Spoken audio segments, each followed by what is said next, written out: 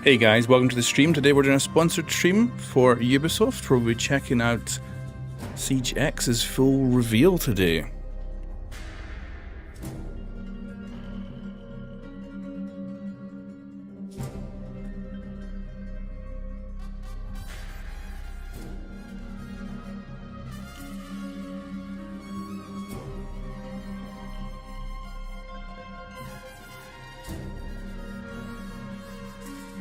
Hey everyone in chat, today we're co-streaming the reveal of Siege X. We might be doing some other stuff later as well, and maybe giving away some codes.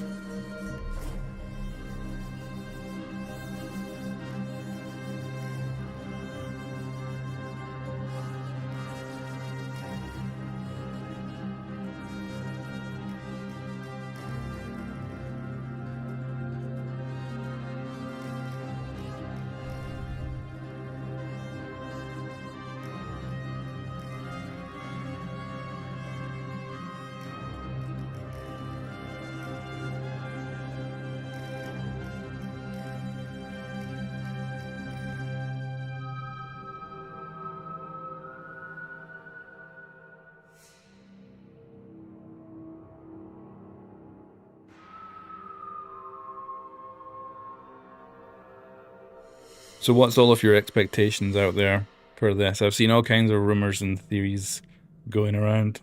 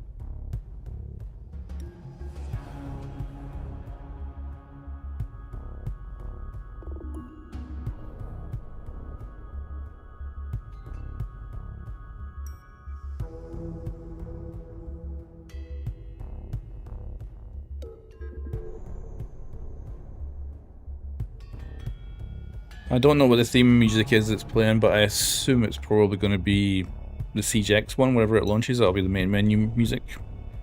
But they also could just be going with something that sounds cool.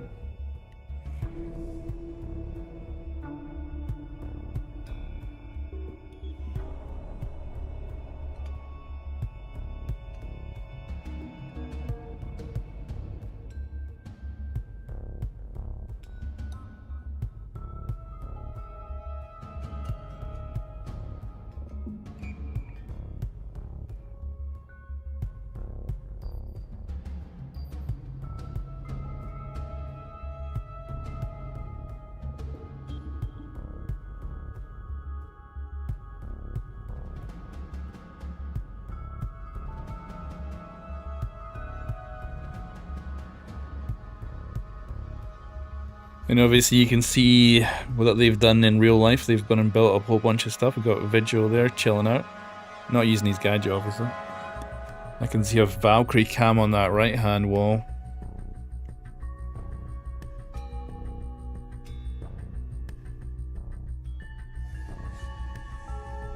Yeah, Season 2 release, I think, is probably going to be what they're aiming for. Obviously on the cards with this being the prep season, so makes sense.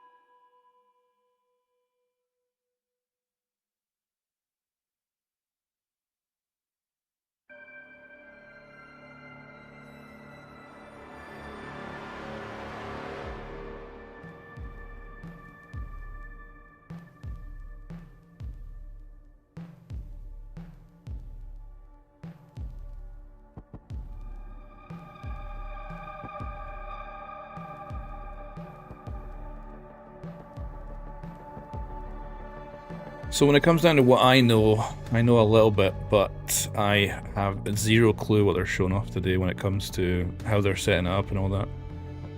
And I know something of what's coming after this event, or this stream. But that's it.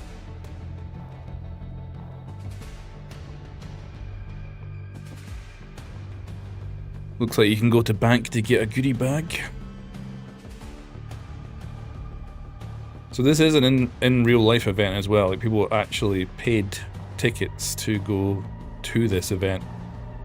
I assume that's all staff right now walking around, but I assume the average person will be walking through there getting all their stuff later. Obviously we won't see that, we'll be watching the live stream of whatever they're showing off.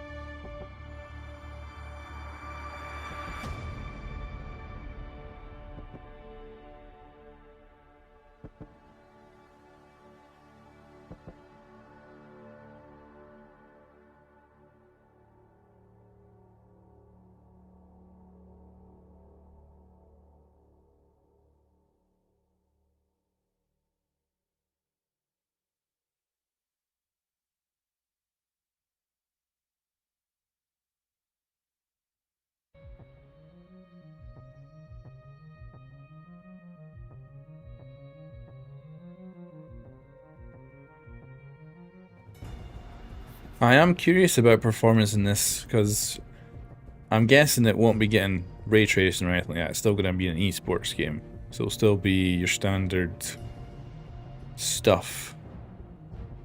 So it's going to be like way worse performance wise than it was, or is it going to be pretty similar? I see a motion sensor in that last camera shot.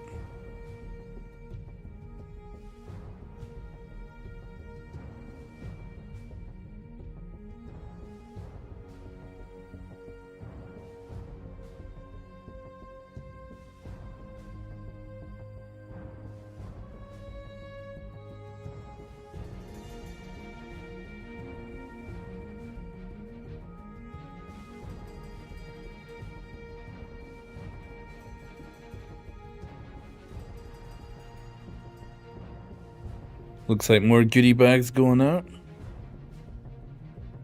Wouldn't mind one of them myself.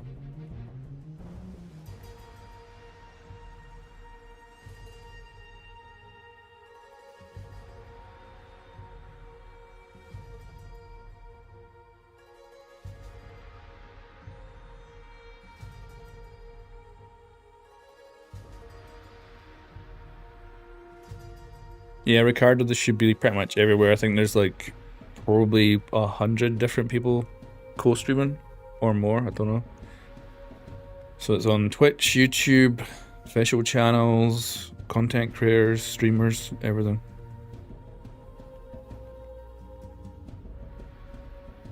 Oh, I see. Is that a recruit with a hammer? With a sledgehammer?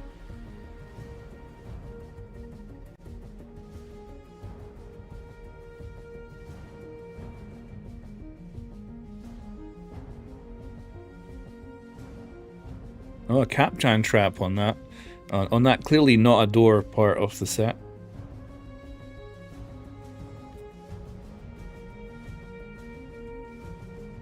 Although, who knows, maybe Siege X, you can put them anywhere, that'd be cool.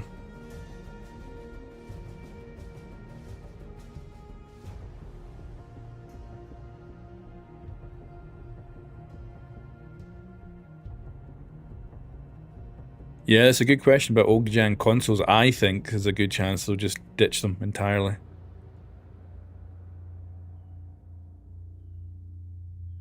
Like, it's like if you made the latest GTA and it had to support old gen consoles, it would then limit the current gen in their game. So I could see them totally ditching last gen.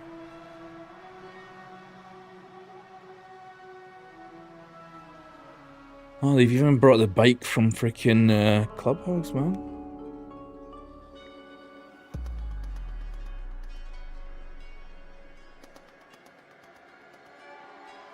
Oh yeah, we have Flores.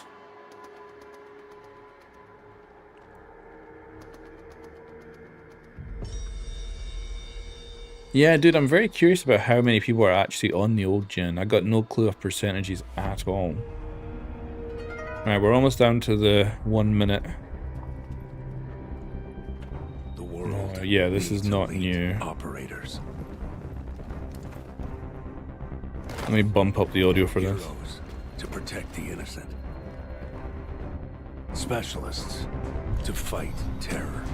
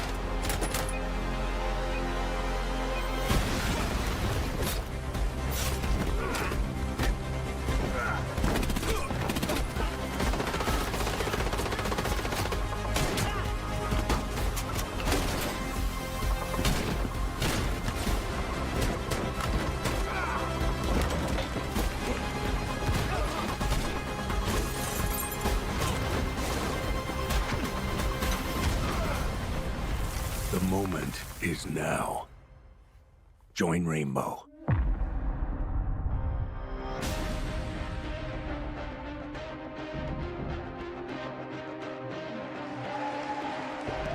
Oh shit, it's Ash. The day is finally here.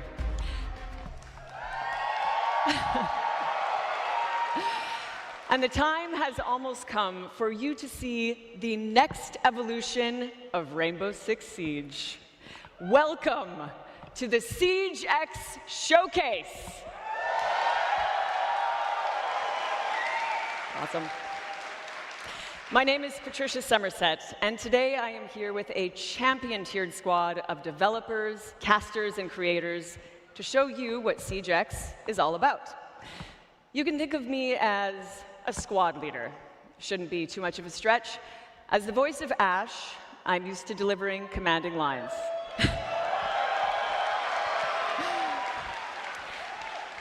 So how about this one? All right, operators, you've trained for this.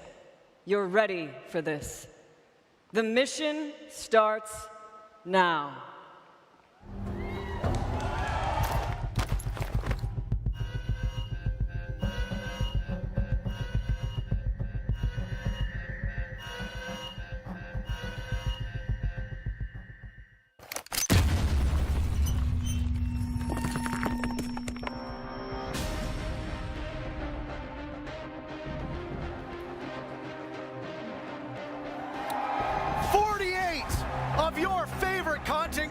Have assembled here in Atlanta to usher in an explosive new era of Siege.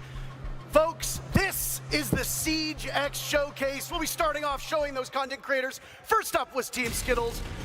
Team Meaty Marley will join next, and get loud for your favorite content creators. We got a lot of familiar faces on that roster alone from what we even previously saw from Team Skittles, so I'm excited to see what we got through and through to see the rest of these teams.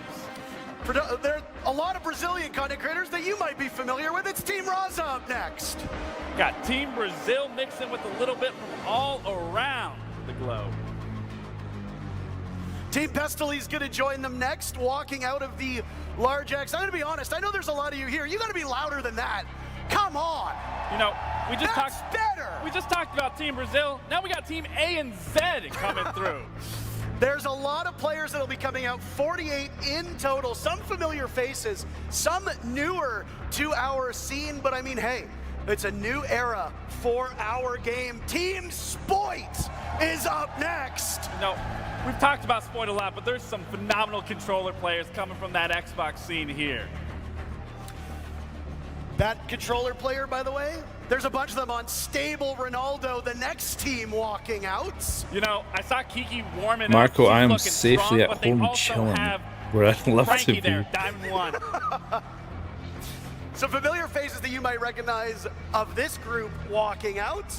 The next is Team Lacey. It's cool I met a bunch Very of these people. big names coming alive right there as we see one of our own right there with Uzi. That's my boy. Uzi should be a familiar face for those of you that follow along online. And Team Pengu, a team of names that you've seen and heard before, but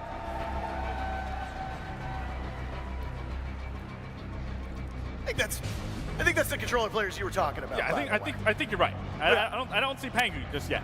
I don't see Pengu. I used to work with him. You used to play against him.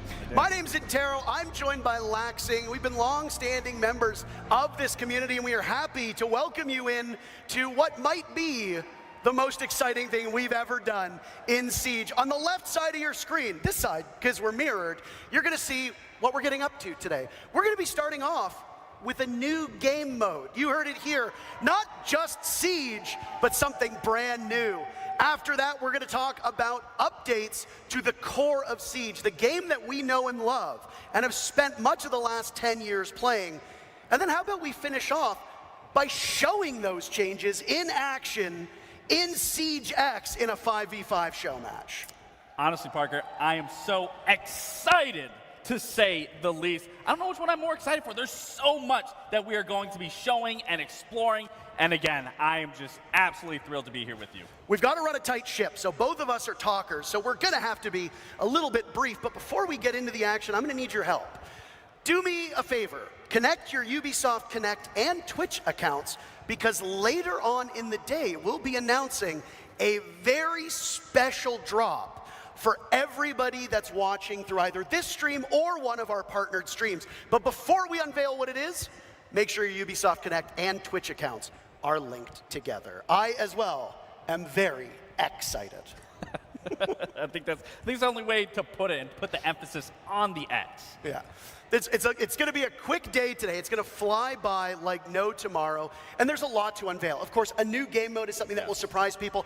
I think that the updates to the game are going to be pretty spectacular as well. But enough from us. How about we send it to two of the greatest minds at Ubisoft who have helped make Siege X possible, Alex and Joshua.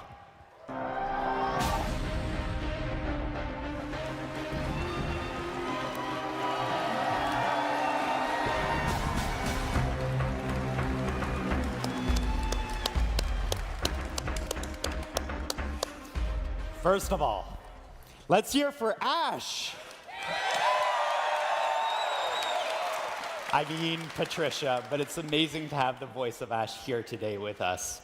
Welcome to the showcase. My name is Alex Karpazis, creative director of Siege, and today is the day we finally unveil Siege X. And I'm Joshua Mills, game director. After 3 years of work, the wait is over. And we're taking the core Siege experience to the next level. We have a ton of details to share with you about how Siege is evolving with exciting updates like modernized maps, an audio overhaul, advanced repel, and much, much more. In a few minutes, you will see live gameplay of those changes. But before that, we have a very first Siege X trailer to share with you. This is the new era of Siege. Okay, here we go. To be honest, this is how I thought it was going to start.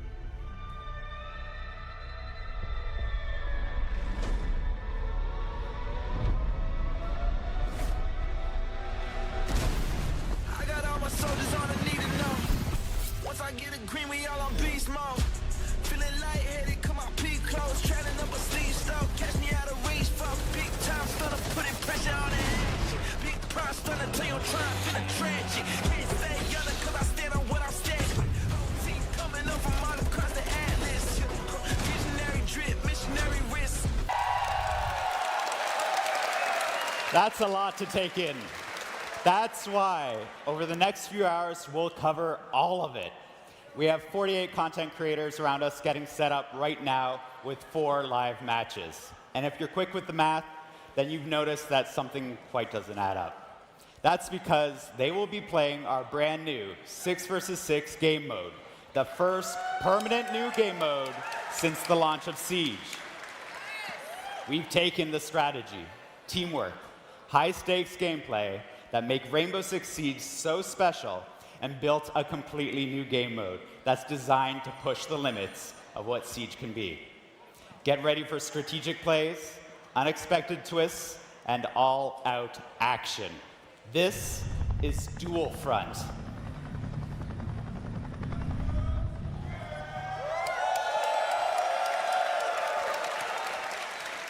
Dual Front is the culmination of years of hard work by our incredibly dedicated and talented team.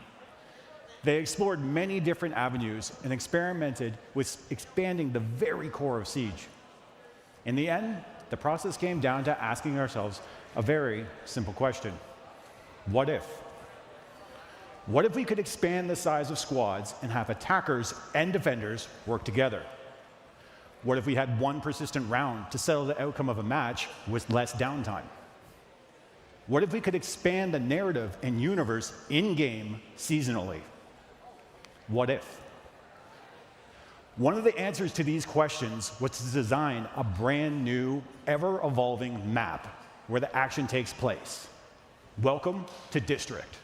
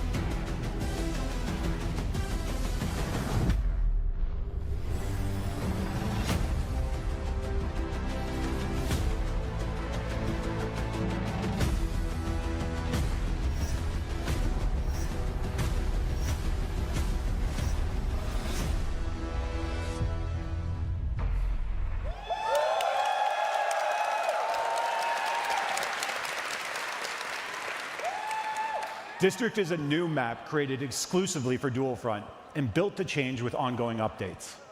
This map is uniquely designed to support the exciting gameplay of Dual Front and create new possibilities we've never seen before in Siege. Let's break it down. 2 symmetrical fronts, each featuring 3 sectors, set up the main framework of the map. Teams must capture one front while simultaneously defending the other as they work their way deeper and deeper into enemy territory. The ultimate goal? Reach the final sector and destroy the prototype in the enemy's HQ. The map's layout balances open areas and strategic choke points, demanding coordination and adaptability. And when I say open areas, this also includes outside. Players will now be able to move between indoor and outdoor spaces, extending their defenses beyond the walls of the building and setting up for some devastating ambushes. So if you don't drone, it's time to start. If the enemy does catch you off guard and eliminates you, you will be able to return to the fight as your currently selected operator or select a different operator for a tactical adjustment. Success hinges on balancing offense, defense, and team composition while seizing every opportunity to lead your team to victory. Which brings us to the neutral sector, a central area where a time-limited assignment will offer you the chance to shift the momentum of battle. Here's a preview of our first seasonal assignment.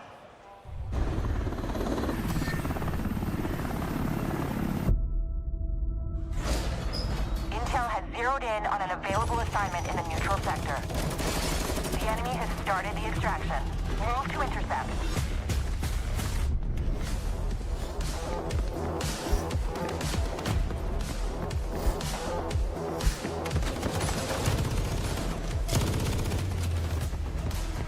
Op 4 is progressing with the assignment. Move to resecure.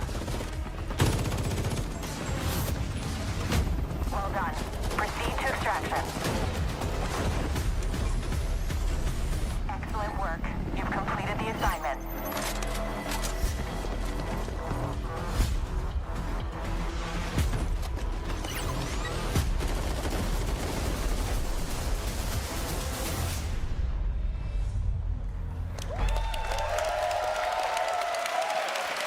The neutral sector is a high-stakes conflict zone where bold plays lead to game-changing rewards.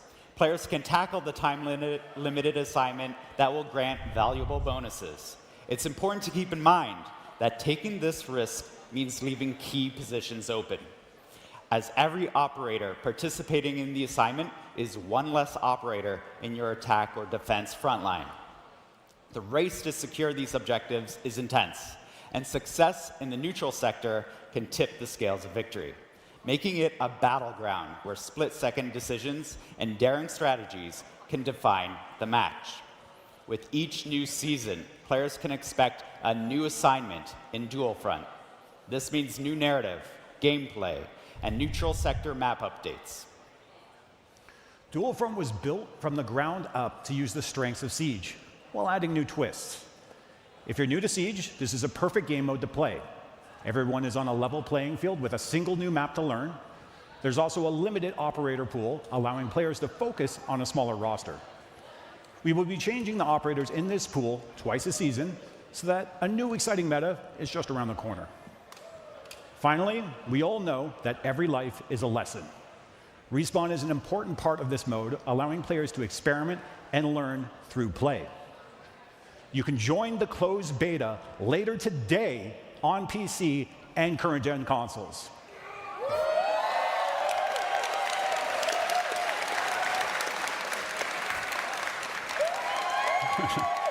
Your feedback will help us release the best experience for Siege X.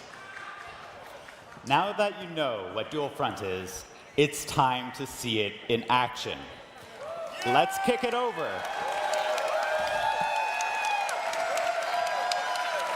Let's kick it over to our legendary casters and see your favorite creators exploring and discovering all Dual Front has to offer right now.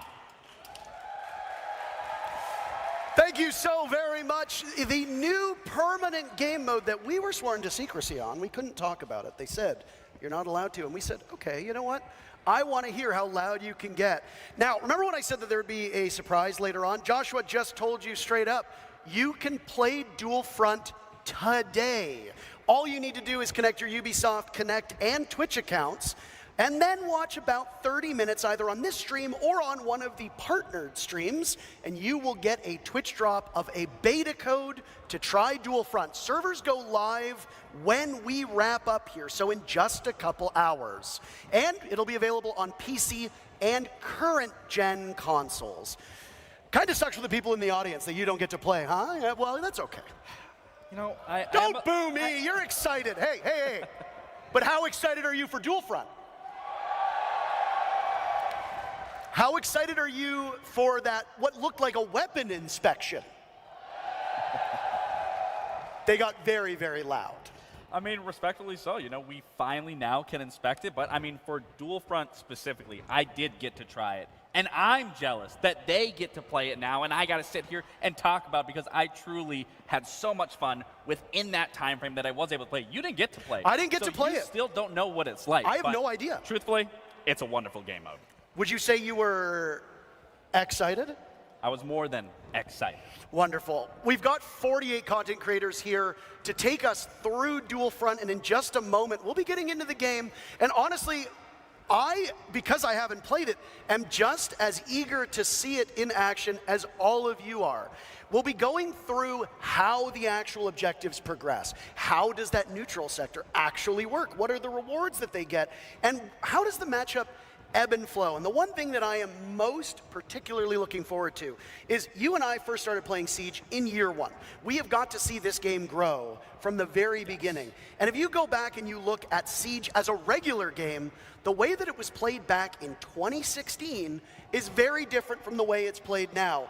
I have no doubt that Dual Front is going to function the same way. Now, in just a couple seconds, we'll intro our very first set of teams, and it will be fascinating to see how they tackle our newest permanent game mode in Siege X. What are your expectations before we get into the match? To be honest, there's no expectations that can be met, truthfully, because this is a new game mode. This is an undeveloped area where people are going to be figuring out. We're going to be understanding what it's going to look like, what we can see.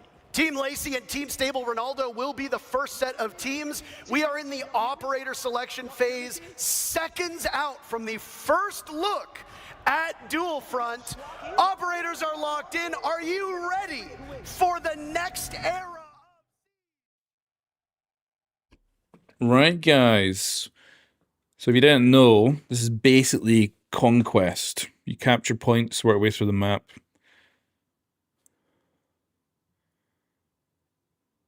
You will always be at the front, so you can always feel like you are the leader in this scenario, leading your team. But again, what's so unique about this is when you think about Siege as a whole, it's always been 5v5. Now you are adding that key element of bringing a 6th player onto that squad, which allows so many different ways to approach Siege and how you want to play it. And again, another big thing is you can mesh attackers with defenders. Now, while you had some hands-on experience, and you are a former pro player and a former world champion, it's not your expertise that we're going to lean on here, Gabe.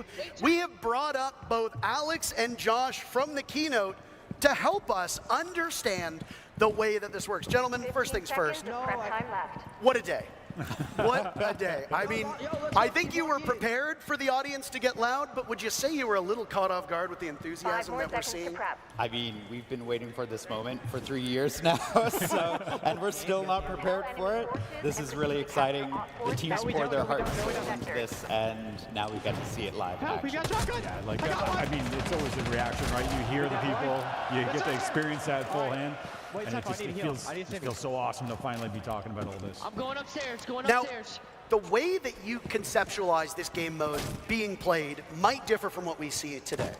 But is it fair to say, Alex, that you're expecting players to literally problem solve as it goes along, and that there isn't really a defined correct way to play based on when you built the game?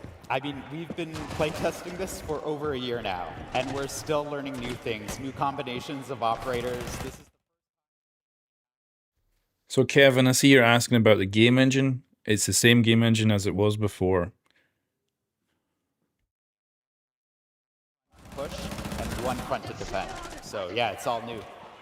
Well, and as I was saying, you know, the key element of adding a 6th player to that squad, I mean, Siege for the past 10 years has been 5. I mean, what was the decision to bring that extra element of surprise and putting a 6th member onto that roster? Well, one of the big goals we had with Dual Front is to actually make Siege more approachable. So, and one of the ways of doing that is to kind of lower that social pressure of having to, if you die in a 5v5, 4v5, that's a big detriment to your team. So in 6v6, you actually get to carry that weight a little bit more evenly. Additionally, obviously, the respawn's going to help with that and help people feel more confident and learn over time.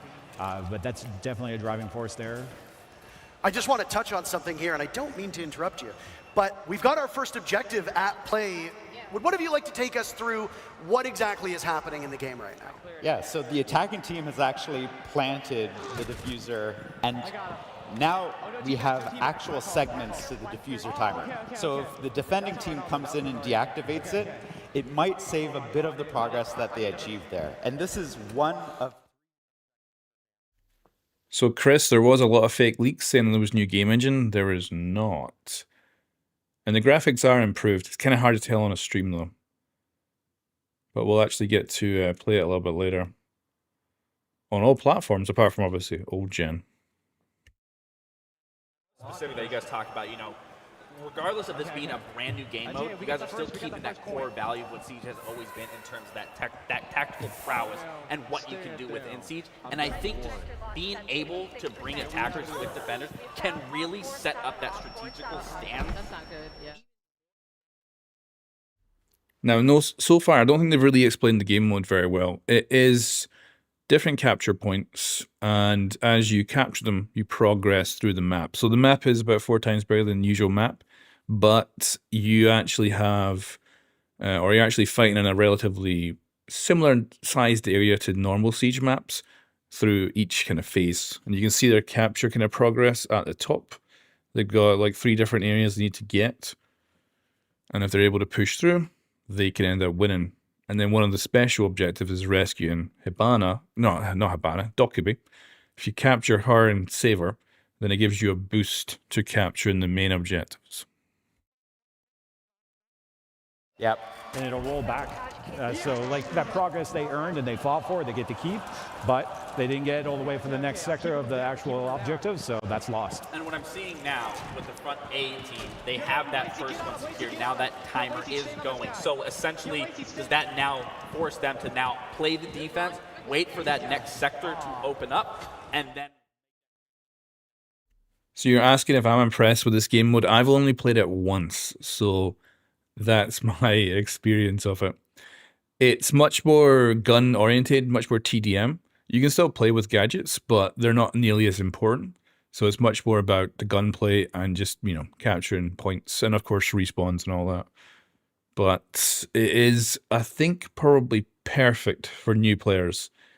And there also, of course, there's only one map you need to learn. And it's mirrored on each side. So if you spawn on either team, you are playing basically on the same map, just with different textures on their sides. So potentially very easy to learn how to play this. In terms of Nomad, with how much I love Nomad, I think Parker knows that as much as well. I played flank watch aggressively, so the fact that you can use those air jabs on defense to get those sound cues, to get that quick reaction, to net one of those eliminations, I mean, Nomad's massive on defense. I mean, Gabe, when you played professionally, if there was a spot on a map to be as far away from the action as possible, you were there. Absolutely. So you would have 110% find me at that neutral sector, where I am not going to be in the thick of it, but I am going to be trying to lurk my way through and see what is open and what isn't. Now, one thing that you mentioned while talking about the game. So talking about the game engine again, there's no major kind of like overhauls to it or anything like that. Although we haven't heard about the audio changes, which I got no idea about. So be curious to find out what the heck. I was kind of assuming that we'd have a bit more of a like, this is what's changing kind of thing, not going straight into gameplay like this. So we've still got a lot of unanswered questions that I don't know either. And I would say, yeah, this is definitely a Call of Duty style game mode, which means that either it'll be great for a whole new player base who don't normally play Siege, or for new players getting in.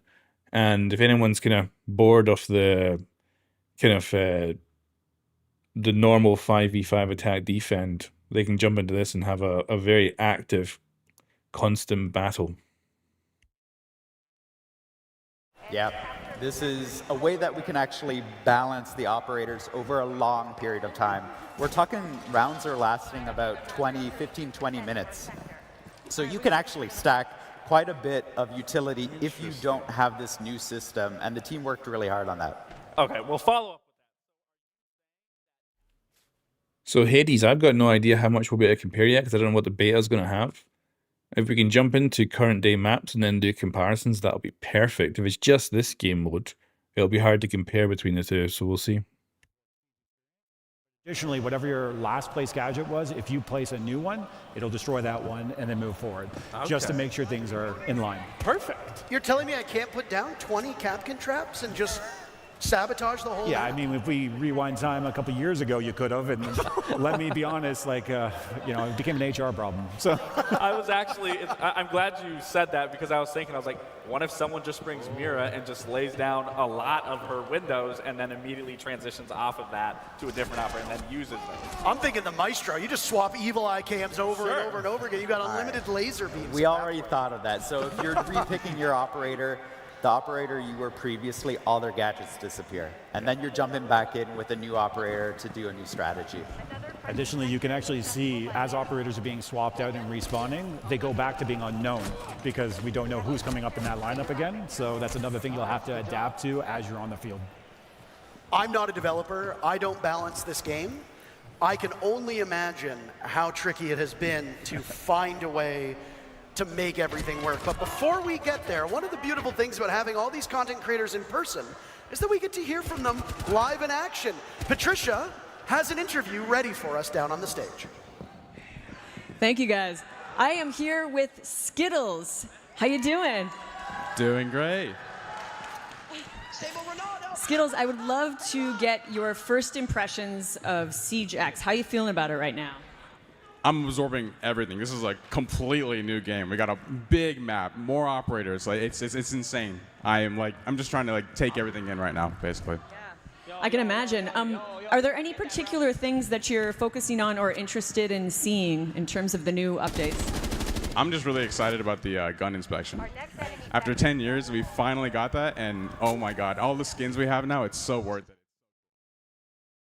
Yeah, guys, I'm curious. Are you bothered about a gun inspection? Because I know there's a lot of people who do want it. But do you guys want it? Excellent for thumbnails, so that will make it a lot easier for content creators to advertise their stuff. Let's dive into the next matchup that's happening at the same time, and it's a little bit of the old versus the present, one could say. A former two-time world champion of Pengu versus a current major champion of Spoit, as it's Team Pengu versus Team Spoit. And there's a competitive mindset between these two teams that is, maybe I would say, unlike a lot of the other matchups we'll have today. I mean, how competitive can it be? I mean, Spoit's beating up on a retired old man of Pengu. Like, give him a break. Let him breathe a little bit. I'm fascinated the way that this mode is going to be approached, right? Because Siege casts such a wide net. There are people who are going to play it on PC. There are people who are going to play it on console. There are people who are going to play it in casual, people who only play ranked. And then you've got people who are playing on high-end gaming PCs, and people who are just sitting at home, playing on their couch, listening to music, playing casually with some friends. And when you look at a mode like Dual Front, do you think it's the type of game mode that can catch all of those players and provide a compelling experience for each one? Yeah, when we were talking about Dual Front, first of all, Siege is challenging. That's in our DNA. We'll never change that. But Oh yeah, so we just seen them repel around a corner there. So all of this adds up to a game mode that honestly everybody's at the same level on the ground floor, and they're able to jump in and have immediate impact. So I was going to follow up with, I mean, we obviously talk about the casual base, me coming from that competitive background. I absolutely do love the approach here, especially as we do know, Siege is a very complex game, but that's what makes it so unique, so fun when you can actually learn it. But what I really like about District specifically is it's symmetrical. It does really allow you to learn from one end to the other of just the basic functionalities of how Siege is played, whether you're playing horizontal, whether you're playing vertically, so you're not getting confused. And for a new player that you can come in and be like, okay, this is what Siege is like. So then you bring that into the other maps. And then I did also see not every single operator is able to be played. And I think that also is huge because as we know, Siege has a lot of operators and continuing to grow as the game continues to go further on. So I do genuinely think this is a great approach for not only a competitive standpoint, but most importantly also I'm doing it. Ready? Come here. Yeah. No, I'm very excited to see the way that it shakes out. Have you two noticed anything that's happening at this current point in time that has caught your eye that you maybe weren't expecting at the tests you've done over the last year or so? Well, I mean, I saw someone do a breach I literally have never seen someone do, like in all our playtests, breaching in onto the stairs of the second sector. Like, that side of the site, like I don't usually see people like pushing through there. They usually push from top floor or walk up the stairs, but never breach the wall and jump right into the stairs. So that's kind of the magic of the map, right? So. Well, we've got another interview ready from TikTok to Twitch, and now here in Atlanta, we've got Titanium Rollo down on the stage with Patricia. Thanks, guys. You've got it solid. I am here now with Titanium Rollo. How you doing today, Rollo? I am doing amazing. How are you doing? Oh, wonderful, especially now that I'm with you here. I'm already like fast friends. I wanted to ask you, what do you think about the neutral zone in the middle of the map? So I think the neutral zone is actually really crucial, and I think that from the times that we've played it, we've not focused on it enough. There's so much focus on either attacking a base or defending a base, but actually so many people go to the neutral zone that if you manage to get control of it, then you can kind of completely control the flow of the map, and I think it's going to be way more crucial than we've given credit for it. And I'm also hoping, since I like Easter eggs, I'll find a couple of Easter eggs around there too. I wish so many Easter eggs for you. Thanks for your time. I'll let you get back to playing. My pleasure. Thank you, Patricia. Yeah, the Easter eggs that are hidden in all of the maps, by the way, are we going to see any in Dual Front? Do you even want to give that away? Definitely first jump into the beta, check it out yourself, find them, because we have hidden some stuff around the map. Right. And for a reminder for those of you, we're going to say this a lot. I apologize if I sound like a broken record. But the thing is that the more I remind you that maybe you might actually be able to get into the game yourself, we are doing beta code access for Dual Front. That is on right now. Once we are done with the showcase, you will be able to play Dual Front, providing you link your Ubisoft Connect and Twitch accounts, and then watch either this stream or one of our partnered streams. You will get the code after about a half hour or so, and you can start playing this game mode later today. I don't want to know what he's... I've also got about 200 PC codes to give away to it. After the second sector, and actually I think beta team just lost theirs, but there's an assignment that's coming into the map. That's the neutral zone. We'll have a new objective that everybody has to jump into. And we have to grab a hostage. So while up to this point it's been like the typical quote-unquote siege where you have to get the case down, now we're going back to the old ways of the hostage being involved. Yeah, and not only just that, but the hostage is Dokkaebi. Because we lost her at the end of the Assault on Hereford event. So this is where that narrative starts coming in when we talk about seasonal update that way. I want to say, so when you grab the hostage here, if I'm not mistaken, you have to bring it to the other side, the enemy side. So what Anne is already doing this wrong. She brought it to her, I believe, thinking that they are going to get that extraction, but they actually need to bring it to the opposite side and make it far more challenging than just as simple as, let's just bring it back to ours. Yeah, exactly. It used to, like you can see as soon as it got, the hostage got picked up there, the icon shows up to show you where the extraction point is for you. And the helicopters are coming in the next 30 seconds. And that, oh man, like again, we're talking about audio and all everything. Hearing helicopters come in during a siege match, oh, it gets your heart pumping. Well, I want to say, don't board it though. I want to say, me and you actually went through this moment together when we were testing this out the other day, and it is, when you were talking about the heart thumping, and especially like, let's acknowledge you can play outside now. Like, that is a huge thing that needs to be acknowledged. You don't have a timer letting you know you're going to be shown. I mean, again, these operators, that is just evolving a meta right there. All the shields you're seeing being castling off a door outside? What am I watching? Exactly. But no, like I was saying, back to that, it is very intense when you have to run to the enemy side with this, trying to get that extraction off while they're up and coming, spawning, holding those positions from outside, waiting for an ambush that you're potentially running into. You were actually doing a very good job at leading that. You were like, all right, Lax, I need you to get in front of me. I need you to clear this. I need you to clear that. And we did end up doing it successfully. Yeah, honestly, like, regardless if we talk about the match being, like, the game of being approachable, we get real competitive. Oh, absolutely. You mentioned that Dokkaebi is the one to grab here because of the actual lore of the game. Now, there are a lot of people here at this event dressed up in cosplay, and lore in Rainbow Six Siege, yeah, give them some applause. They work hard. The lore in Rainbow Six Siege has steadily increased to the point now where, you know, when I first started playing, and he first started playing, there was basically none. Will lore play a part in Dual Front, and will the events of future seasons find their way into this game mode? So that's actually what we're trying to do with Dual Front. Bring some of the story into the game proper so that you get to experience the story itself. And so every single season, we'll be weaving in the lore of Siege into the updates that you see in Dual Front. Now, when a team does successfully extract the hostage, what benefit does that give the team? Oh, they're at the wrong. Oh, Yeah, no. they both just did the exact same thing. Do they throw Dokkaebi into the net? Well, they gotta Is that take what it they're to the right supposed to extraction do? point. I'm not. But whenever they do end up getting it to the right, getting hostage to the right extraction point, and then having her airlifted out, you actually gain 2 sectors of the current objective or the next objective that you're going on. So if you have 1 sector left on, say, sector 2, it'll click forward on 2. Okay, and so that won't, so like for example, on Bravo's side, they already have 2 of those sectors, or not sectors captured, but they have, you know, halfway through. Actually, yeah, on either side of the match right now, whoever secures the assignment will win. Oh. But like, they just have to get them to the right extraction zone, and there's only 20 seconds left to get it done. And what happens if you don't complete this task? Then it just goes. They figured it Sorry, out. I'm too excited now. And so this is actually an air tap, and they win.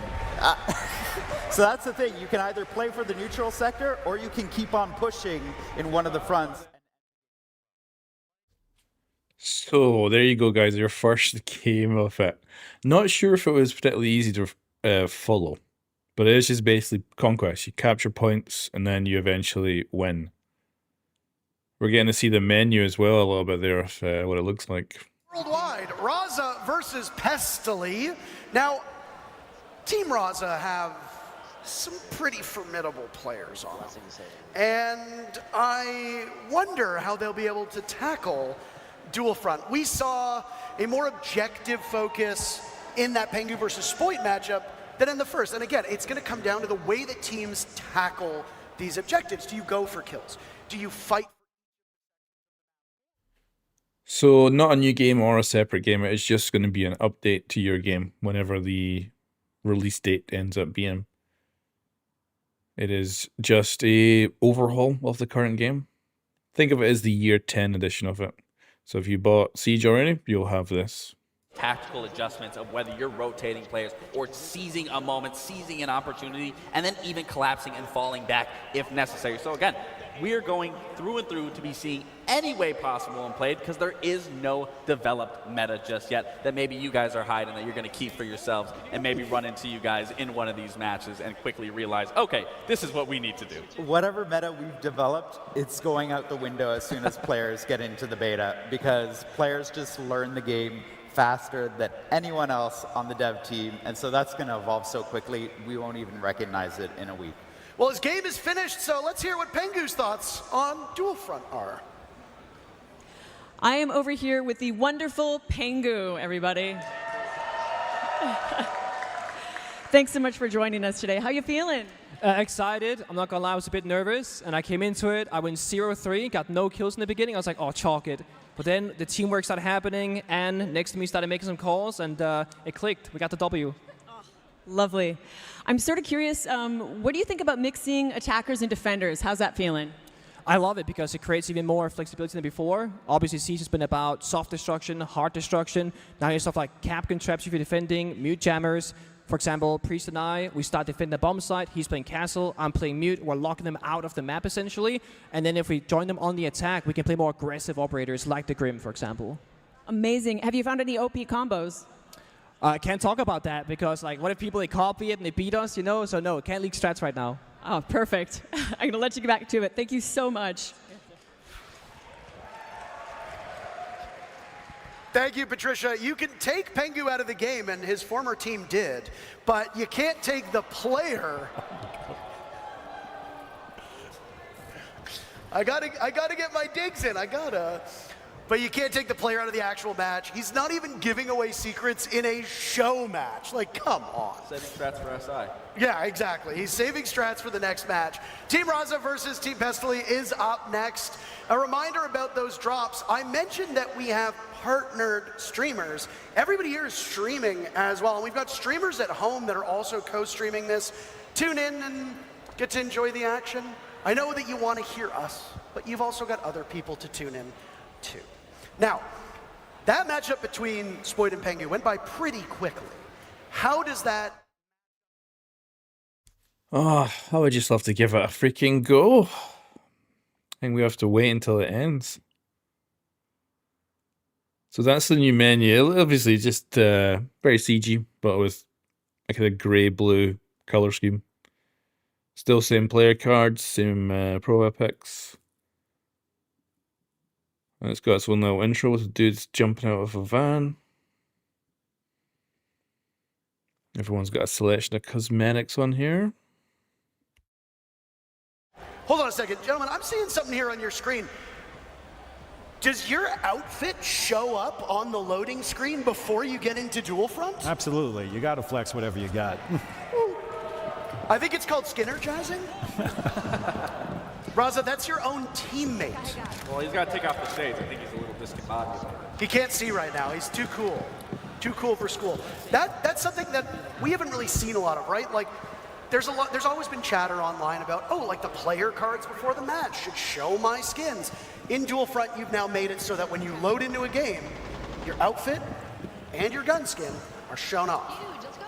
So I also did notice when you first initially start out, you aren't just able to quickly run in to a different sector. You are blocked off right there. Is that essentially similar to a prep phase, or? That's exactly the intent there, is that it gives time for those in the defending lane to actually do their setup and get ready. It gives time for the intel to be gathered by the attackers. I'll let this be known that the neutral sector is always neutral. So if you want to frag it out as soon as you start, you can go and, do it there. That's interesting. Well, I'm sure there's a lot of people that love to hear you say that just want to get straight into the thick of it. And just like regular Siege, or core Siege, if I can call it that, destruction is a huge part of this. You talked about it as well. But we just got to see it firsthand. A lot of these teams are kind of treating this like team deathmatch. How beautiful is that? That's the repel, by the way, that was shown, that you can now swing around corners. Amazing. The very first time in our very first match that we just saw that, the crowd went wild. I don't know if you heard that, but no, destruction, it plays a huge part. I mean, a lot of these teams, again, are treating it like a team deathmatch, but here, you can reshape the map to your advantage. That's right. And even, we saw it before, you can reshape the neutral sector. In fact, one of the things that we've been playing with is you can jump into the neutral sector before you attack, reinforce where you need to, or open up where you need to, so that you actually lay the groundwork for the match to evolve. So I did notice within these sectors, there are still default cameras that are up.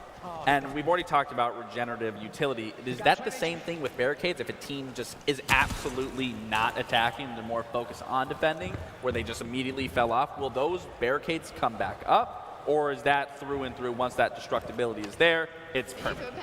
Yeah, once the destructibility is going in place in the match, it's kind of the story of that match. So we allow that to be the permanent beats that had happened throughout it. So if anything's being broken down, like we talked about the cheat code where you got a soft wall, maybe not reinforcing it right away is a good move. So you get that second layer of destruction happening. But once it gets direct, then you reinforce it. Now that's a second barrier to stall them out. Josh has given that key intel for everyone listening, so you might want to take. So the codes I've got to give out are going to be just what you would copy paste into Ubisoft Connect to redeem, and they're PC only. And if you do want a code, I guess for the console ones, then watch half an hour of any Twitch streamer doing this with drop zone. Time as the new barricades of the attacking team come up, because now they're reinforcing it and the defenders have to recapture. We've spent almost a decade of watching round by round things reset. It's a little bit odd to see persistent destruction in this game.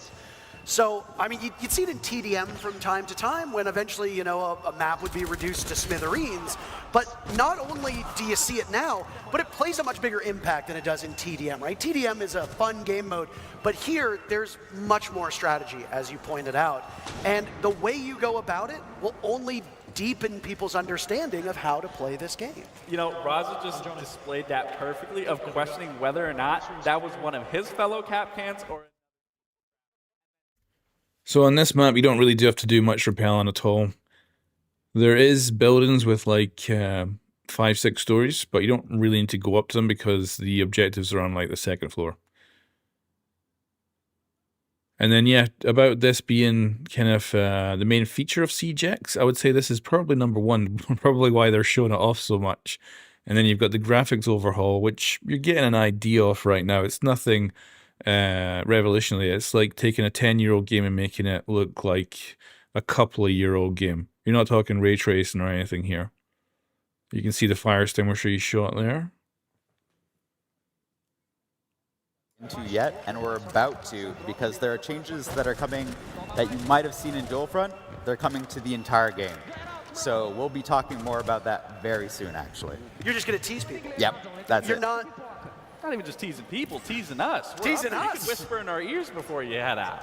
Admittedly, we had to tease them earlier on with the new game mode and all that special stuff, but good things come to those who wait. Oh, there we go to get see a pipe. pipe. Is upon us for Dual Front, at least. Team Skittles, who you heard from So they have like a jet earlier, of fire, and then Team eventually Needy they'll blow up. Marley will do battle. Fun fact about both of these team captains, both of them started their careers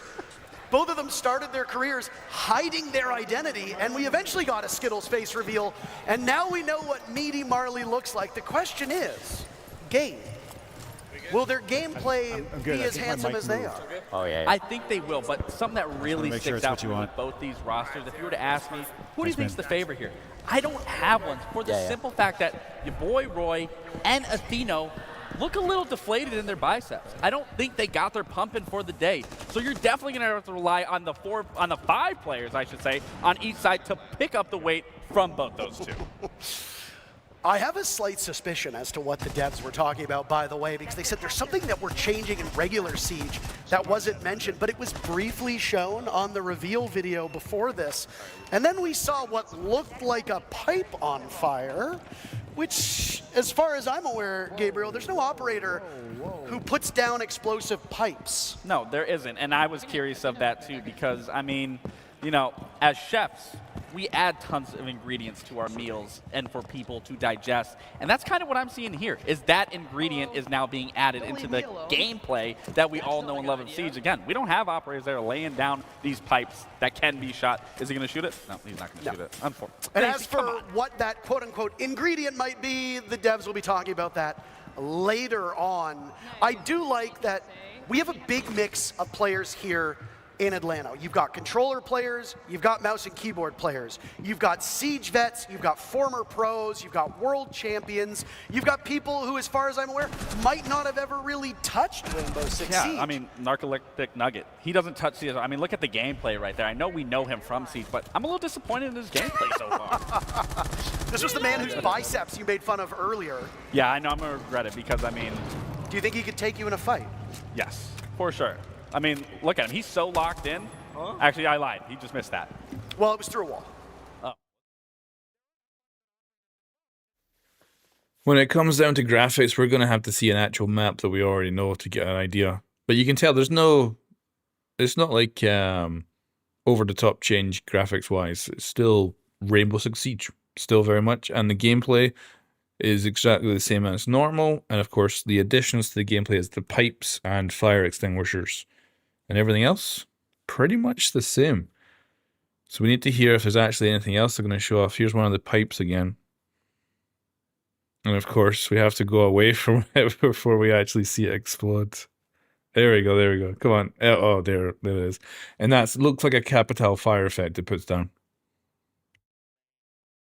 Like that, but in similarity to a Capital bolt, similar to a Goyo canister. I mean, this creates a completely different new look and what we can see in Siege X. This has been an interesting matchup between these two teams. They're playing it very slow, which is in stark contrast to the first game that we saw that had Uzi killing everybody in the server. Now, they talked a lot about this neutral sector, and it's coming in pretty quickly. Again, it can spawn at different intervals. This one in just under a minute, and it'll be... So I'll point out, guys, above the actual cam that you see the streamers on, that's a map. So you can see the red sectors that are blocked off for each team, the blue sectors that have been opened up, and then you've got the no color settings, which I assume is basically their neutral areas. And you can see the capture points at the north and the south. So you can choose either to defend or attack. And if you capture them, you keep progressing through the map until eventually getting to your victory. Later on. But, I mean, so far, this game mode is intense. There seems to be constant action no matter where you're looking, whether you are the one defending or you are the one attacking.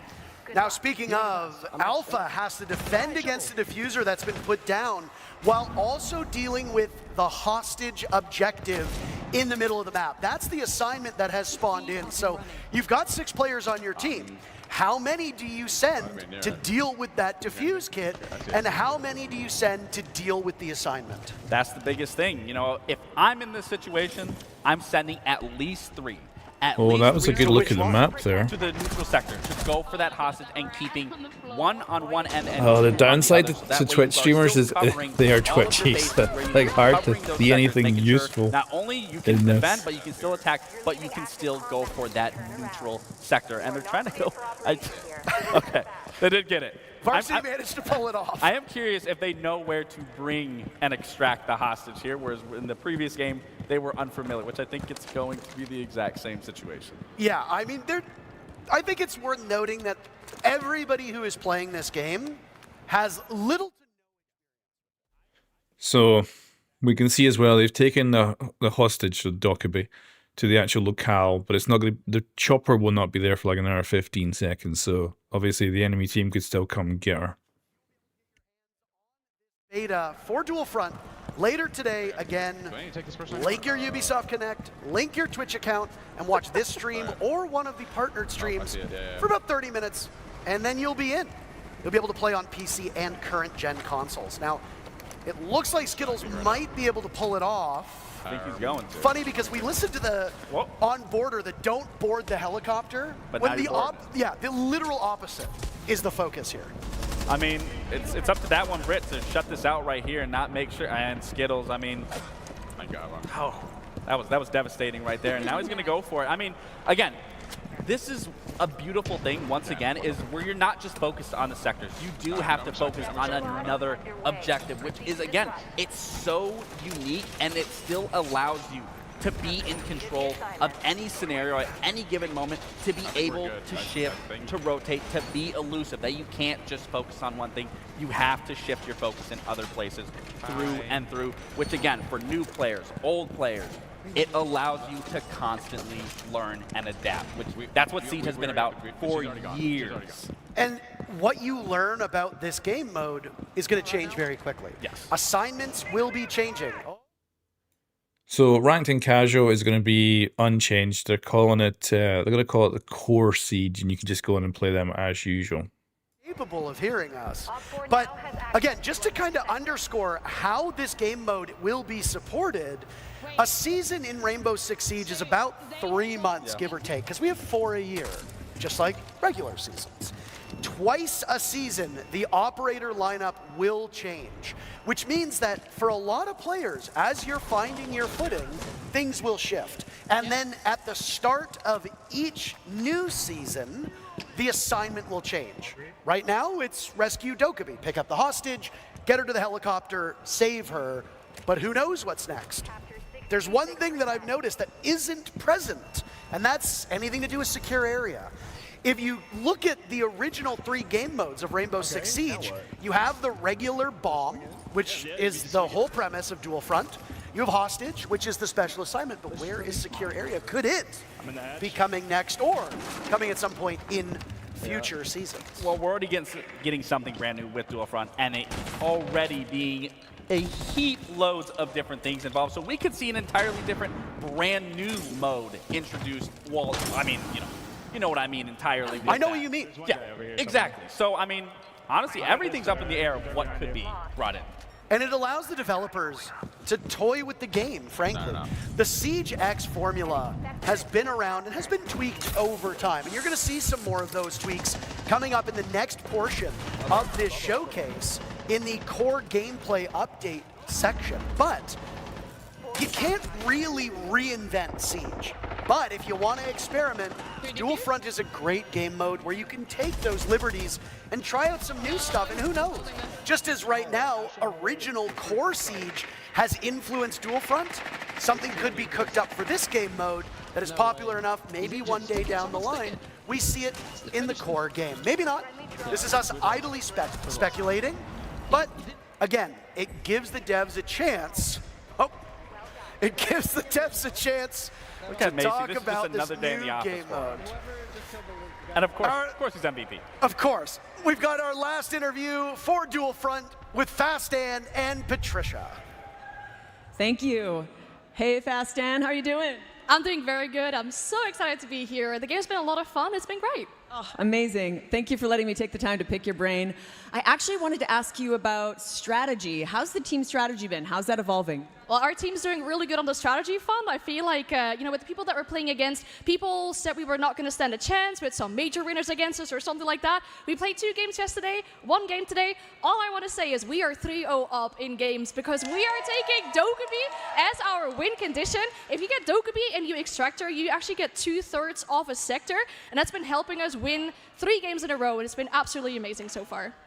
Oh, amazing insight. Thank you so much, Fastan. Really appreciate your time being here. Can't wait for more gameplay. Okay. Well, thank you so very much. And again, it's great to have everybody here under one roof. So there we go, guys. We had 2 games of riveting gameplay there. I really want to get onto the details of what actually else is coming with this. Well, it goes into what I was saying. This is a brand new game mode. It's unexplored. Everyone is going to be approaching it entirely different, whether it's going to be here or you guys later once this all wraps up. It is an unfamiliar area for everybody. So again, there isn't going to be a meta just yet. Who knows? There might not even be a meta in general because there is many factors to take into here that we just have not seen throughout Siege's history. And if you're new to this stream and just catching up to speed, the game mode we just watched, the new permanent 6v6 game mode coming to Siege X, is going to be playable later today. We'll be giving out beta keys to those who have their Ubisoft Connect and Twitch accounts linked together. So you can get the keys here, you can get it from the partnered streams as well. You just got to watch about 30 minutes, then you'll get access to the beta code. It'll go live when the show wraps up later today. But we've got Patricia ready yet again. As I said, this show's going to go quick. I didn't lie. Patricia, take it away.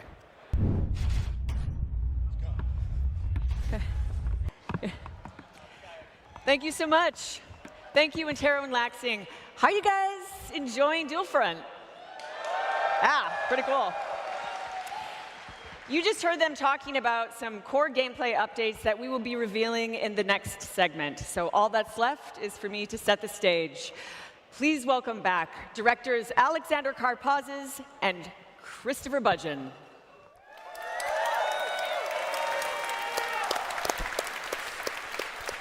With Siege X, we're taking Rainbow Six Siege to new heights. Launching June 10th, at the start of Year 10 Season 2, this evolution of Siege builds upon everything that makes the game so special. In the first part of our showcase, we showed you Dual Front, our new 6v6 game mode. And there's a lot more to talk about. Siege X will deliver sweeping updates across all of Siege, with a strong focus on modernizing our maps, refining our gameplay, and evolving our audio, with much, much more to come.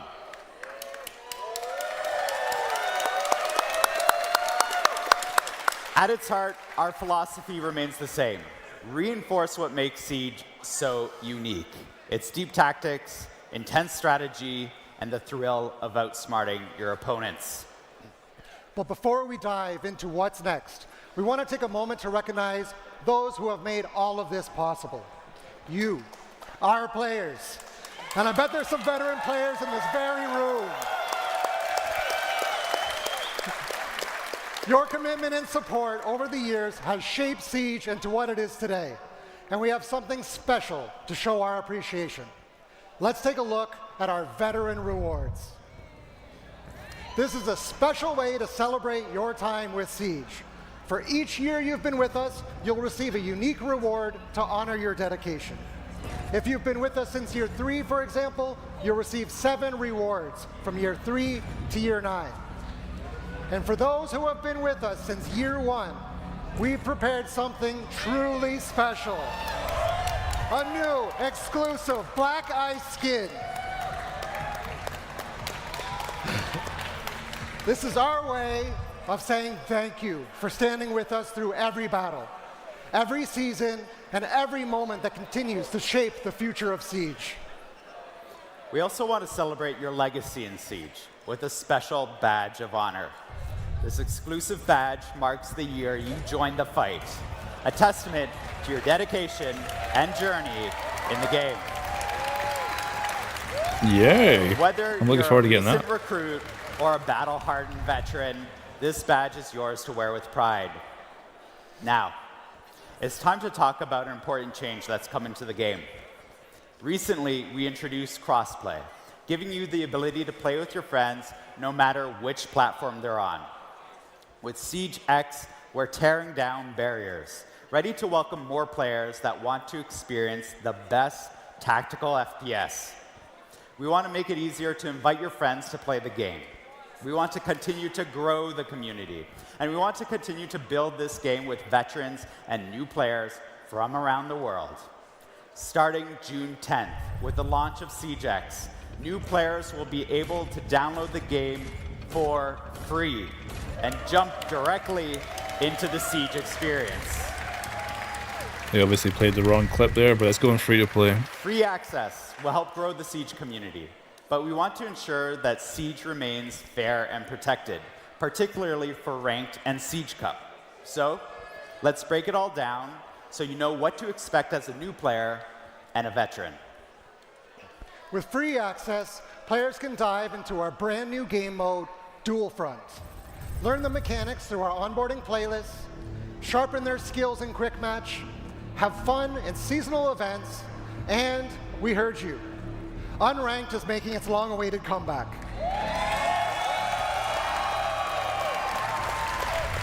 Unranked offers a competitive yet approachable experience for free access players to test their skills and explore the new pick and ban system, which you'll see in action in our show match later on. Free access players can experience core Siege gameplay and access training modes, earn XP, and unlock rewards. As part of the new onboarding process, players can earn and customize up to 26 operators through play. Additional operators can still be unlocked using the currency they earn to continue to grow their roster. The most competitive playlists, Ranked and Siege Cup, are high stakes and reserved for those who unlock the next level of Siege competition through premium access. And as always, you'll need to be level 50 to participate. Also, I want to reassure our dedicated players. You will keep access to everything you have. That's right, don't worry, veteran players. You'll keep access to everything you've earned over the past 10 years. Your access to our competitive playlists, such as Ranked and Siege Cup, your progression, your operators, your inventory, will all be yours to keep and to continue building for the future. No payments or action required to transfer your progress. As Siege continues to grow, we're not just preserving your legacy, we're refreshing the experience for every player. With Siege X, our totally revamped UI will be more than just a new coat of paint. How you navigate through game modes, browse your battle pass, and interact with Siege is faster, it's more intuitive, and more immersive. The UI overhaul also streamlines your experience as you track your journey as a Siege player. So whether you're a veteran bringing in new friends or a fresh recruit, we've revamped Siege's global progression system.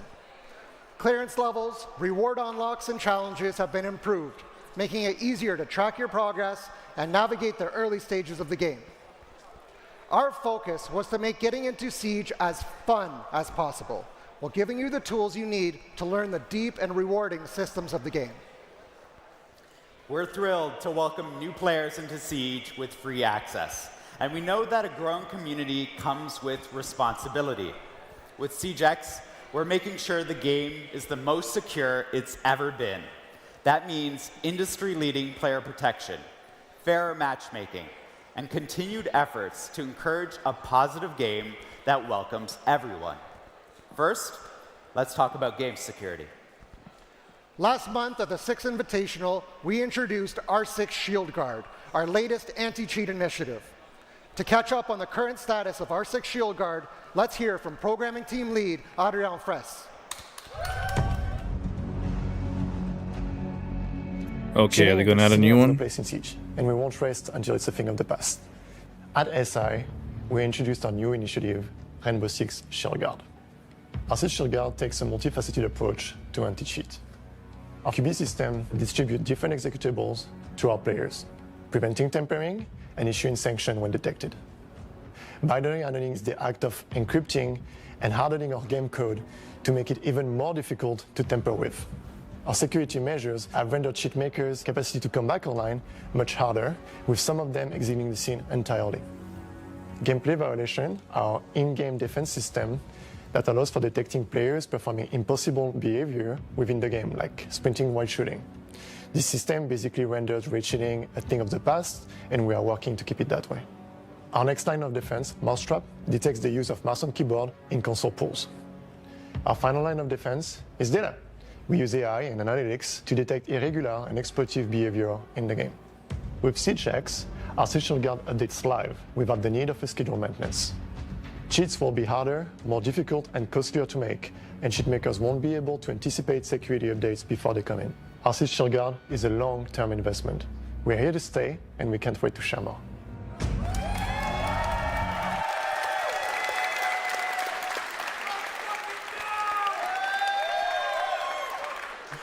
We're taking anti-toxicity in the game seriously as well, and we've made huge strides to make sure that everyone feels comfortable playing the game. We've doubled down on our mission.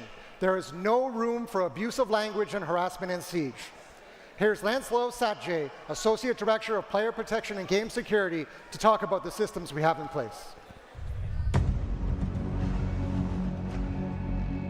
We know that toxicity has become more frequent in game, especially with a constant increase over the past 2 years.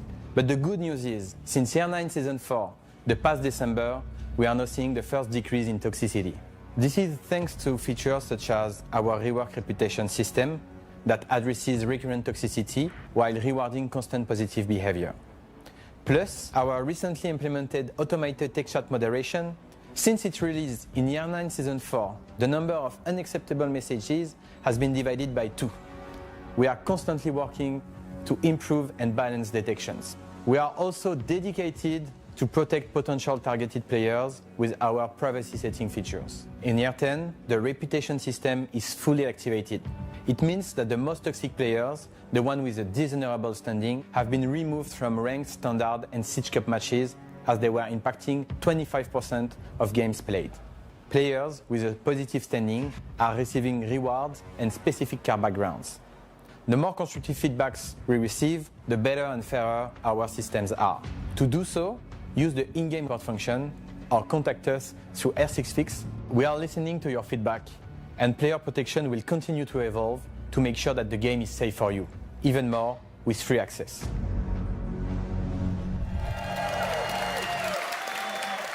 Anti-cheat and anti-toxicity are top priorities for us on Siege, and I want to thank Adrien and Lancelot and their teams for their work making the game the most competitive and fair it's ever been. All right, we got visuals coming up next. Now, let's talk about the maps and visual updates we mentioned at the Six Invitational.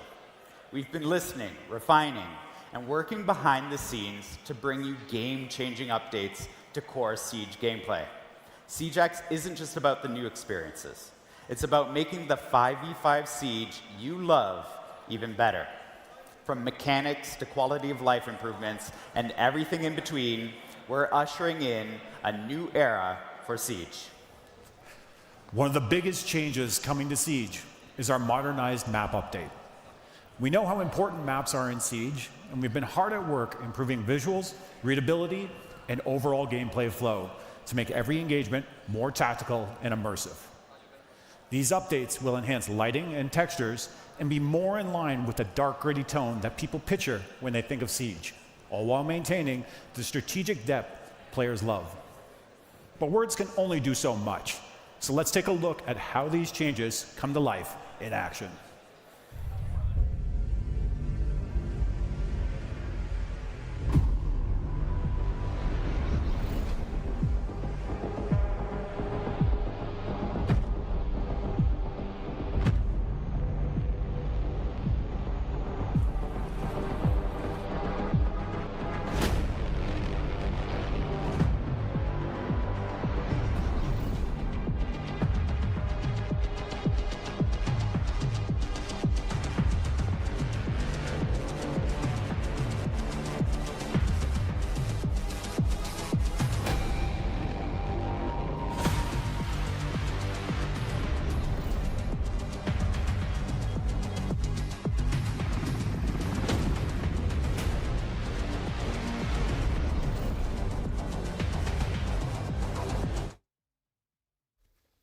So looking at the side by sides, it looks very subtle.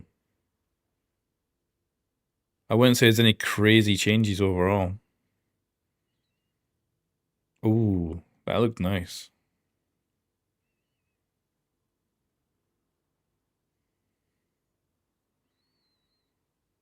Oh, that's definitely different.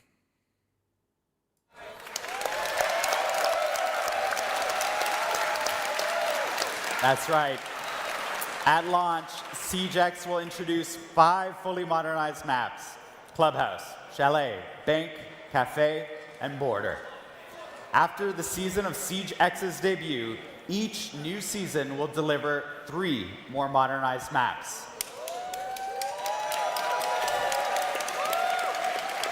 We've done significant work on these environments. We've rebuilt the lighting engine to bring more realistic atmosphere with richer contrast and colors.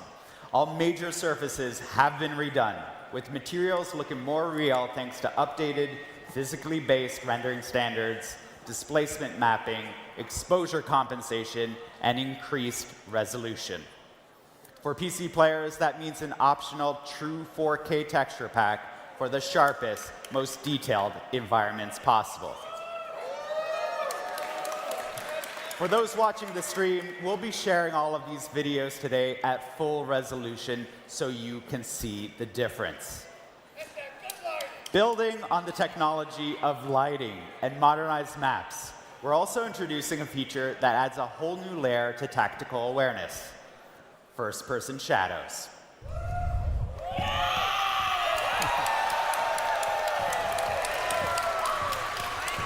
Now you'll have to think twice about your positioning. If you're entering a room or passing a hallway, you'll be able to see whether your shadow is revealing your location to waiting enemies. This small but crucial detail makes movement and positioning more important than ever. The reason we can make all these changes and still ensure a competitive experience is because of a major change we're doing in making our enemy outlines updated. When we talk about stealth in Siege, we want players to focus on how much noise they make, not how visible they are. We always want enemies to be clear and identifiable. The new outline system means, even with the more immersive lighting, enemies can't hide in the shadows. This is a big change, but one that over time feels natural and ensures a fun and fair game. As usual, we'll keep listening to your feedback and make adjustments as needed. Another big change is the repel update in SiegeX, bringing more options to the most unique movement mechanics in first-person shooters. Repelling has always been a defining feature of Siege, but we knew it could be even better. With advanced repel, you can now sprint along the wall, and you can pull off what we saw Callie do back in the Playbook story trailer. You can now transition around corners while on repel, including when sprinting. Here's those improvements in-game.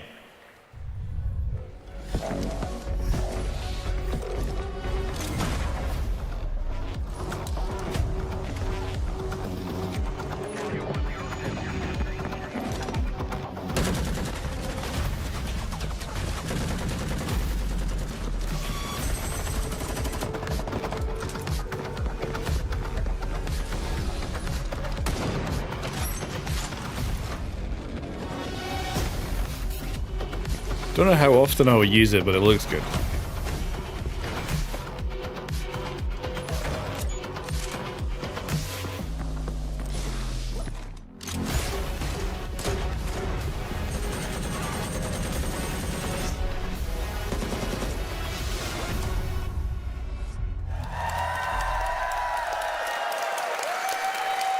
Smooth cornering and sprinting makes rappelling on a wall and executing a plan so much more satisfying. It's all about giving players more control, making movement feel natural, intuitive, and immersive.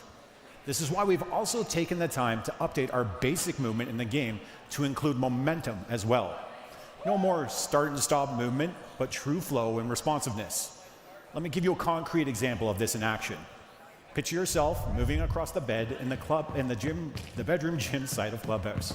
Before the changes, as soon as you ran off the bed, you would immediately stop running, drop straight down, and then start running again once you've landed on the floor. With the momentum-based movement update, you will continue to run off of short drops and carry your momentum with you. This achieves a new level of flow and immersion in the moment-to-moment action of Siege. We can't wait to see the creative plays that these changes will inspire.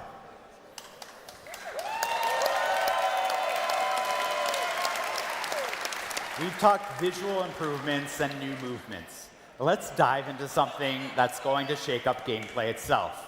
Say hello to Destructible ingredients. During an operation, every detail matters. Your intel, your loadout, your position, but above all else, your environment.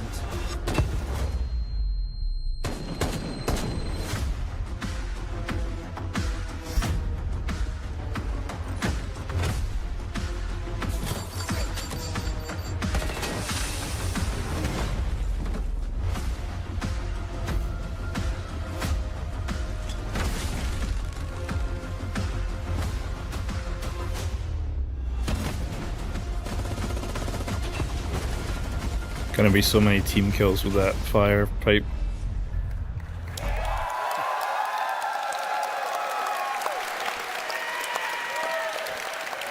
All right, I freaking love these things. Destructible ingredients are shaking things up in Siege, bringing fresh tactical opportunities for both attackers and defenders. These aren't just environmental details, they're strategic tools that swing the outcome of combat engagements in modernized maps and dual front. First up, fire extinguishers.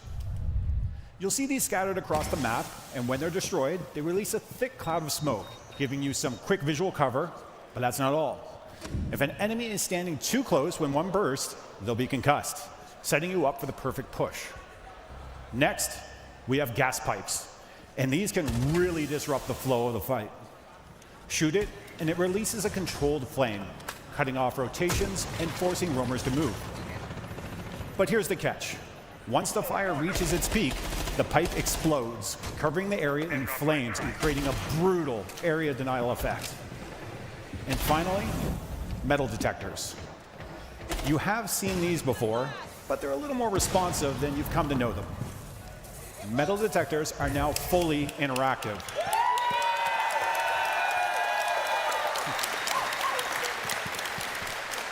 You can disable them temporarily or permanently, giving you the control over when movement is detected. Do you disable them to sneak through unnoticed, or leave them on to bait enemies into giving away their position? You can even destroy them outright with explosives.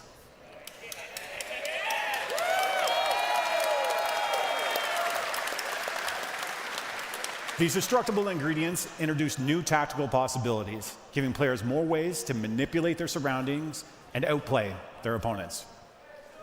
Each of these destructible ingredients adds a new layer of strategy and creates fresh opportunities for creative play. Whether you're using them to gain an advantage or counter an opponent's plan, they'll keep every round dynamic and unpredictable. We can't wait to see the tactical strategies you'll come up with.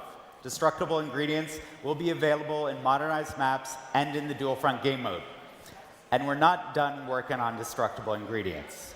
We'll be listening to all of you to see how we evolve them in the future. Speaking of listening, audio in Siege is one of the most important tools a player can use to get a competitive edge. Okay, are they actually That's fixing why it? we're introducing the biggest audio overhaul Siege has ever seen or heard. Every gunshot, footstep, and explosion will be more accurate, more immersive, and more clear than ever before. You're going to want to turn up your volume and put on your headphones for this one. Get ready to hear the difference.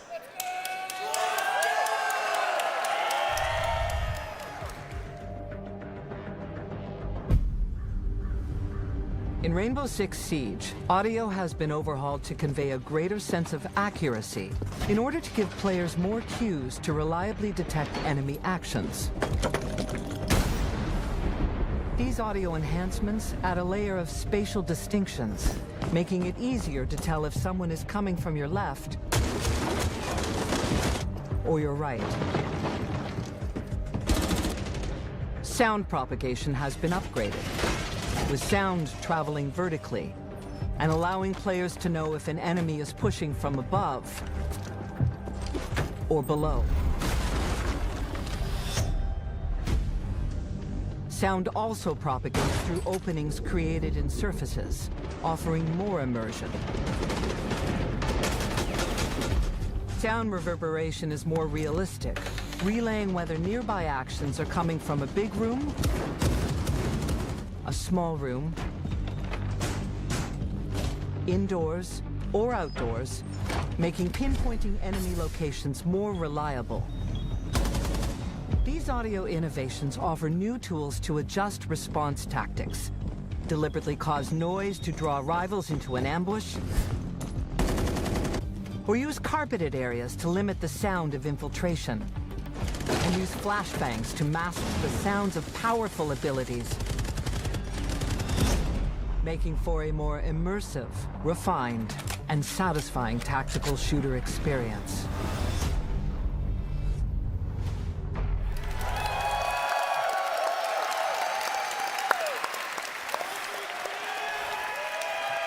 Now, if they'd opened up with this, I think that I would get have been good. goosebumps every time I hear the new audio. With this audio overhaul, every sound in Siege is more precise and immersive than ever.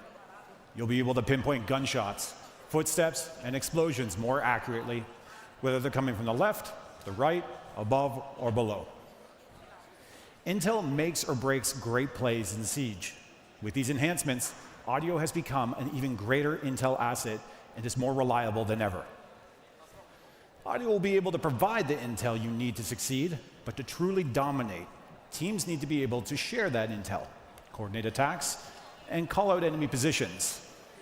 But we know that not everyone is comfortable using voice comms. That's why we're introducing the communication wheel, a new tool to design communication faster, clearer, and more accessible for everyone. In the heat of battle, communication is key. That's why the communication wheel is so important. It's your new way to call the shots and keep your squad in sync. Need help with a breach or a rotate? Call out the spot for your play. Is an area clear? Let your squad know it's safe to reposition. Ready to make a push? Tell your team you are moving in and lead the attack. And when a teammate makes the right move, confirm it with an okay or send them a quick thank you to keep the teamwork flowing. The communication wheel gives every player the tools to share their strategy regardless of their playstyle, keeping your team one step ahead. I'll definitely be using that. That's cool. We covered a lot of subjects, but what about weapons? We know how much players love their weapon skins, and now, for the first time in Siege, you can check them out with Weapon Inspect. This is going to be everybody's thumbnail on YouTube for the next We've been like looking 5 forward years. to Weapon Is Inspect these just as freaking much as weapon you have. inspects. Rifles, pistols, shotguns, Siege has over 100 weapons in the game, and you can inspect every single one of them on the battlefield. Now is the time to flex your favorite skins and appreciate every single detail. You're about to see all of these changes in action in a 5v5 show match with your favorite creators. But before we get there, I wanted to take a moment to speak directly to all of our veteran players and community. I'd just like to personally thank you for making Siege what it is today. I myself am a year one player, and the last 10 years have been incredible. Thank you for the laughs, thank you for the revives, thank you for the adrenaline pumping clutches, and thank you for the EMPs and cover fire as I was trying to open the main breach as my boy Thermite.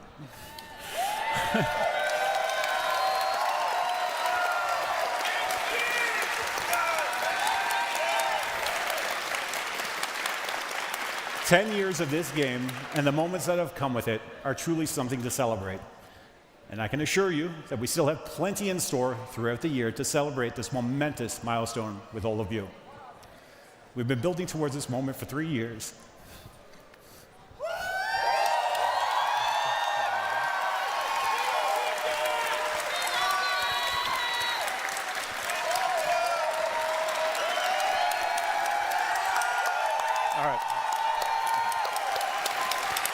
We've been building towards this moment for 3 years, and it feels unreal to finally be able to share it. Siege X marks the beginning of a new era of Rainbow Six Siege. This is our commitment to keeping Siege at the top as the best team-based tactical shooter out there.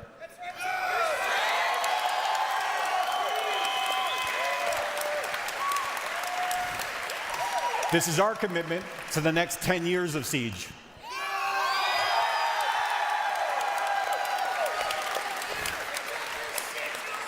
And this is our commitment to you, our players, for being here this whole time. Thank you.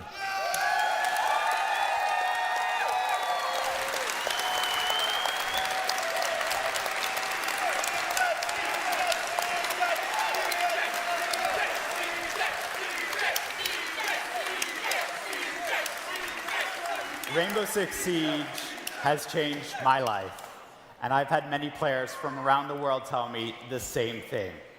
Siege X is the continuation of this life-changing game. And on behalf of the entire team, who are working so hard to build on the amazing legacy, we would like to thank you all.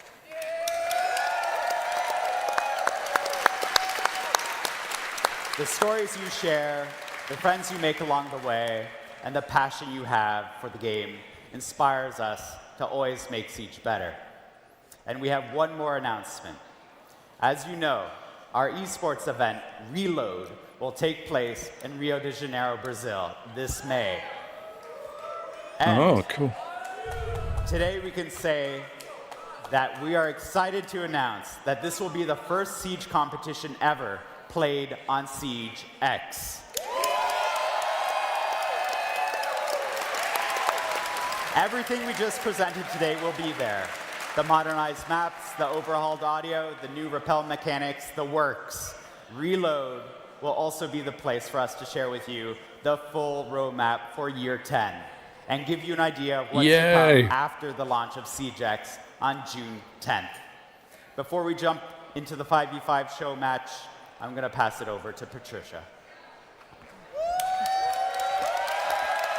Oh, woohoo, we're getting another show match. Wow. Ooh.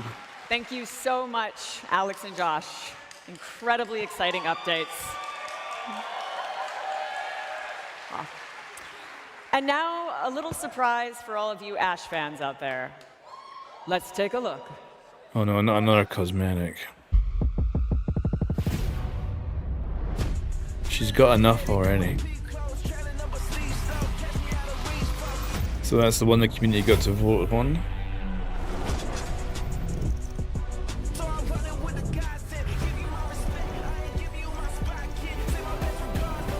Oh, you gotta buy it? Oh, the Siege X pack. Well, an awful lot of information, and I didn't really expect it to get so emotional. But to Josh's point, it's not just the devs whose lives have been made better by this game. It's both of us as well. It's many of you. We're not just a community. In a lot of ways, it feels like a family. And for the last 10 years, so many people's lives have been made better by Siege. Oh, okay, we're gonna have some blabbing for a while. Let's go. So I'm gonna check Ubisoft Connect. I want to see if we can actually download this yet. Not sure when I can actually give out my codes.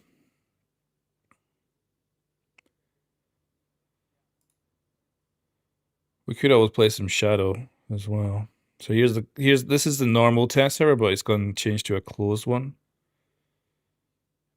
So it does have a play button. But I don't know if we can just open it up. I'd love to just open it up and play it.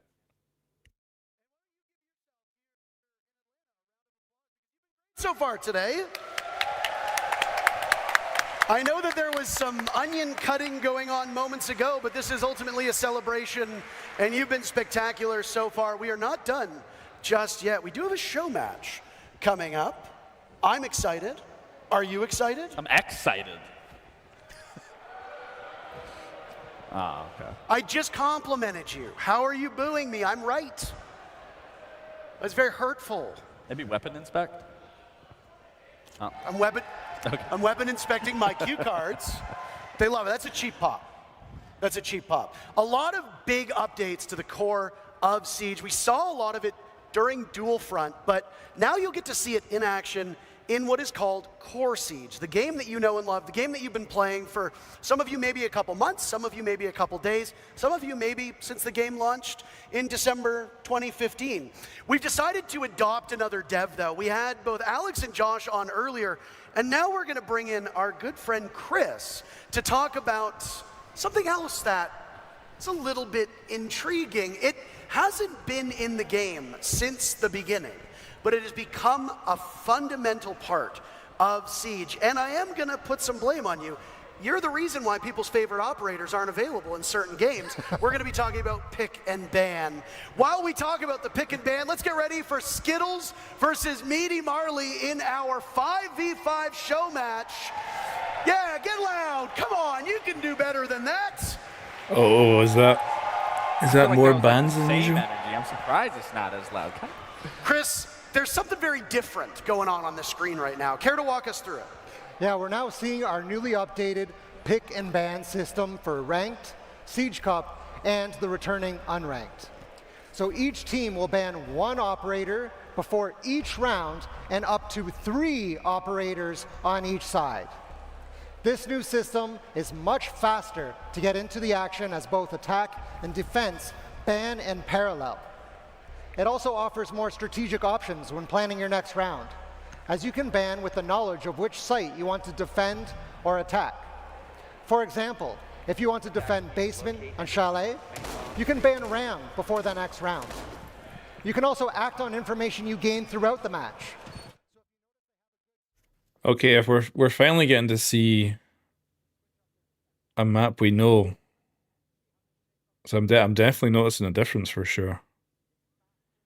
There's definitely better textures there. Adaptation of this system for our esports competition. You'll see the esports version of this new pick and ban system in action for the first time at the Reload event in May in Rio, Brazil. Thank you very much, Chris. Is there anything you want to add just before we say goodbye? We've unadopted you now. You're free to go. While we watch the game, is there anything about the pick and ban that you want to touch on? I don't want to really touch on the pick and ban because we already went over that, but I will say, once again, thank you so much to our players. Thank you for today. Thank you for coming. The creators, the casters, our dev team, thank you so much. And we thank you as well. It's a joint effort. There are a lot of people who worked tirelessly for countless hours to make not just SiegeX happen, but this SiegeX showcase. Lots of people behind the scenes.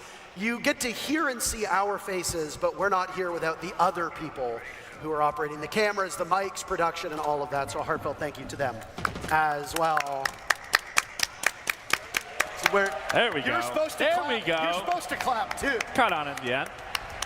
Now, one of the things that was touched on by the devs was that destructible ingredients, and we saw it immediately. Meaty Marley meleeing the fire extinguisher, and another one just went as well. Now, you can wait and let those destructible ingredients go off in the cut and thrust of a match. Or if you think that they might hinder you, you can get rid of them real early on. There's variations to it. Again, it adds that core element of Siege that we all know and love, that you can outsmart an opponent. You can just get rid of it entirely. I love that you are able to, whether you want to deal with it or you can get rid of it right away. It gives that option, which I always can appreciate, that it's not necessarily forced. But again, the fact that this is now another element in these maps, such as Clubhouse.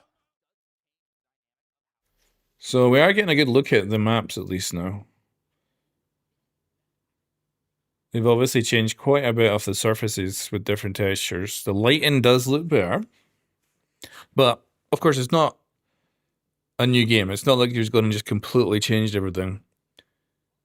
It almost, I think, looks like older Siege because it's got a darker feel to it. Especially here.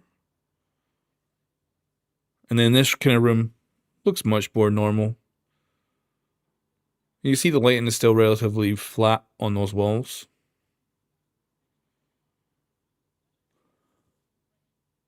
Up unless you don't have a strong core, so we might have to take that back for the next round. But I mean, it was like 1v1. And Varsity clutches it out. They took him to the academy. They did. First round on the new look of Clubhouse. By the way, Clubhouse is one of the 5 maps that have received a visual update / visual overhaul. And as Chris mentioned, we don't just have the pick and ban at the start of the match anymore. You ban operators between rounds. So in round number 1, the attackers didn't want to deal with the Valkyrie, so they got rid of it. The defenders didn't want to deal with a Monty, and now they don't want to deal with the Blackbeard. Hey, let me say this.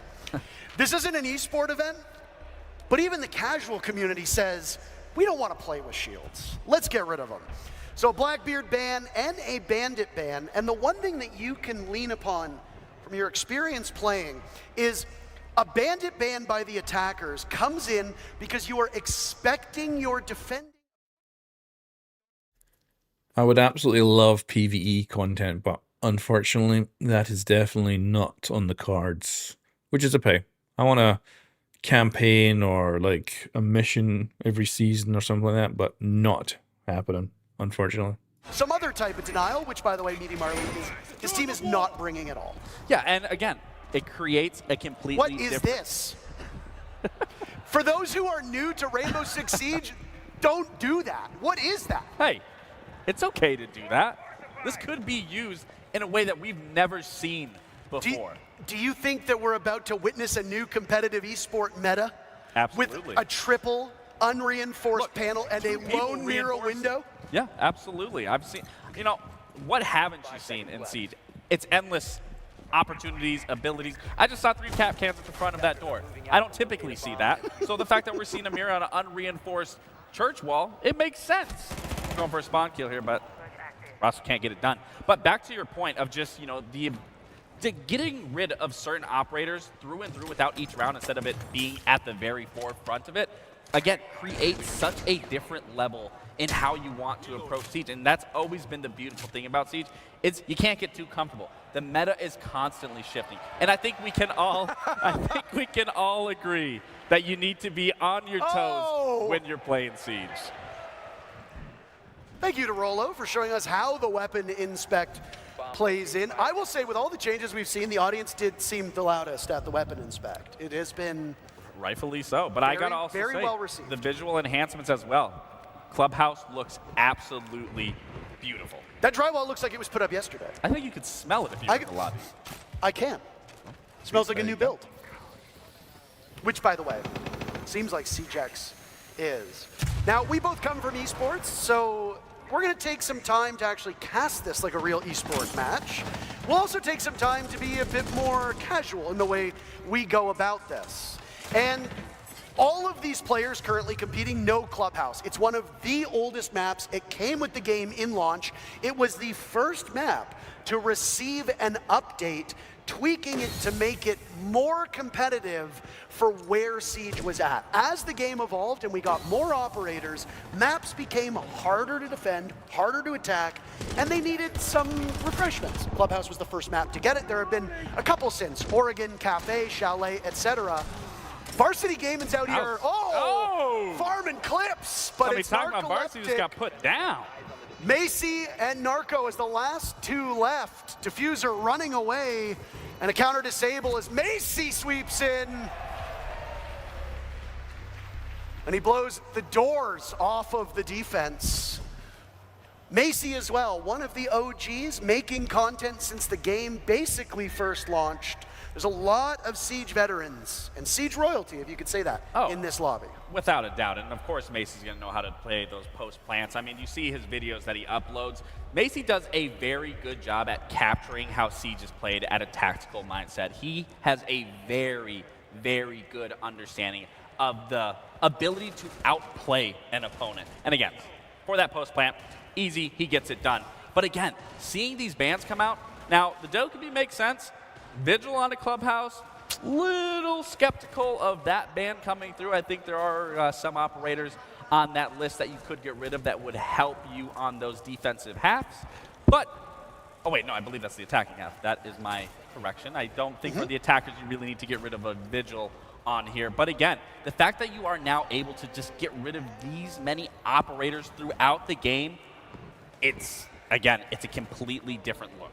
We are running out of time for you to get access to the dual front beta. So if you are just tuning in, hurry.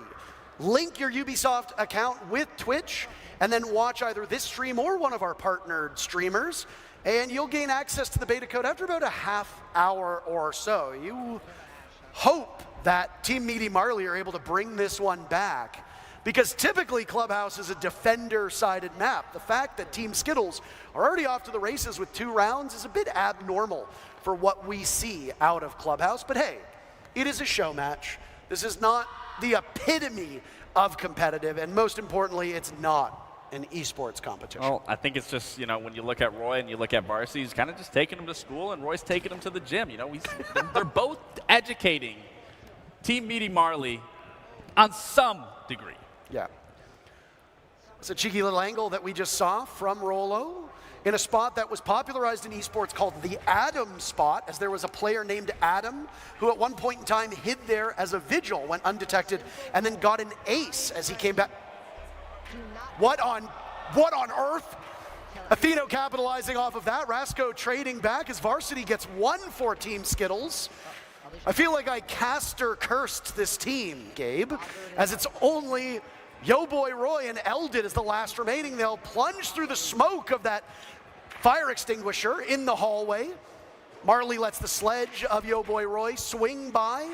We're not even a minute in, but Rolo blows things up with a nitro cell, and Team Meaty Marley is on the board. There we go. Get the 2-piece with the C4 from Rolo. Again, that's going to be a TikTok clip that I'm sure she's going to upload as soon as possible. They're all farming clips. They're all farming clips. Okay. Side swap has now come in, so as was discussed by Chris, but Gabe, you can touch upon, when you're on attack, you ban a defender. Correct. When you are a defender, you ban an attacker. So gone are whether you want to remove one or the other. Now it's just locked in, you tackle it head on. Team Skittles, whatever bomb site they go to, which looks like it'll be one of the upstairs bomb sites, CCTV and cache, they don't want to deal with the thermite. Thermite is so strong on this bomb site, not just to open up that CCTV wall, but additionally to open up the other portion of the upstairs, which would be the jacuzzi wall or the construction wall.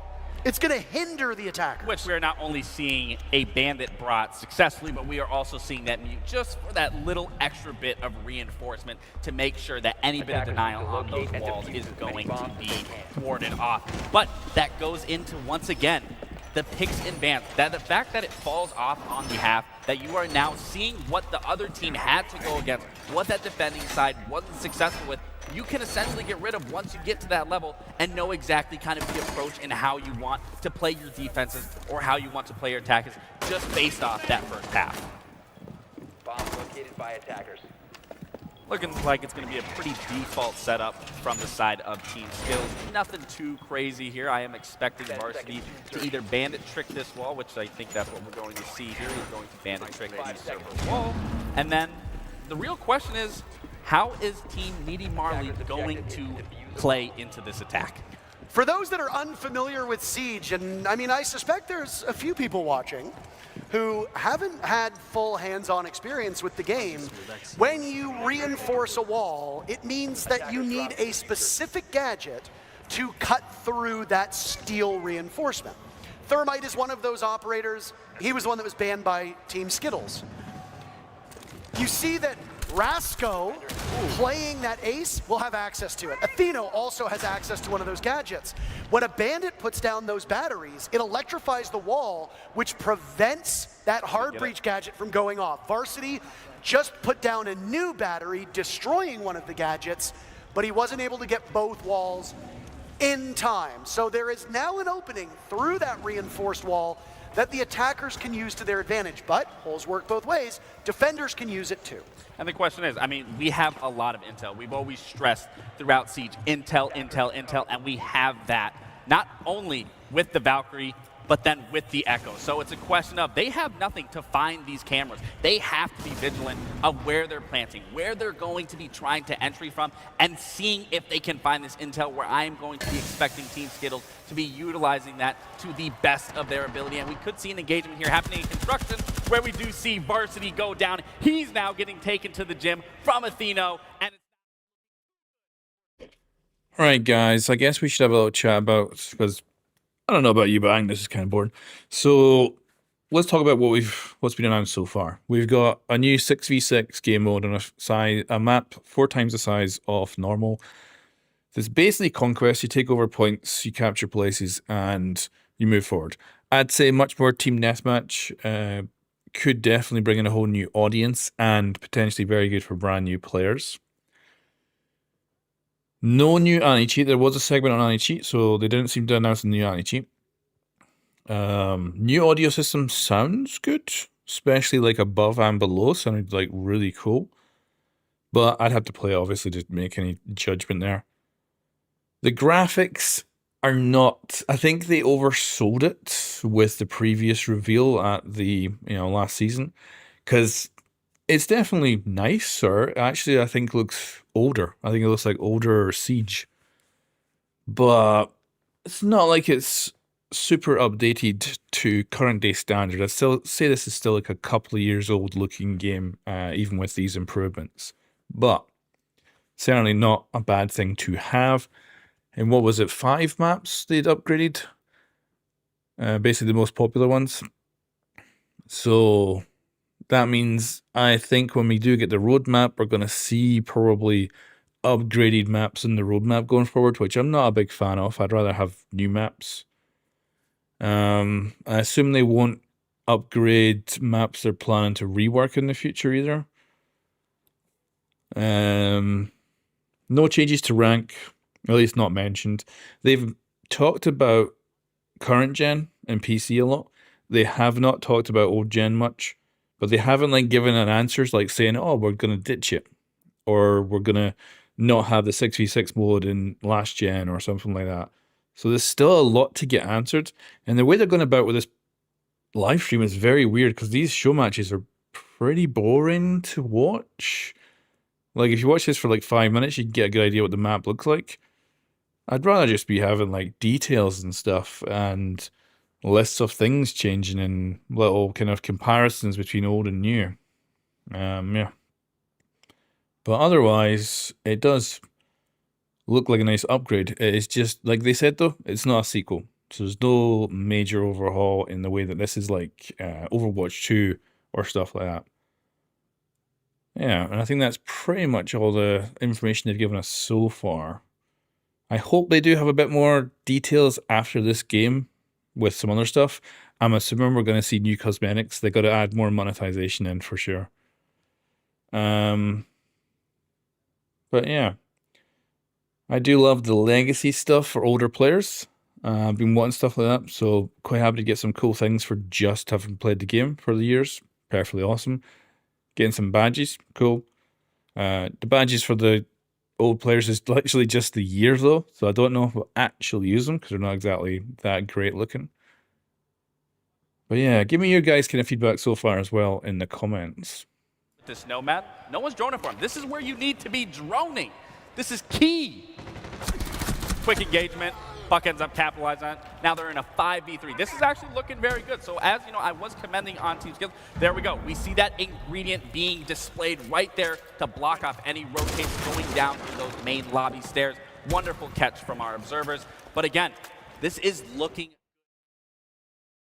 I'm definitely planning to put the codes out. I don't know when they'll be switched on, because they're actually redeemable codes, so I'm going to wait until we actually get to the end of this. When they say the beta's on, then we'll start shipping out the codes. It wouldn't be second nature to me. I wouldn't think, oh, I need to shoot one of these fire extinguishers. Oh, I need to pop one of the pipes. I would be thinking, bog standard executes, let's do what needs to be done, but they're showing off some of the changes to Core Siege, and Rasco flattens Macy J. As it's a big round for Marley, and this game is not over yet. I think Marley's team heard what you're saying, that you're a little disappointed in their gameplay, and then they go into probably one of the hardest sites to try to take as an attacker, and you do it flawlessly. So again, it's going to be a question of what are you going... Yeah, I agree. It's one of those kind of business things where they make a presentation that's like 3 hours long when it could have been like 10 minutes or something, and they could have got there and done it all quite quickly.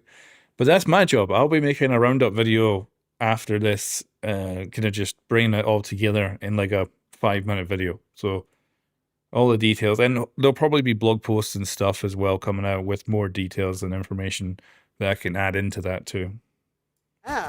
You don't know what bomb site it's going to be played on, right? And Bandit really isn't the strongest denial operator on that bottom floor bomb site. You like to see Mute, you like to see Kaid. Sometimes teams won't even run any denial. So if you ban a Bandit on that church bomb site down, or on that church bomb site down below, it's a bit of a suboptimal ban. Now that that bomb site has been locked out, they're not going to go to it again because they, you know they're going to rotate through, they're going to go to one of the upstairs bomb sites. Now you can leverage that knowledge into a better ban. Oh yeah, so the game going free, I've always been fine with that. And we found out that it's going to go free to play, but your ranked playlists and stuff like that are going to be in the paid version. So you can't play ranked unless you have the paid version. So if you already own the paid version, if you're playing Siege right now, then that means you're fine and dandy. Was that not hurting the defender, that pipe there? That'd be interesting if you just run right through it as a defender. Anyway, so I'm fine with it going free to play. I would have loved them to say we're going to bring in a new anti-cheat and be better protected, because of course the new mode in casual could be absolutely packed with cheaters, and that's the big downside of it going free to play. I also hope it's not like the starter edition they used to have, where it's a grind if you're playing on the free version, because they used to have a cheap version that was terrible. It was so bad that you just should always have got the edition above it. So I'm a bit worried that they might like try to monetize the heck out of the free one. Clubhouse. Now, I am curious in terms of denial. Obviously, we have many things that can deny many things across the board. Now, obviously, with those pipes, when they are destroyed, it does emit that fire. I am curious with a Zoto. So all the codes I'll be giving out are going to be PC only, and I assume you just unlock them on Ubisoft Connect. Obviously, I can't try them, so we'll find out soon enough. Will be answered when we get greater opportunities to play the core of Siege. A reminder to everybody about getting access to that beta code. It is for Dual Front, not for the core Siege game you're seeing now. If you want to play what you're watching, you gotta play regular Rainbow Six Siege at the moment. But the beta code that will give you access to Siege X is for Dual Front. Your favorite creators will continue to stream for about an hour once we're done the official broadcast, which is in a couple minutes, frankly. Once this show match is done and we talk to the winning team, we'll be saying goodbye, and then your favorite creators will continue to stream. And if you watch them and one of the partnered streamers, you can still gain access to the beta code. All you got to do is link your Ubisoft Connect and Twitch account, and you'll gain access to the beta code for Dual Front. That's available on PC and current gen consoles. Well, Parker, I am as excited as everyone else is to get my hands on it, but what I'm even more excited is to see this engagement of the Kaid taking that engagement onto Hot Tub, and then an immediately collapse of them trying to take site. Marley does a great job taking over construction, but Varsity once again taking Eno to school. It is on Marley for his team to keep them alive. If Marley fails here, that's the ball. Oh yeah. It also seems very, very clear that there's no new operator with SiegeX's launch and no reworked operator. Otherwise, they would have totally shown them off. So I assume we won't get a new operator or a remaster till Season 3. And it's just another day in the office. Look at Macy. He's like, oh, look, this was easy. I mean, show matches are for fun. We're here to showcase the new goods, but these are ultimately for fun. Teams are going to play operators that you might not see all that frequently. They're going to play operators that might not be in the meta. They're going to play bomb sites that you might not see very frequently. But we got to see in that particular map what the visual overhaul for Clubhouse looks like. We got to see the new pick ban phase in action. We got to see those destructible ingredients and how they factor in to the goings-on of a round. I mean, whether it's the destructible ingredients, whether it's the audio overhaul, whether it's the picks and bans across the board, we are entering a new era where metas are going to be shaped and defined all over once again for this. Well, you heard from him earlier today, and he's the winner. So why not hear from Skittles again? We've got Patricia down on the stage. She's having a preliminary chat with him. Hi there. I am here with with Skittles and Team Skibbles. Please give it up one more time. How you feeling with this win? Easy. I mean, you know your way around Siege so well. 10 years, right? Yeah. Do you have any advice for people who are yet to get their hands on SiegeX? Take everything in. It's a completely different game. There's so much to learn. As you guys all saw, there's like a whole new band system, new lighting, new sound, gun inspection. There's so much to learn now. Just take it all in. Amazing. Well, thank you so much for your time, Skittles. It's been an absolute pleasure to watch you play. Thank you. All right, guys. So I'm about to take off, about to conclude, but before I pass you down to Intero and Laxine, I just have a quick word of gratitude. I have been a part of this game for 10 years now. I can't believe it. Yeah, woo, Siege. And in that time, I have met so many incredible casters and fan artists and creators and devs and cosplayers, and it really is my honor to be a part of what is very much a global community that is Siege, right? And so I just wanted to say I'm so thrilled for you all, so thrilled to see what's coming next and how it continues to bring you all together. Thank you again, everyone. Appreciate it. Awesome. Okay. Thank you very much, Patricia. Gratitude has been a... Yeah, I'll reiterate again, no new game engine. It's the same game engine as you already play on. Who voice characters in our game show up at events. Patricia is just one of many that we have had an opportunity to meet at events all over the globe. And again, we're not here without you. Today was fantastic. I was a little bit nervous about this event because I know how much Siege means to so many people, and we knew the stakes, Gabe. But if anything, today should show how important this game is and how excited people are for the new era of SiegeX. I mean, not even that, but just for everyone involved in the Siege community, whether new or old, this is a moment for every one of us to enjoy, to take, and to appreciate, and to just live in this moment and to carry it for the next 10 years of Siege and on SiegeX. I mean, if it's really 10 years, I will be in my 40s, which basically in gaming years means that I am on the verge of the retirement home. But we got to see the new 6v6 game mode Dual Front. We got to see core gameplay updates. We got to see them in action in Core Siege in 5v5. There were lots of goodies, and we're not quite done yet. You can still gain access to the dual front beta for the last time. My call to action to you: connect your Ubisoft Connect account and Twitch.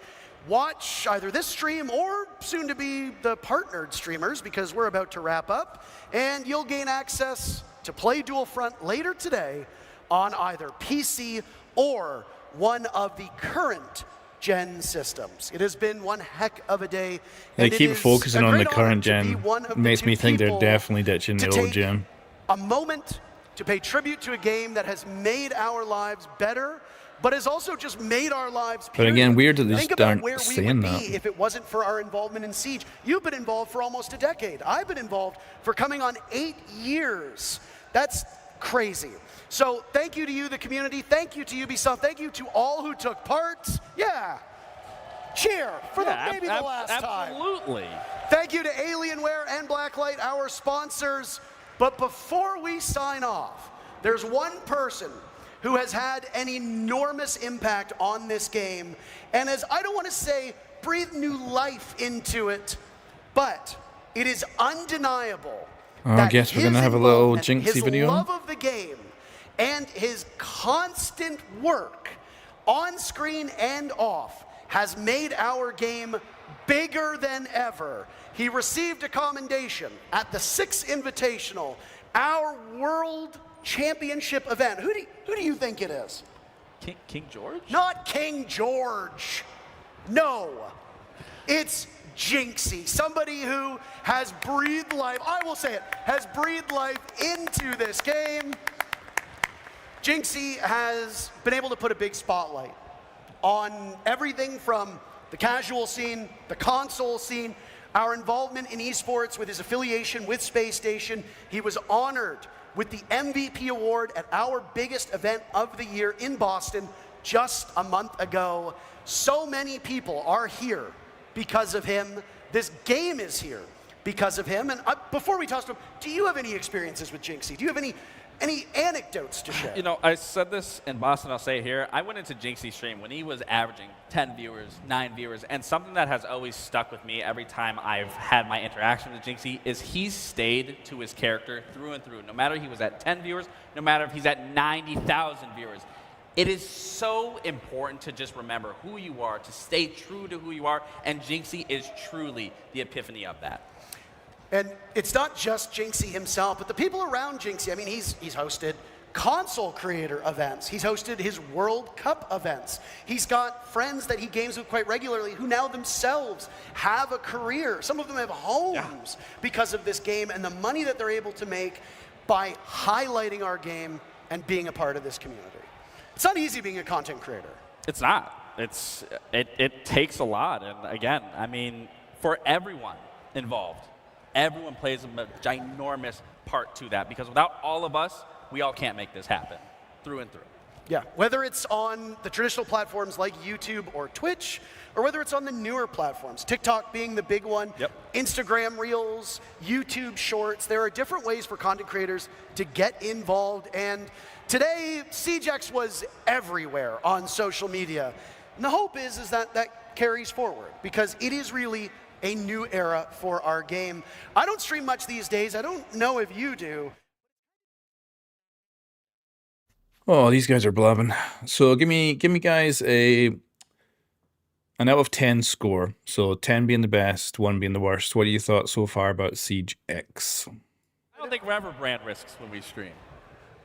No, it's always fun. And the thing with you and I, and to go back to the point about community, is that through this game, you and I met years ago, and it's a friendship that has transcended gaming spaces. Brotherhood. And it's a friendship that you and I share, not just on screen, but off screen. Absolutely. As well.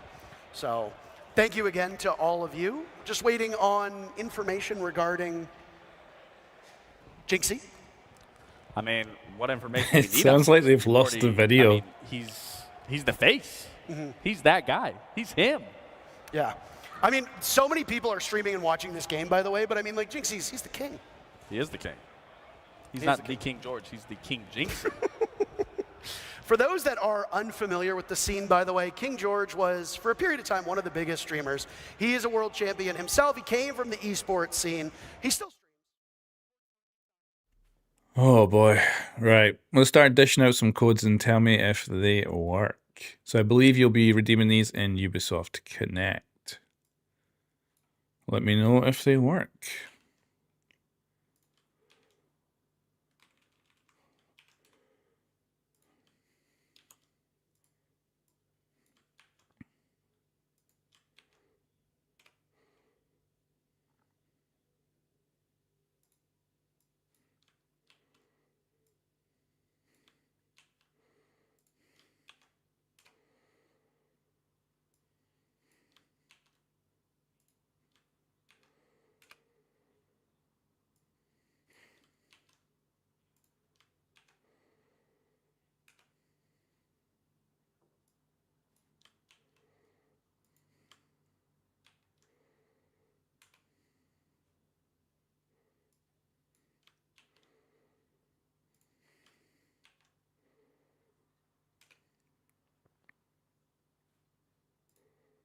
Creators and played Dual Front later today.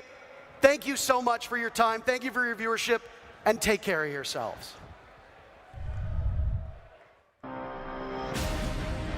Wait, did they outright lose the Jinxie clip they were going to play and they didn't have it to play? Seriously? Did they lose it? Because they were going to play a Jinxie clip, weren't they? Sounds cool. Right, let me know if any of those codes end up working, and I'm going to try actually opening this closed beta myself. It's not giving me an update yet, so I'm assuming this is just going to be the current version? It is installing stuff though.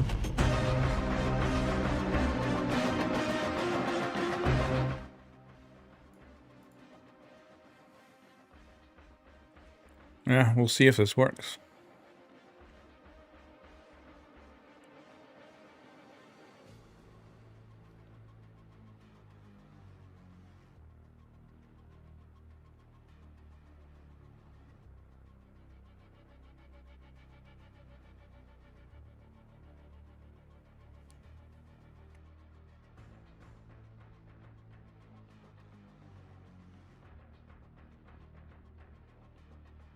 I don't know if this is the CGX music, but it sounds cool.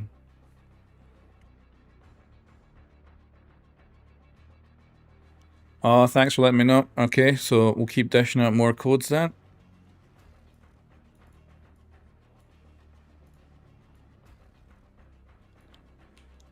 I'm going to have to paste 200 one at a goddamn time.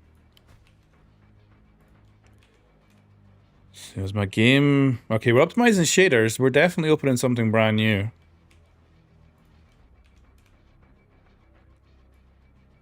It better actually be.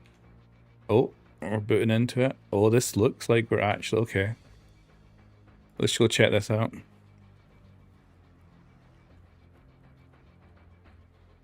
Oh, I better stop the freaking live stream now. We don't need our intense music anymore.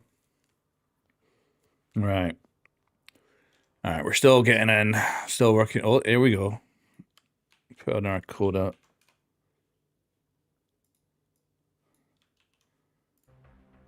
Oh, okay. So here is CGX's menu.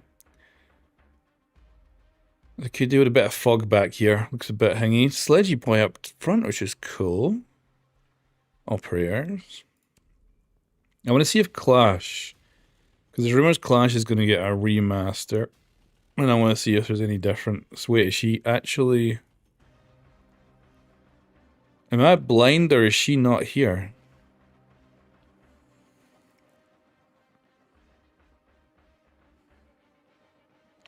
Probably confirms she's getting a remaster at some point.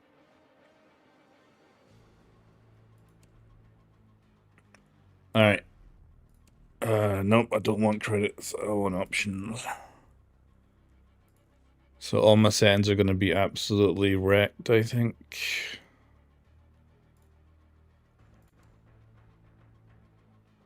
Oh wait, there's what I'm looking for. Menu music.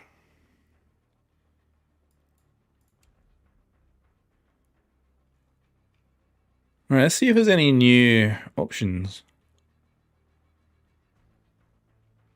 That looks pretty normal.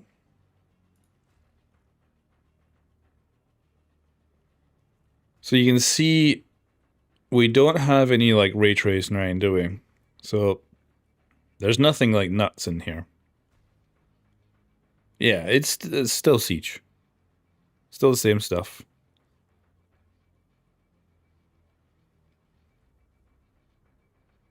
Yeah. Alright, and we have...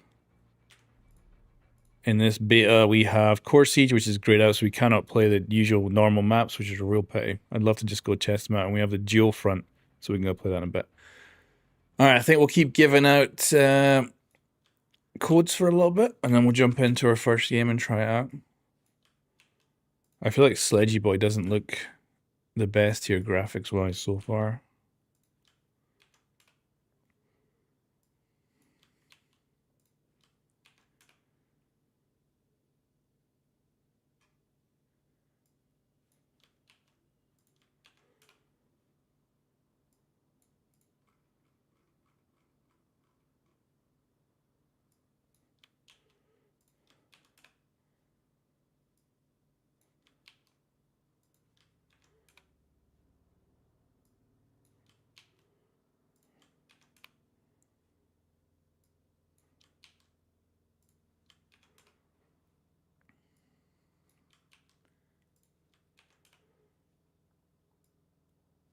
Don't even think we're halfway through my code allocation here.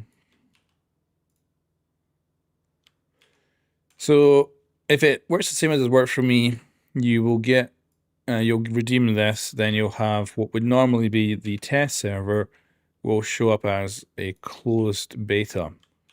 And then you just jump into it on UB Connect. They do say it's also on next-gen consoles, but these codes are not for that. But if you got it from watching any half-hour Twitch stream for this, and I think you can still go on and watch the people who are still streaming, just the official one that stopped. And you watch for half an hour, you should be able to get access. I don't know, I haven't done it to a Twitch, I don't know if you need to do, there's usually like additional stuff you gotta do, which is usually a pain in the ass. Alright, I think we'll get a couple more codes out and then we will jump in to try out the new game mode. I was able to play it a little while ago and it was literally untextured, so I have not seen it in its full glory.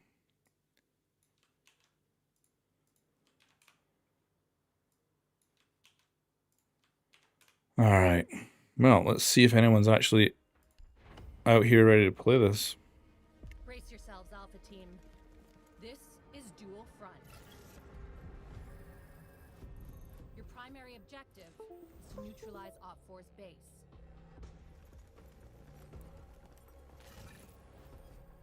But first, you'll need to clear a path.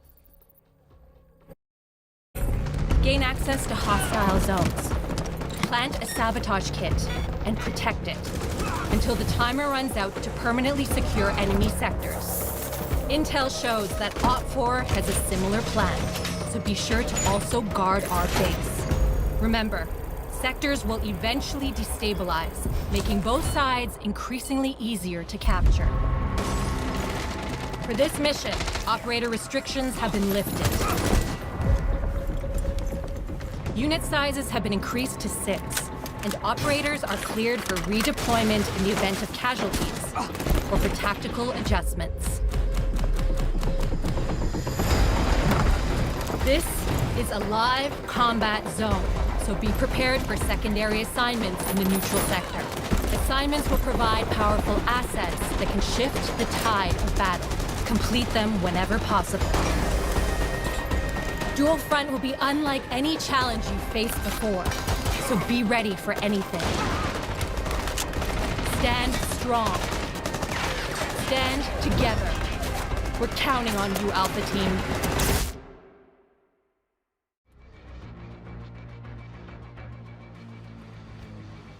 Okay, pretty cool intro. And now we wait and see if anyone's actually playing. So we'll double check graphics. Oh, I could definitely slap textures up a level.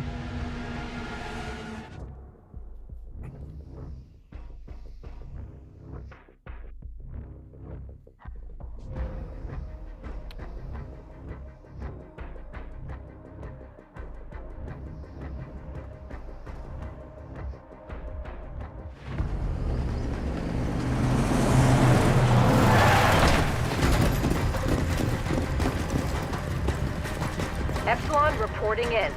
I'll be your eyes out there. Lighting on the characters still doesn't look great. Their faces are Prepare still your a bit offense strategy thingy. and defenses. Alright, so yeah, we can't change it great. Pretty much everything else is max apart from like lens effects and all that stuff. Oh yeah, can we change operator? So this is who we've got.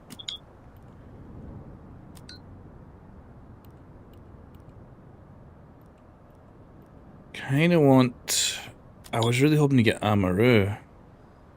People are using the new communication system. You know what? Azami could be really good here. 15 seconds left to prep. Get moving.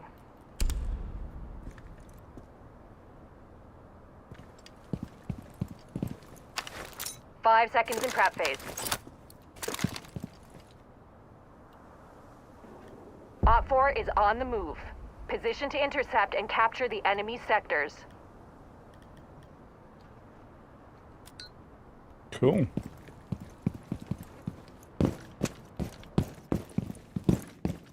And now we have to figure out what we're doing. So we got an attack objective over there. We've got a defend objective here. Let's try defending for a little bit.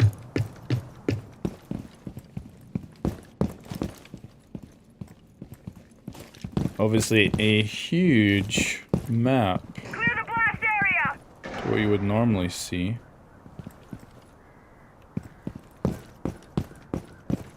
And I can see myself on that map on my left. Okay, I can't You're leaving go active in combat. here. Turn around. I assume they'll be coming from here-ish? Where's the enemy? This is quiet as can be. Reloading! There we go. Oh, and we're dead already.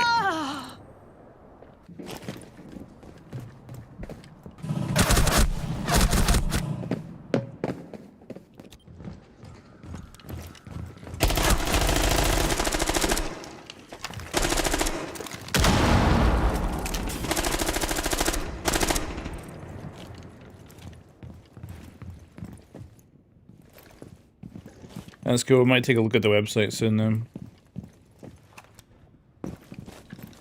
After this game. Now, I'm assuming I'm not going to play this the most. I'm going to be playing ranked most of the time. But I assume this could be a lot of fun per player. Let's go on the attack scene as we're right next to the objective. Looks like they've sealed it up.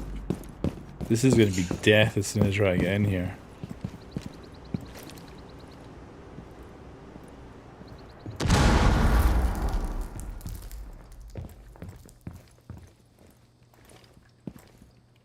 Kind of expecting a lot more trouble. Oh, I can hear the new sounds. I think I need a do I need a diffuser? Oh.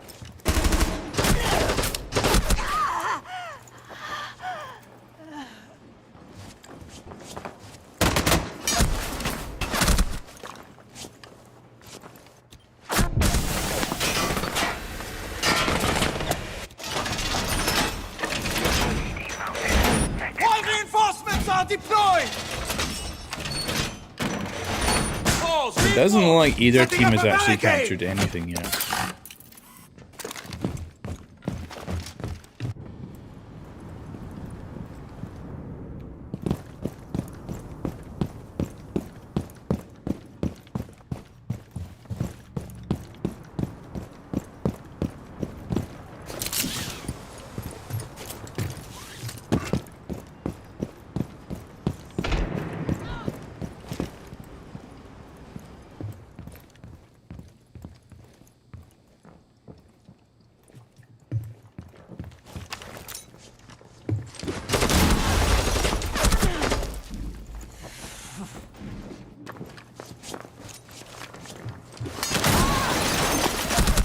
Let's see, can we take someone else?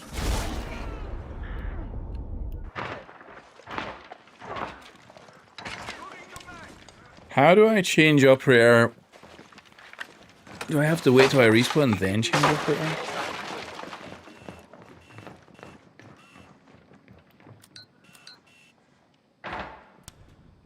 First sectors are being destabilized.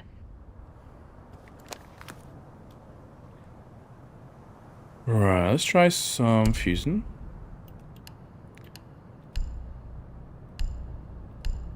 And it's not letting me customize my gun. There's still definitely some bugs in here. I don't know what sight I'm gonna have on this thing. Okay, that'll do.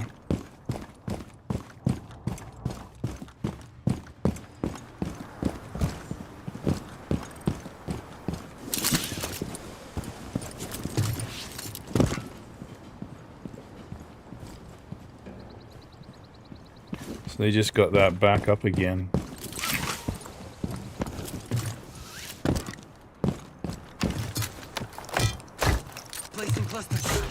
I'm assuming they can repel up here too, right?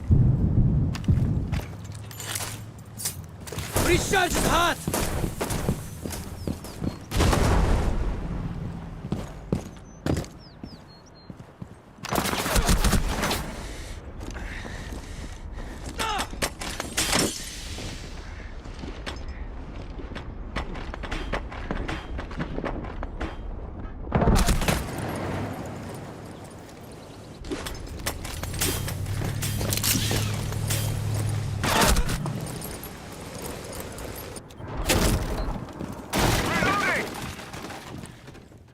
So this is actually the opposite of what I thought. I thought it would be really fast-paced. And it's so far extremely slow.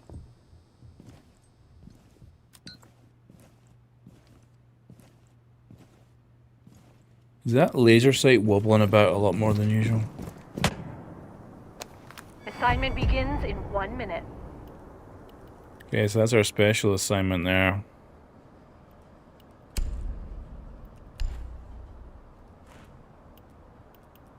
You are losing the sector.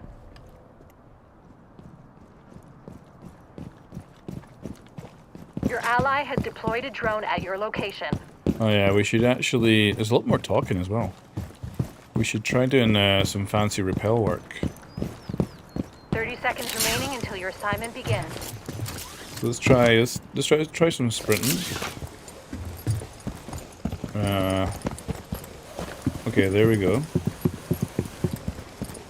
Actually, on a controller, it's really difficult, and apparently I cannot go up and like I go up and down when I'm not thinking. But if I'm sprinting, I can't go up and down. 33% has been taken. I'm ready to try a corner repel Your now. assignment has been issued. Sector 1 is down.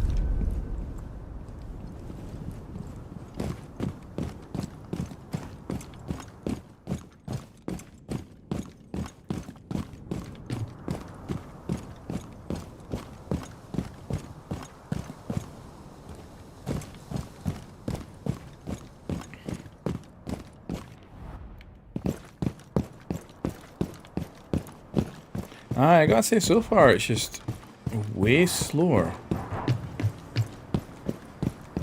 Now, let's try a corner repel on this one. So we walk up to them. We've got corner turn. Okay. Oh, that's cool. Doesn't look as epic from first person as it did in the trailer. Okay, if I'm too low, it's the same button as getting off. I can see myself using that though. That's cool. Move, operators. Our next friendly sector is vulnerable. See if we can pop this dude here. Frag out. Almost blew up IQ. Oh, I must have set a pipe off.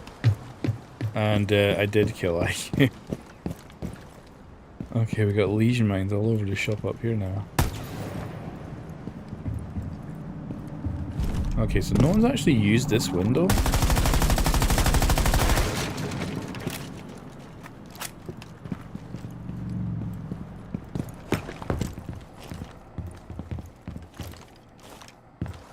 check out the new red barricade.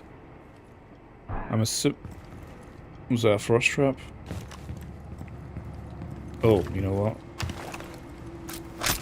No one used that window though, so I bet this is going to be useless.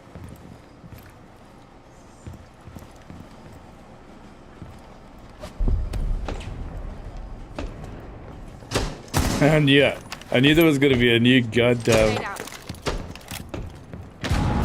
Where's our thermite? God damn it, I would love him over here. We did have a thermite earlier. Enemy is capturing the sector. Oh. Assignment successful. We'll see if we can get thermite now.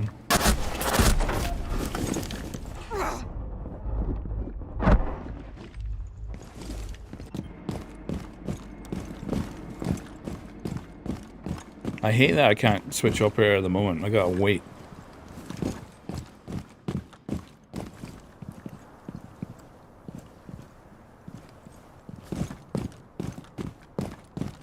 Alright, so has the enemy actually captured something?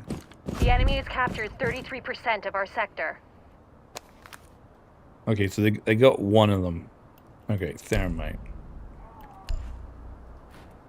I wonder if there's any new charms or anything. No.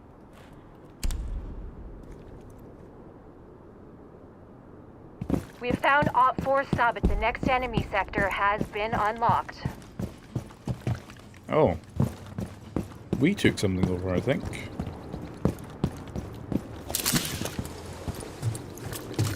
The enemy sabotage kit has been destroyed.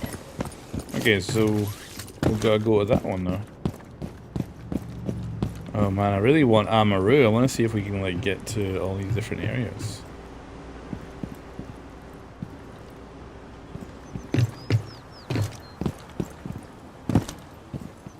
Oh yeah, let's try the new movement out. So they showed us like jumping over a bed in the reveal. Let's see if we can find anything like that. This might work. That feels the same. I'm still dropping down and like... Or am I? Am I stopping or am I not? That's stop? I'm sure I'm stopping this way, but not the other way. Hold on then, let's see. That feels the same. I feel like I'm not keeping that momentum.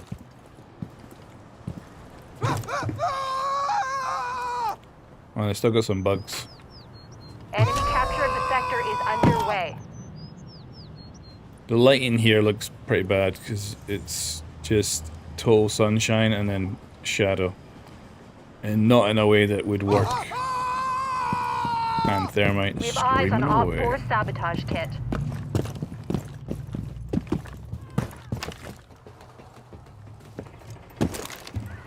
I'm gonna enjoy just exploring this map. Okay, so we have a breachable surface there.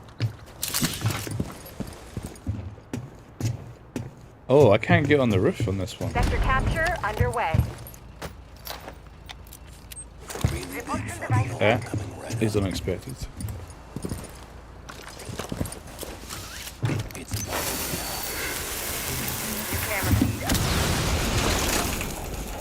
Wait, that's why I can't get on the roof. It's just the wall. There we go. We're making progress though, finally. Considering I'm doing absolutely nothing. See if I can get like an ult. Who's... Capture at 66%. The sound is really different. Like that gunfire, I can tell it's inside. Reloading. That was cool, actually.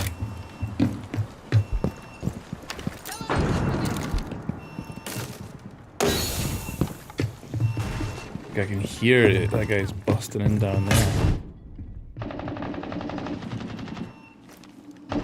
Oh, I could just sit here and cover that window as well.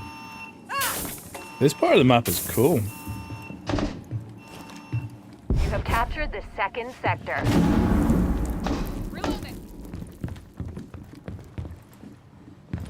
This is cool because you never see this kind of verticality in normal maps.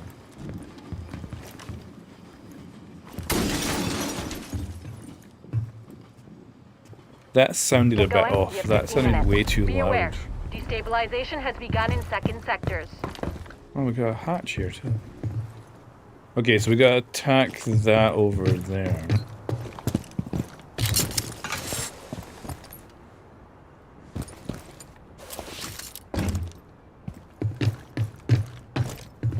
Oh, so I can't go this way. At least not yet. 14 seconds till this opens. Or maybe we can get over that bit into the zone down. No, maybe you have to go that way. Let's go that way. 2 seconds. Next enemy sector See if I can leg it through here. Oh yeah, totally. No problem. Okay, plenty bits to throw over.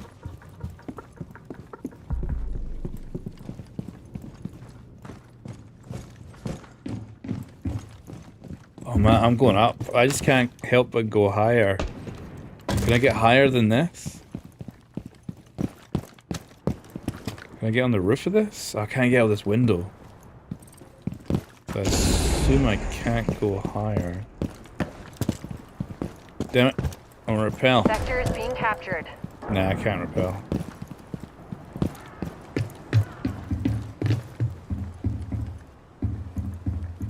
This is cool, but it feels a bit useless because the objective is on the ground floor. I can't even get on there. I could probably vault in this bit. I can repel in. Ooh, we're definitely gonna do that. Enemy sector Oh, I noticed my smoke's recharged. So is my thermite charge. Sector 2 has been lost.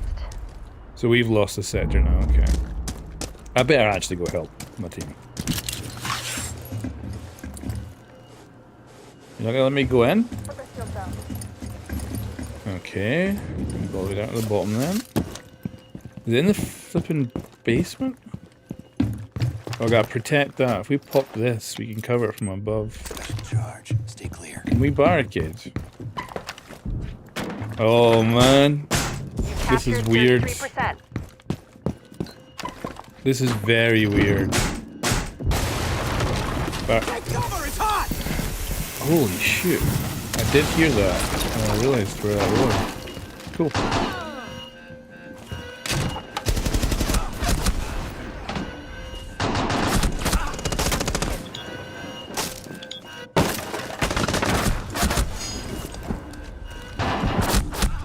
Another friendly sector is accessible by the enemy. So weird.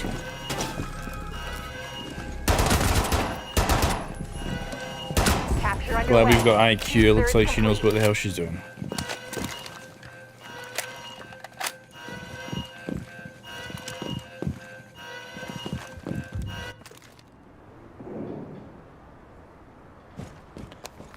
And I assume this is a different spawn point too. Oh yeah, we could bring Maestro. We could bring Capital.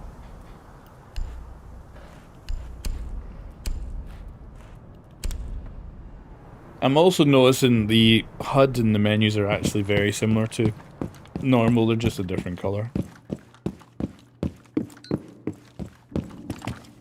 Mission complete. We Hey. have the enemy base.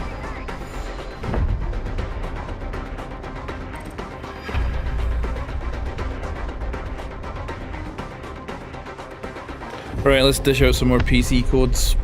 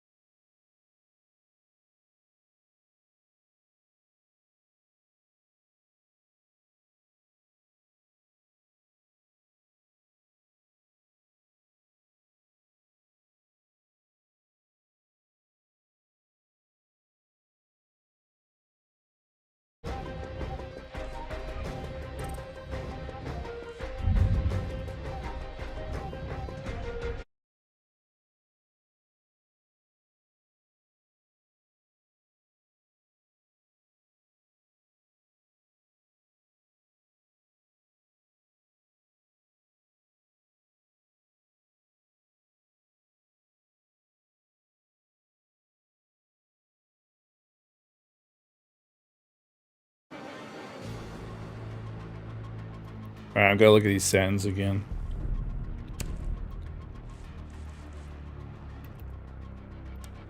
So, get ultra setting. Let's go slap on the stuff I normally wouldn't have on. Let's do lens flex. Let's do depth of field. Normally, of course, would have that off. Don't need any of that.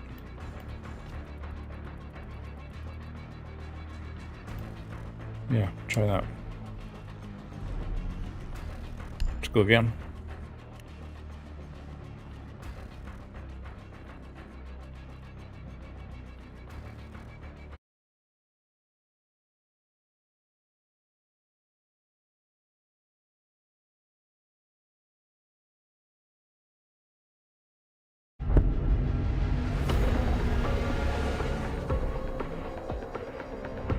Right, so we're joining a game in progress.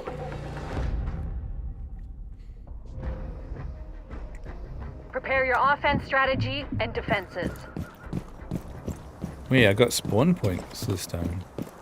5 more seconds to prep.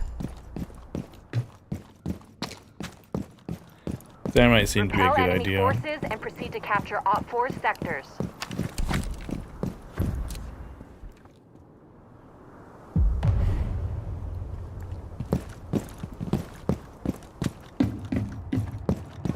Now it should be that this is a mirror image of the other side, so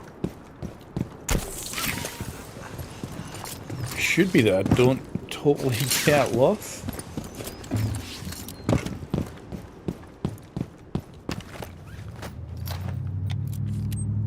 Really big fucking Enemy sector captured.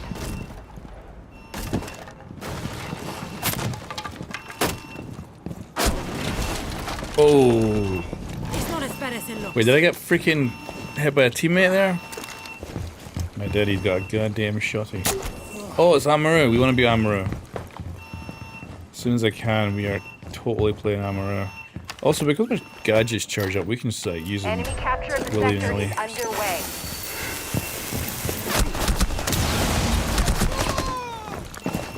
Wait, I'm thermite and I was killed by thermite? That doesn't compute. Capture underway.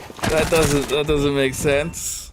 Oh, that was weird. I got killed by myself. Is that supposed to happen? I guess it makes sense, but I don't like it at all.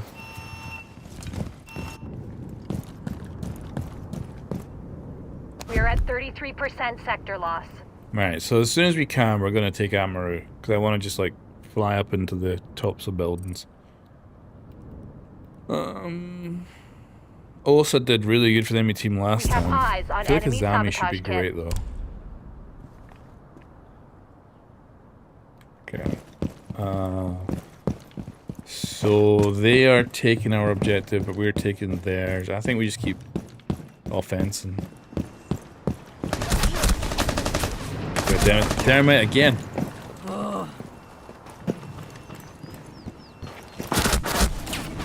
Sector loss at 66%.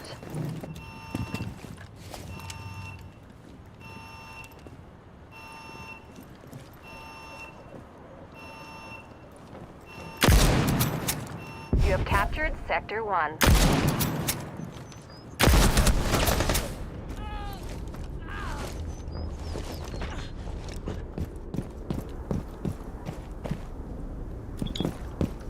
We have destroyed the enemy sabotage kit. So sabotage kit, I guess, is basically their version of a diffuser. It's weird that I can get through here. Gotta reload. Yeah, I gotta say, I wasn't expecting the same operators on both teams. That is just unusual.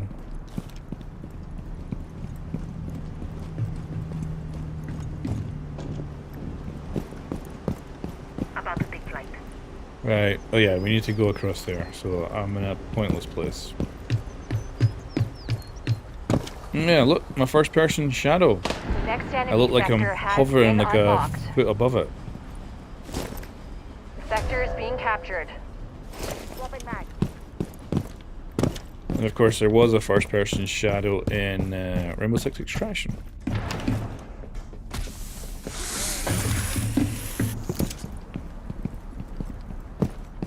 First sectors are being destabilized.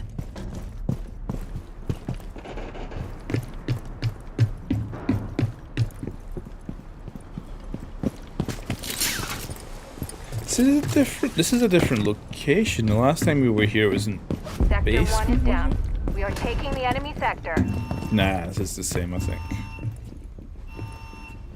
Gonna try and seal these up as they bust in. I've got a perfect view.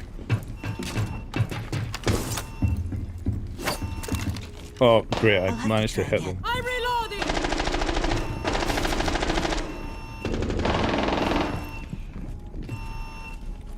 I think it's also advantageous if you probably just injure people and not bring them down. This is the most useless window. Capture 1/3 complete.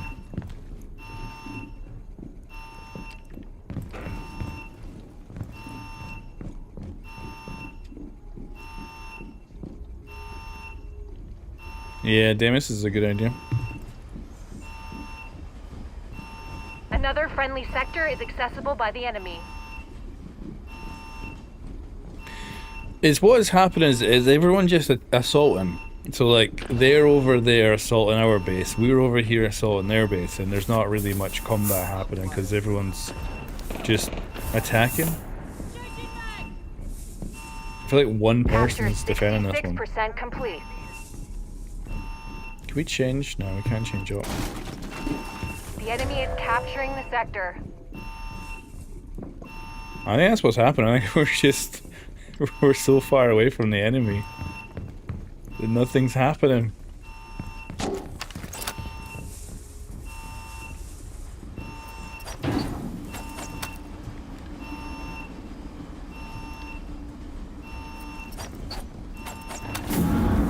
Oh, here we go, here we go.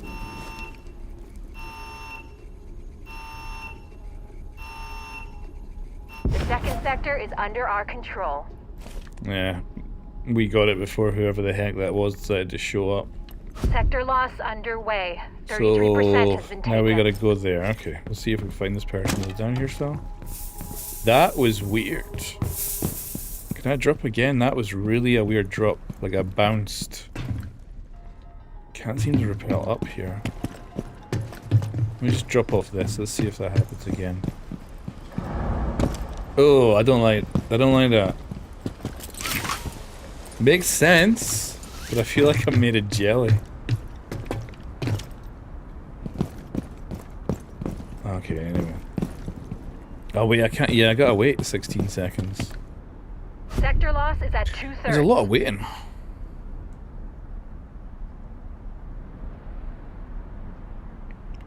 So is this supposed to be the new bomb? No.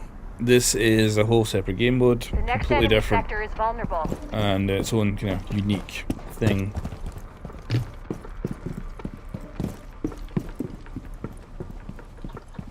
I do love the environments, like, these look great.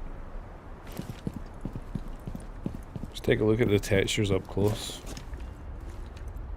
So, I'll stand still for a second and make sure YouTube gets full compression here, but looks pretty normal. Sector Very 2 CG. has been lost.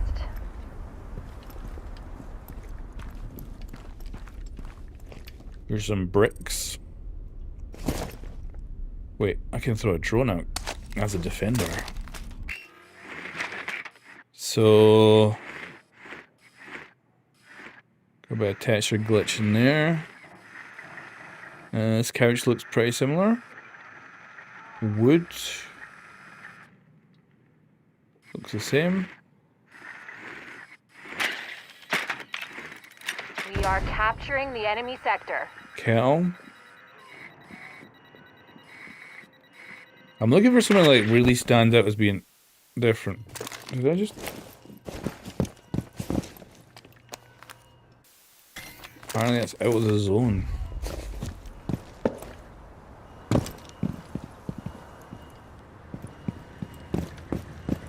It's a pity this only has, this beta only has this map, otherwise we could obviously like really do some comparisons. Captured 33%. Oh! Typical.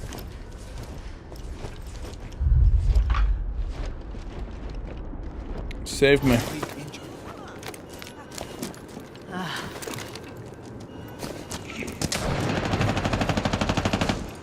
Sector loss underway. Drop.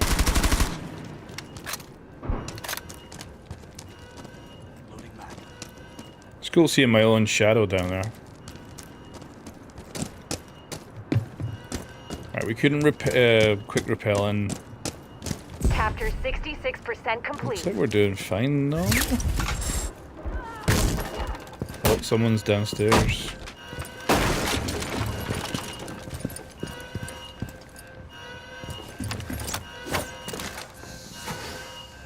Keep a barrier activated. We've lost a third of our friendly sector. Keep us strikes true. Deployed barrier. Oh, bad guy. What? There was me and wait, no, was that a friendly? No, it was a bad guy. It was me and then Duck, and I managed to get down. That's interesting. I got down twice. Have the enemy.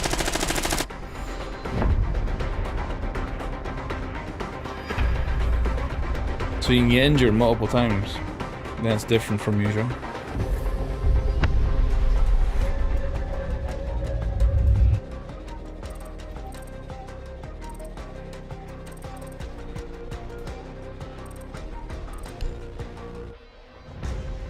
Alright, let's go through some more codes.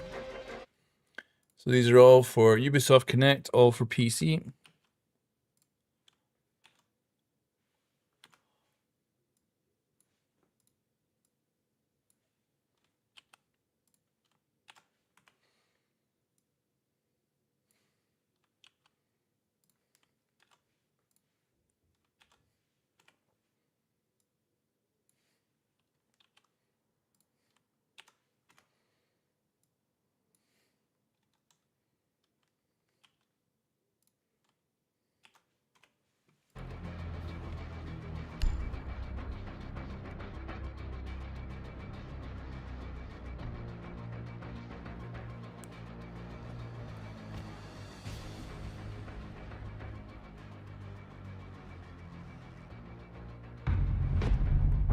Right, I want to be Amaru. Join an ongoing march again.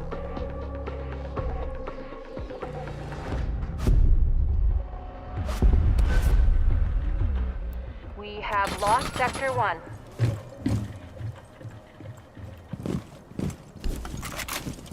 Yeah.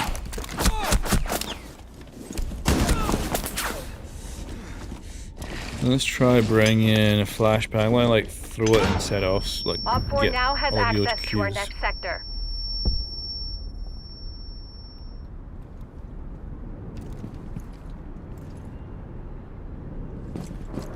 So Clash is not in this version of the game. There is no Clash.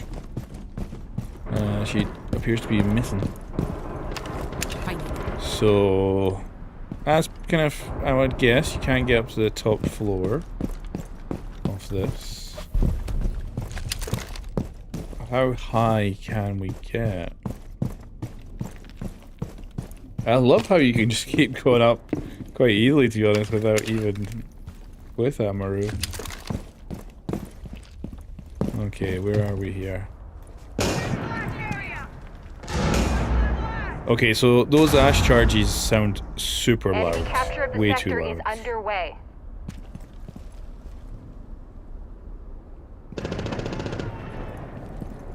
Swapping mags. We've captured the first sector. Definitely some low polygon buildings out in the distance.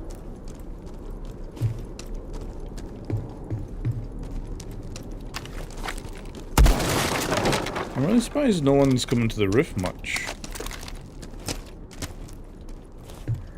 Oh, can we... About to take flight. No. We could go out like that window, but we can't go higher. Sector loss underway. 33% has And been I taken. can't go over there yet. It's still a red zone. I would die if I Actually, let's see what happens. So I think this is going to kill me. I think I've got 3 You are seconds. not cleared for operation here. Yeah, I'm Turn back. dead. So I'm going to die? Yes, I am.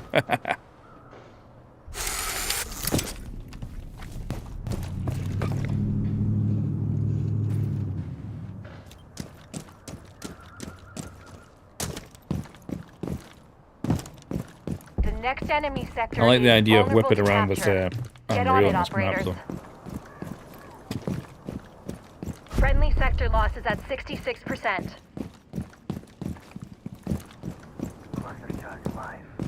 So yeah, I think the only concern I have right now is that when everyone's attacking on both teams, you don't see anybody. So I'm a bit concerned that you can have a rather boring games. But map design, top notch. Lots to do. Loads of places to go, and honestly, actually, we don't need ammo. We can get like pretty much everywhere. Seems to be plenty kind of access points. No hatch on the top of this one. Sector Also, 2 I'm the has only been taken person by the here. enemy. So basically, I think that means I'm screwed, right? So let's throw a flashbang in here. Have a listen to the audio.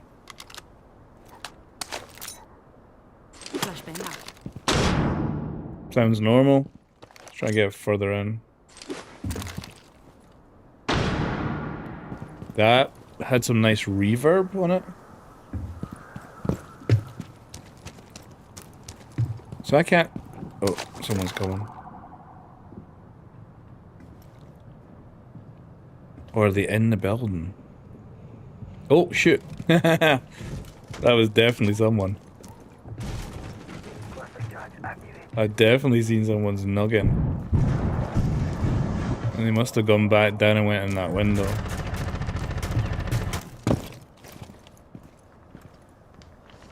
The enemy has access Oh, I to our can like next hear sector. them right next to me on my right. Like I could hear her really clearly. Oh shoot. Oh, that was a frag. Sorry, mate. Oh no! I got wrecked.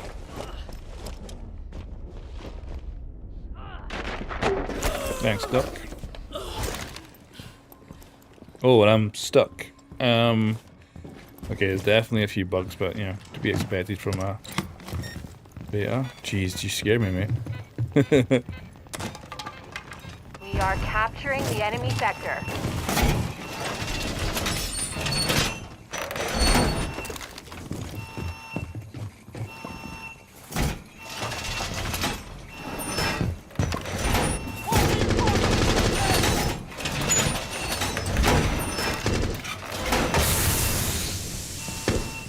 Swapping mags!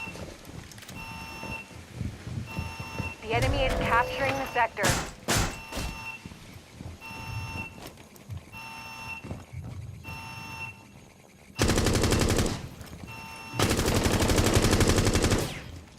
Capture 1/3 complete.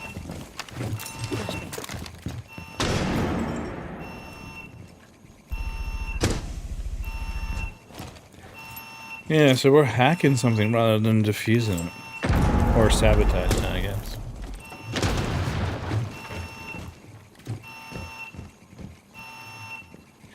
So there we have a teammate asking to defend, but is there any The enemy point has captured defending? 33% of our sector.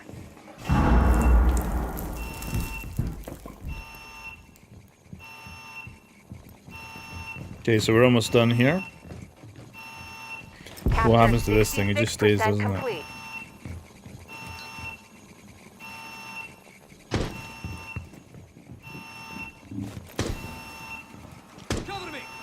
We have 3 segments. It looks like it charges up, so I assume once you fill a segment, it doesn't mean you need to like, put that thing back down fully.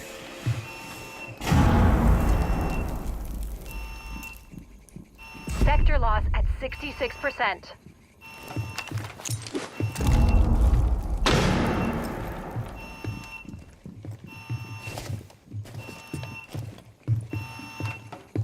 The second sector is under our Yeah, and this control. thing just stays here.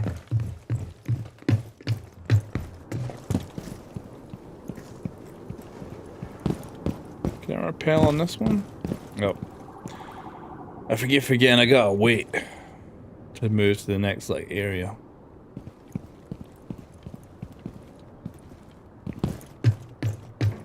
One minute until your assignment begins. Be aware, our base has been taken. Hey, our Failed. first loss.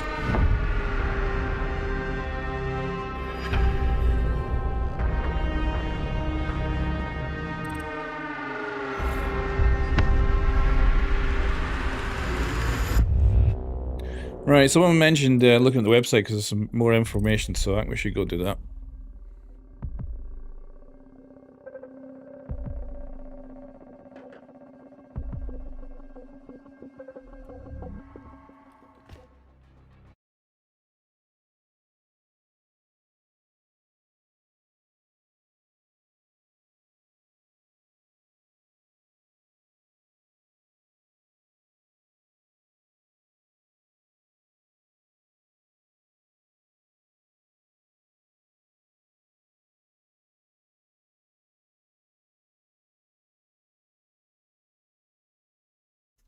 Alright guys, so let's take a look. We've got our CJX hanging, we've also got CJX up here too, so we'll take a look at these.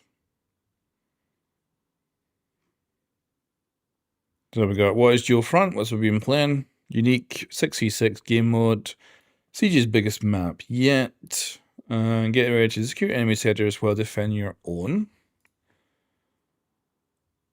So the closed beta is going to run from March 13th to March 19th. Available on PlayStation, Xbox, and PC. Of course, current gen consoles. So the X and the S.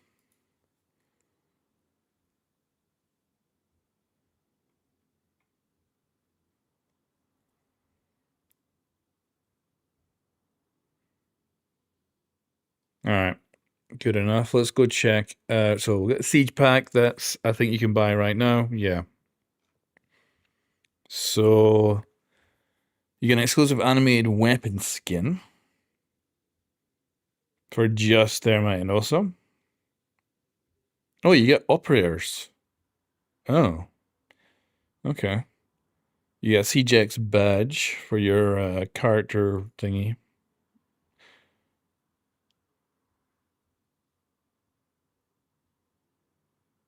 Oh. Weird. So if so CJX obviously is free to play, but if you buy the pack, not the game, is that how it's going to work? Is it not going to be? Oh, they're not going to have additions to the game, maybe. So you buy this pack, you unlock ranked and Siege Cup for the free to play access. Okay. You get the Ash bundle, CJX Charm. What else do we have? So, coming June 10th, 2025. Cool. Good to have an actual release date. Obviously, we got ourselves a video here. That is beautiful artwork. I like that a lot. Get permanent free access to Siege X. So, of course, everything you've done in the previous version it gets carried over. Includes access to ranked and all that, so you don't have to obviously buy it again. And then Legacy Wars, I'm looking forward to seeing what they're like.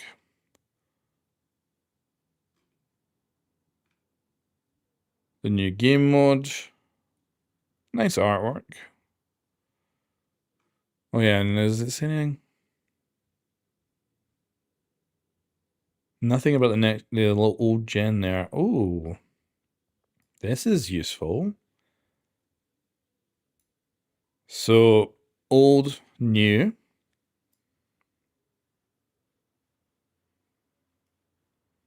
Definitely an improvement, but nothing Crazy. Nice reflections. Yeah, reflections actually a big difference. Better textures, better definition.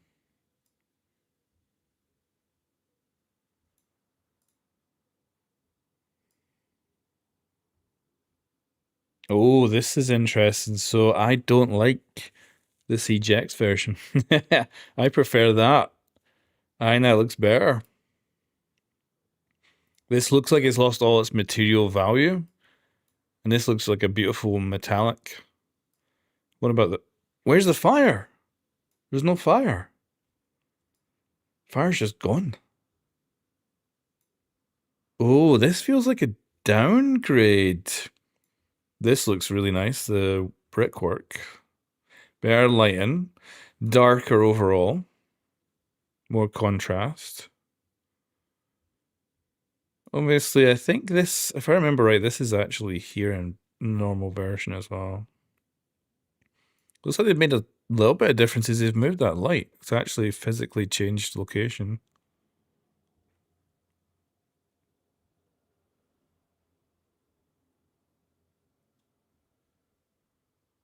No fire, though, is weird. That's a weird choice.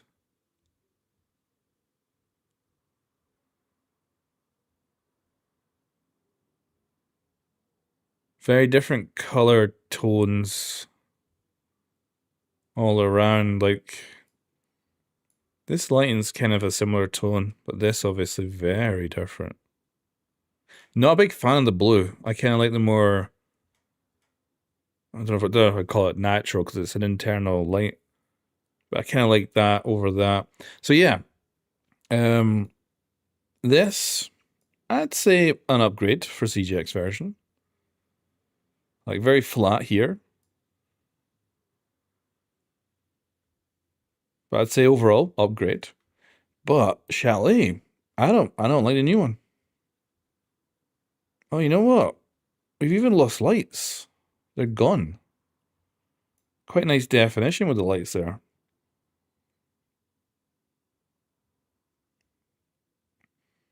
Alright, we'll add some more codes to the chat.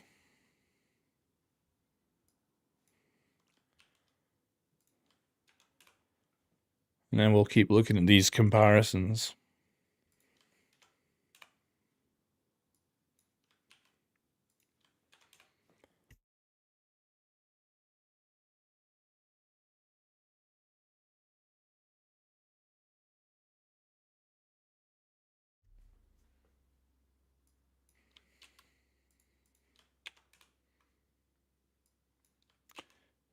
I wish I could have come up with a better distribution method.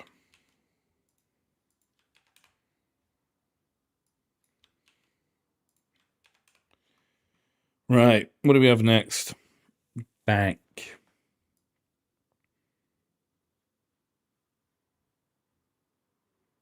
Man, what? Like, this one's terrible.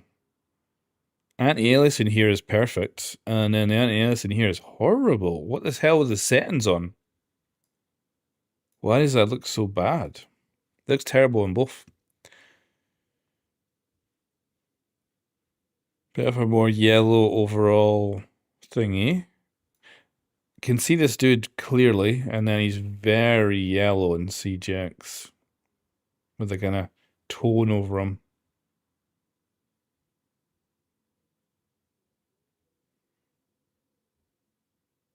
Kind of losing true tones. Okay, next. Clubhouse. Probably an upgrade for... Yeah, I feel like I like this one a lot. Yeah. Wait, again, they're taking away lights. The heck's with taking away lights? They did that here. They got rid of these lights. Removed them. That one too. All of the lights. Every single one of them is gone. No wonder it's darker.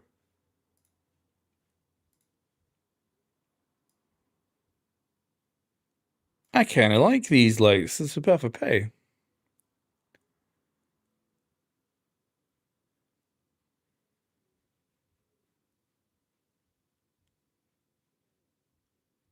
They've tilted this sign for some reason. Pipes are clearer. Not getting the overspill of the red light, which is coming from here somewhere. Which is probably another light like this that's... Oh, wait. No, they've added lights. This is CJX. So wait a minute. Double check that. CJX, lights are gone.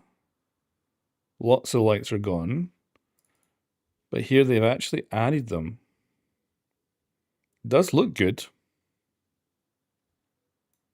So the codes are used in Ubisoft Connect on PC.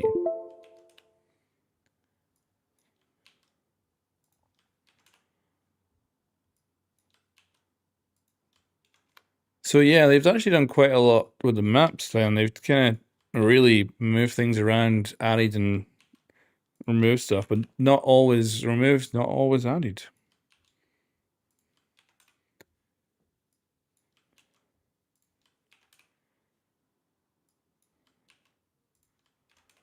Alright, we got any more information here?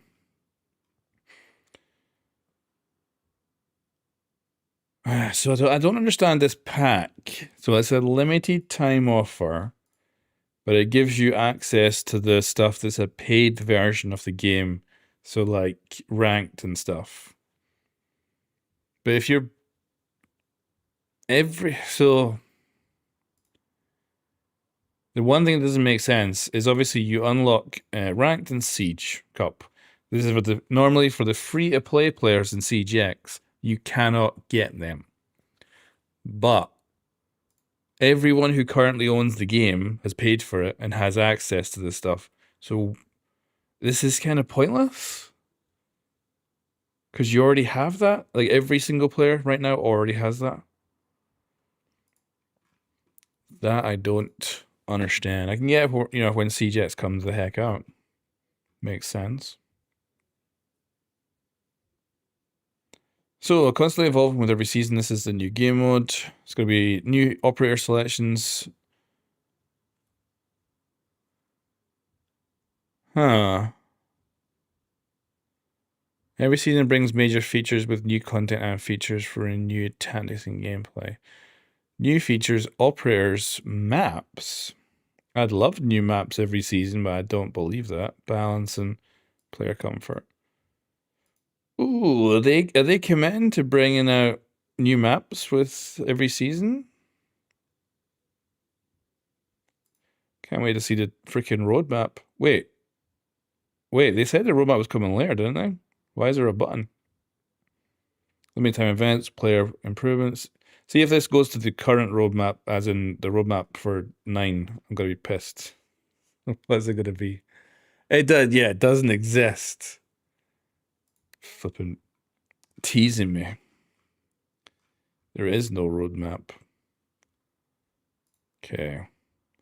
So Dual Front is our new 6v6 mode. Is only available in PC current generation consoles. So PlayStation 5, Xbox X, Series X and S. So it doesn't sound like they're full on ditching the old consoles. Sounds like it's still playable. So for new players joining on June 10th, that's the release date for CJX, right? Yeah, June 10th.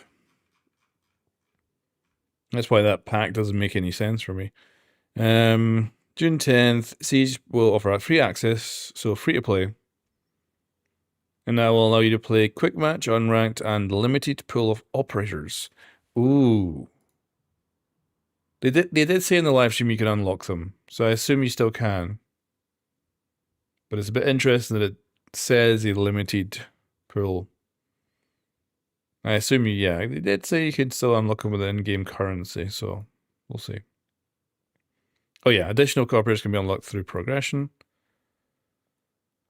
And if new players want to join ranked or instantly gain access to more operators, they will have to purchase Premium Edition. And all existing Siege players will retain their previously unlocked content. And veteran rewards.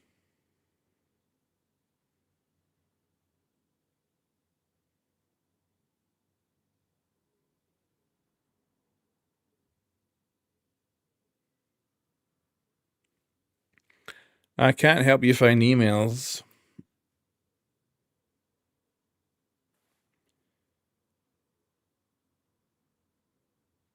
What is this one then? Only to play ranked. Yeah, so you got to buy the game to get ranked in Siege Cup. Yeah, so free to play is definitely confirmed. And if you already bought it, wanted to buy anything, cool.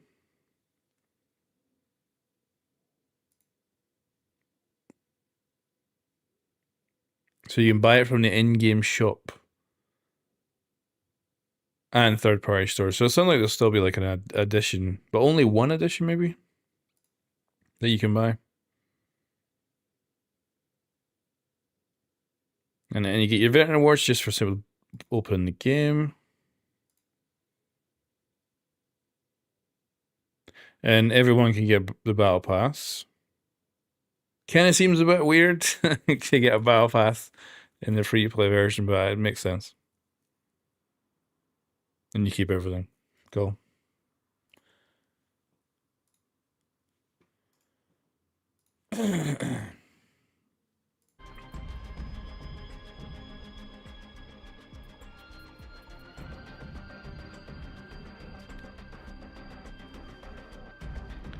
So I've got no idea how the Twitch drops worked because I didn't participate in those at all.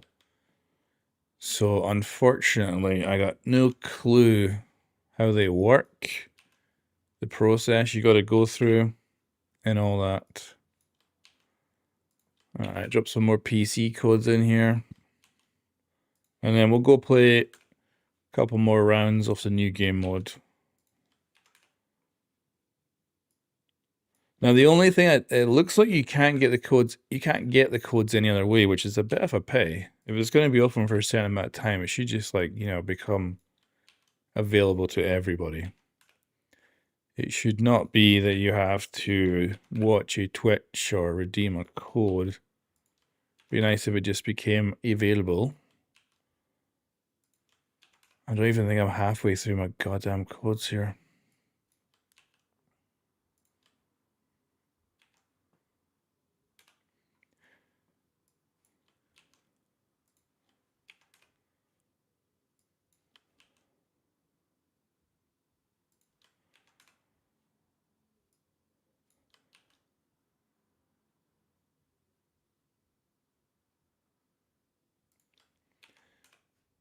Yeah, I don't know about that new Black Ice because it looked kind of similar.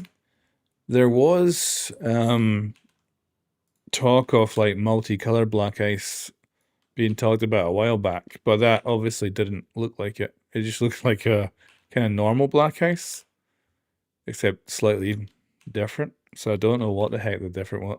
They didn't really show it off.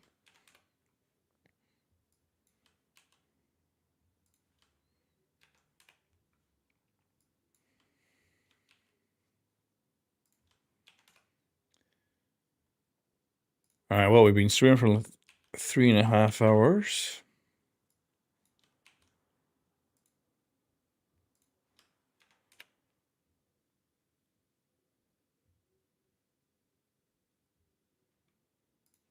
Alright, let's play some more.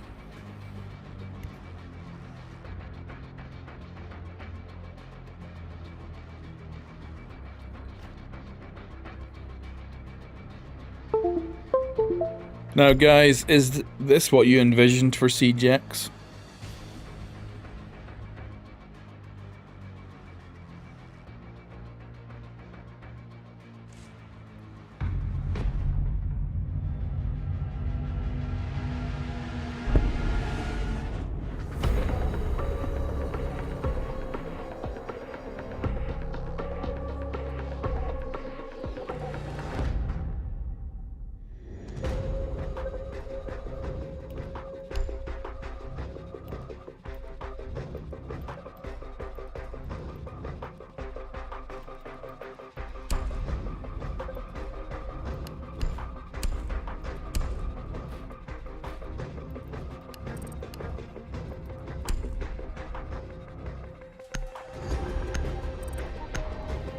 Where's the rest of my team?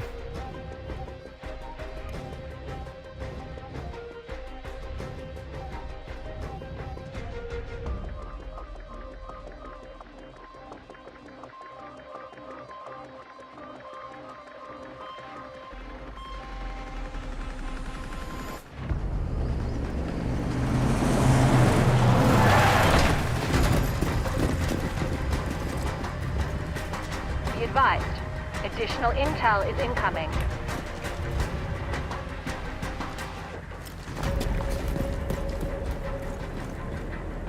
Prepare to attack and repel Op 4.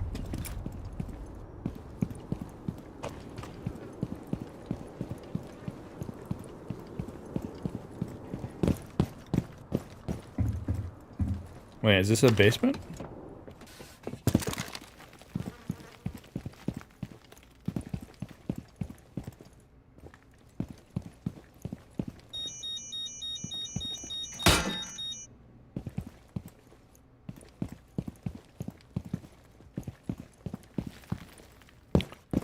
Is this a pointless basement?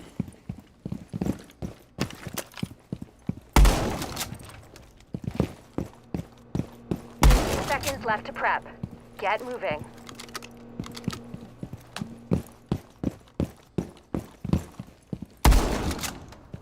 Five seconds to prep.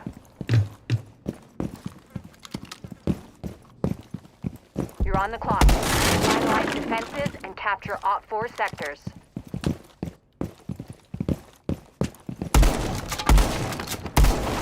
Reload. Yeah, this kind of looks like a pointless basement because it's not connected to anything useful.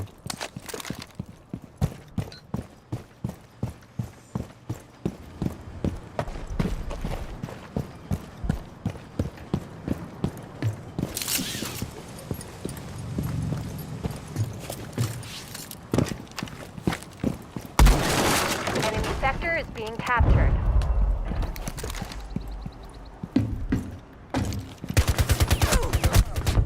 A friendly drone has been deployed at your location.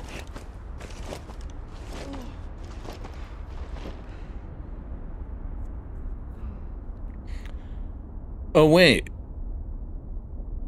did that drone get deployed when I got down? Sector loss underway. Proceed to disrupt. Because there was no one to throw that.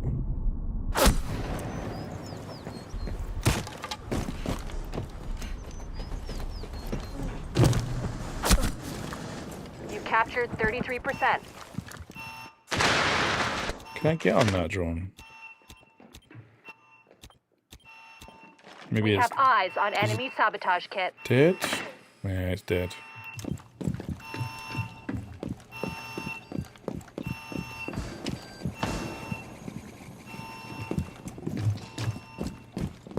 We are at 33% sector loss.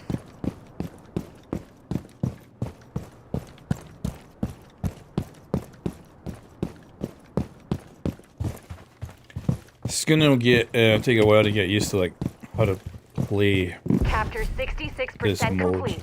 properly. That is a very weird cupboard.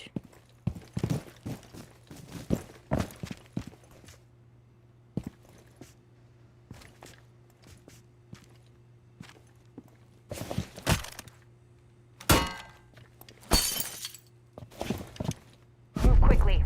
Our sector loss is at 66%. Everything seems very CG anyway.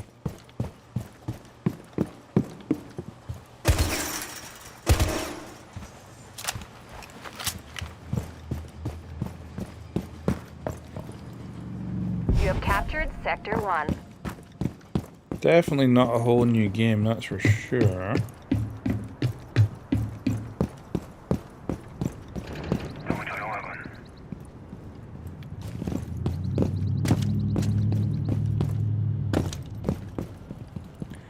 I'm still not getting used to this, having to like sit here. Is that our team member or theirs? Fallen into enemy hands. It had to be an enemy, they were alive too long.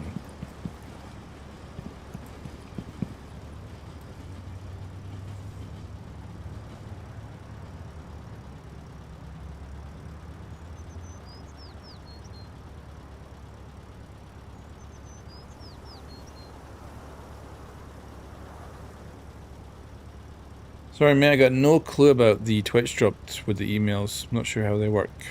The codes I've given, you put them into Ubisoft Connect.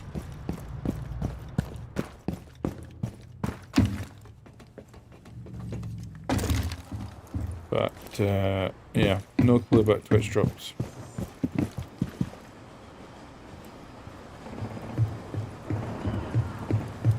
That gunfire sounds great.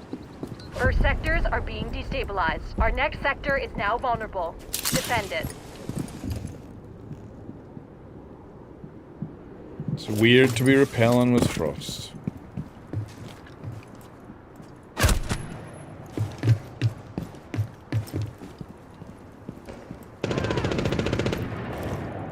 Oh, did that? Oh, nice.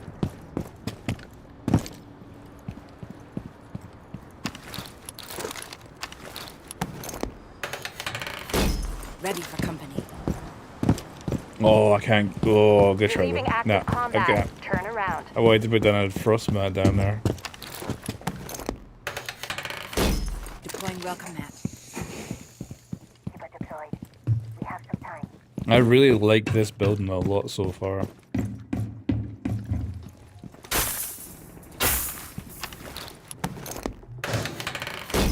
Laying out the welcome Wait, how do I get upstairs easy though? I can't just repel. Oh! Totally lit up.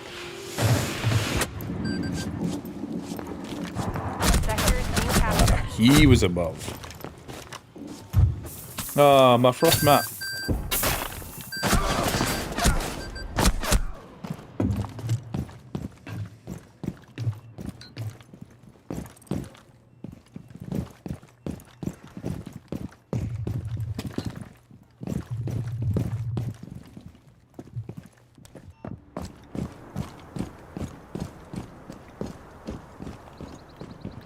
Oh yeah, I'm gonna change. Don't think frost is the best for this. Let's try nomad. Oh, someone asked for freaking Damus like ages ago. Can we take him? I don't think. No Damus, is there? Okay.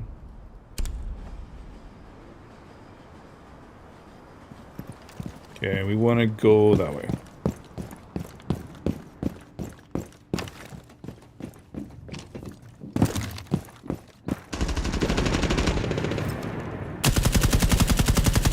I didn't land a single bullet.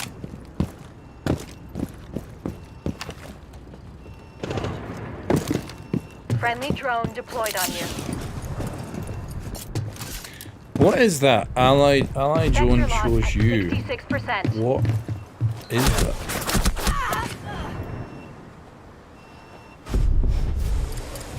Can I spawn a drone on teammate? I can. Deploy. Holy shit. Oh. So that's what I can do when I'm waiting to respawn. Oh. Well, that's interesting. So now I can actually be useful. Then I can choose to respawn. Sector 2 has been lost. Okay.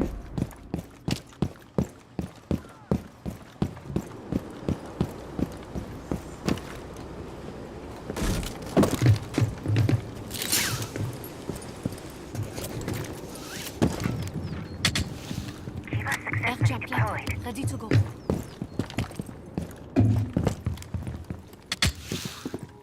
Ready to push them out.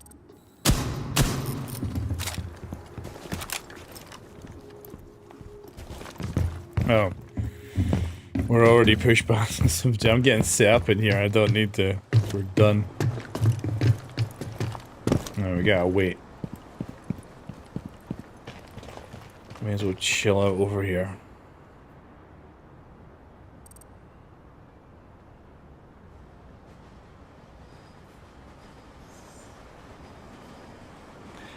Yeah, it is weird. 3 months until this actually comes out. Friendly sector is vulnerable. And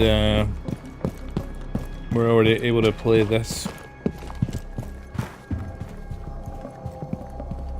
And so far, like, it's got some bugs, but it's not crazy bad. Okay, so we're in the basement on this one. I wonder if there's any really good entry points around here. Because, like, this must be their spawn point, right?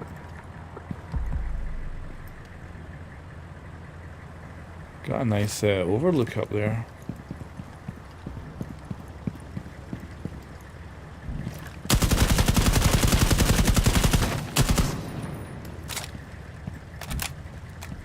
What the heck is in this room?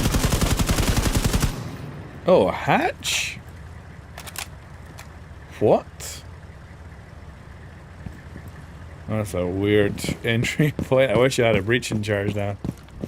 God, I actually legit need one.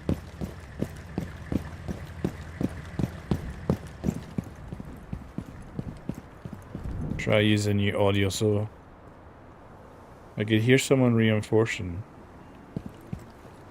Don't know if they were this high up though. Assignment begins in 1 minute.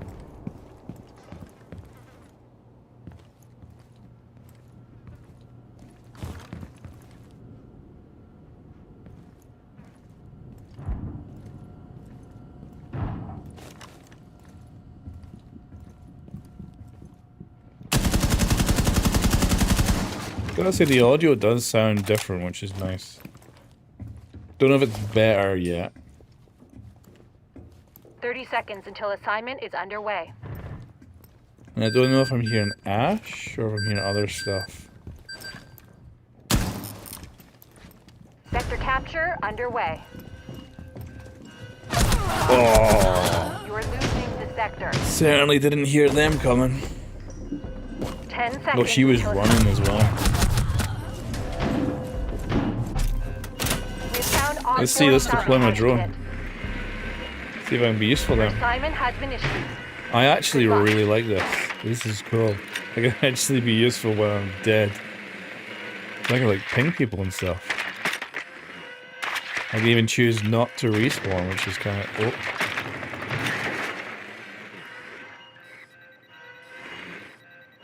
Capture at 33%. I think Osa's in trouble here. Destroyed. Well done, team. Yep, so we got one up. Yep.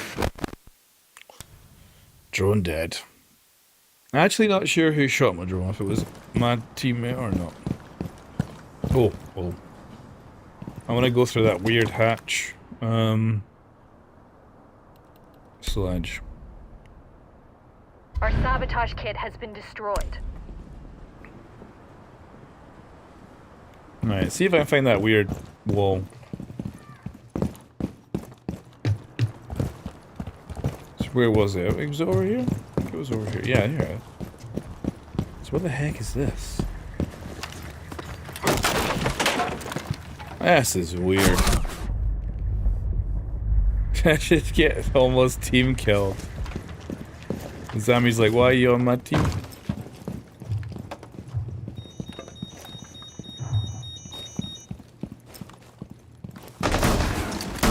Oh, that was a fluky hit right there. Cover me. Reloading. I'm not liking the lighting in this area at all. Okay, so she's diffusing. You know what? I'm gonna go and try and secure above them. With my 8 health, thanks teammate. Oh, great. So people are already dying. Oh god, I'm gonna die in a second as well. Oh, no one's up here though. Wait, they said above, and I'm above.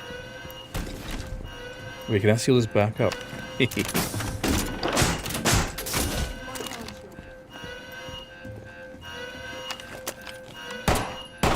Reloading! Cover me! Assignment complete. Hey.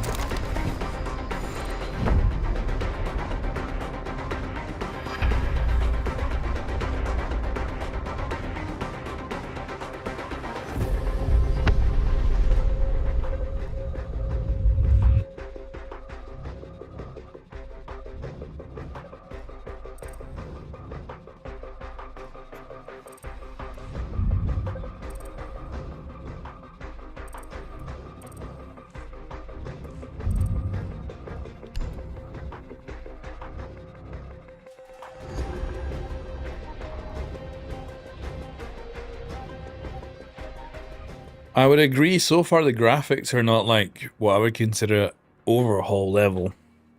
Alright, let's get some more codes out.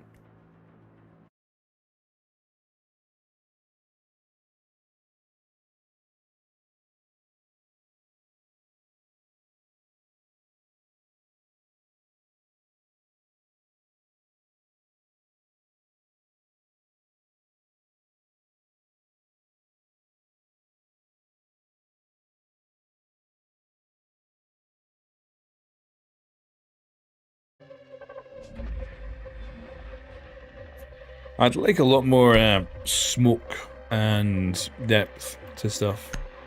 Everything still seems a bit too clean. I don't know how the hell I want to be.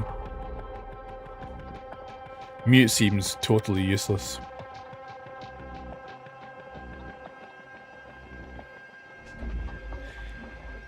Hey Turtle, good to see you again.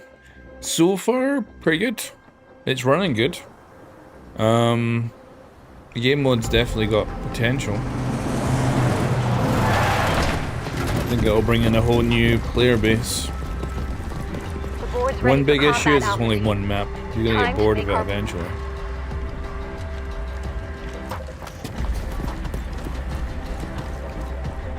Prepare to attack and repel Op 4. Right, I think meat's gonna be useless. We could cap cam, but are we really gonna have the time to set up traps? Like, Q's a good bet just to see people. You know what? Smoke. Smoke on a fence could be really good.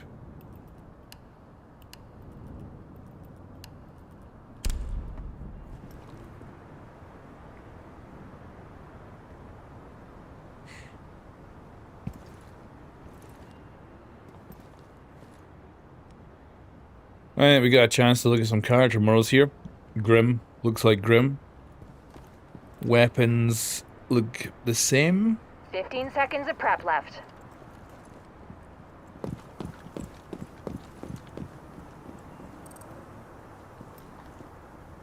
Five more seconds to prep.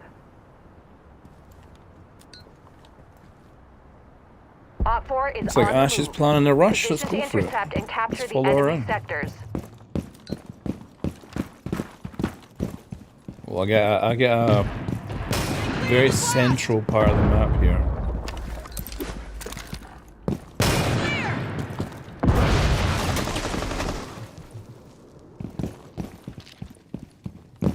Oh, I know where we are in a way.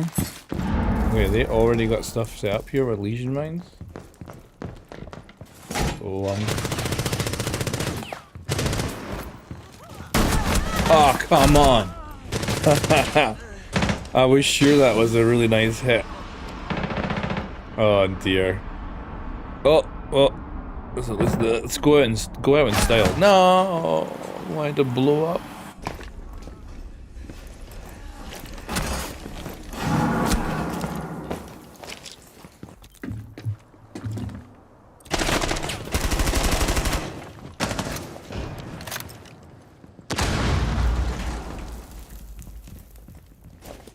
So the codes are all for Ubisoft Connect PC.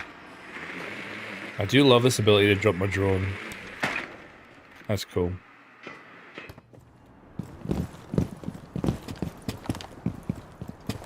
Oh wait, yeah, she's doing the inspecting her weapon. How do I do that? How do I do that? What is the button? There's only so many buttons on a controller.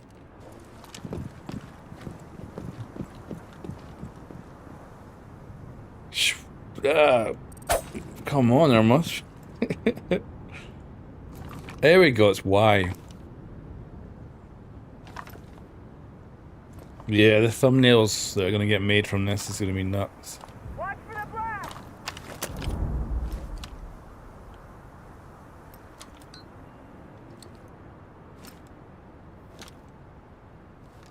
Can you imagine how many like ranked games you're going to be in and there's going to be an Ash just like inspecting her weapon at the start of the game? Like first 5 minutes. Oh boy. Right. What? Sector capture procedure has begun.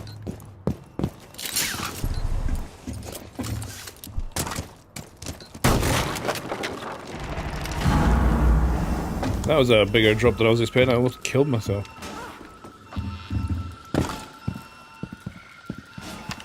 Our sabotage kit was destroyed by Op 4.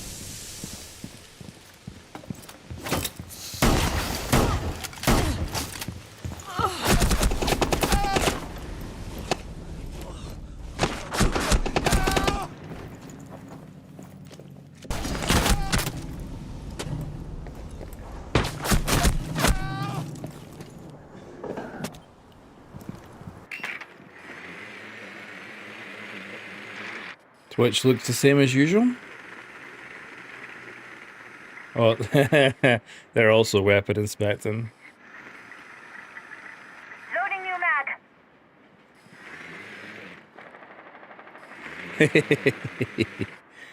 Oh man. Right. Let's go.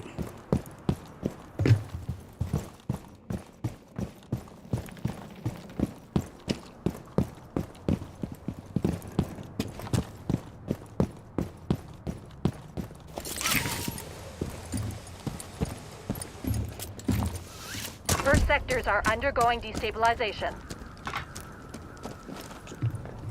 Right, so that castle bozo was out here. My toxic babes are in.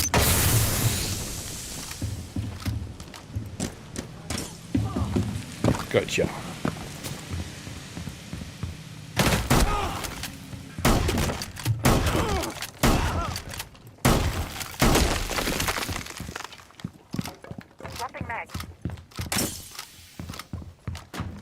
Right, so do we actually have a thing down there? Oh yeah, so anyone can sabotage.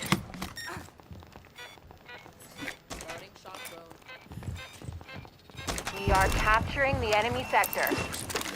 My toxic babes are in position. What other ways can they potentially get in? Oh, they got a camp. See, Twitch's drone's gonna be useless on this map, right? Absolutely pointless. I'm reloading.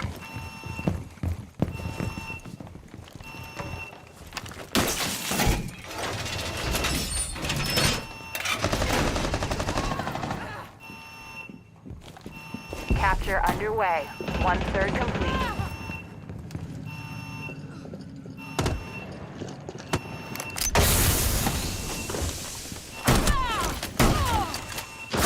Oof.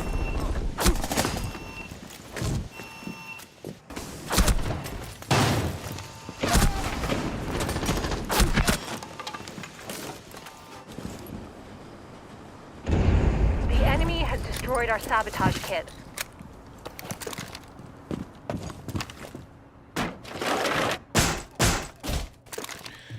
So the beta is already out, but it's a closed beta. Just with certain codes being sent out.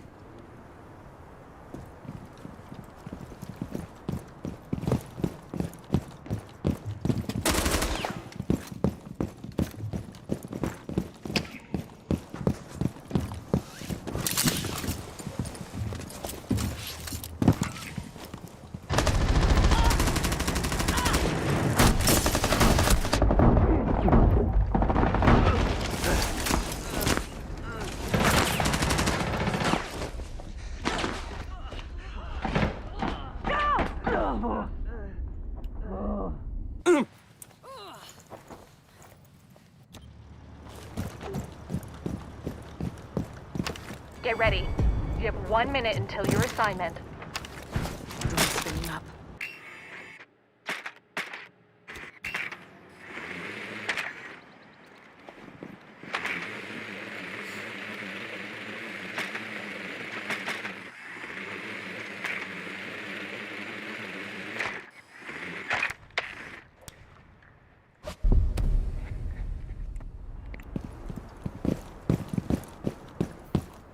Seconds until assignment is underway.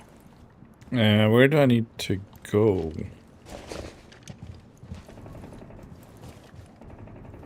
Try to figure it out based on the mini-map, but man, Let's defend. I don't want to defend. There we go. Okay. 10 seconds until assignment begins. Maybe I should try doing the assignment. I don't think I've actually done that yet. Your assignment has been issued. Okay, grab the hostage. Good Let's luck. see if we can do that. It's coming in 125. Let me off the repel. So, where do I get the hostage? We got the attack. We got the defend. Looks like it's gonna be this direction. Yeah, there she is. Grab.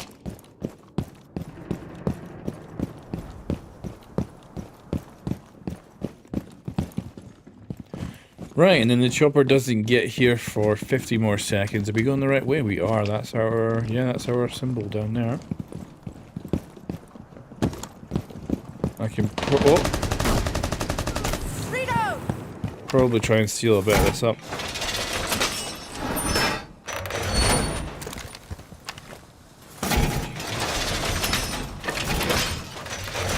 Wall is reinforced!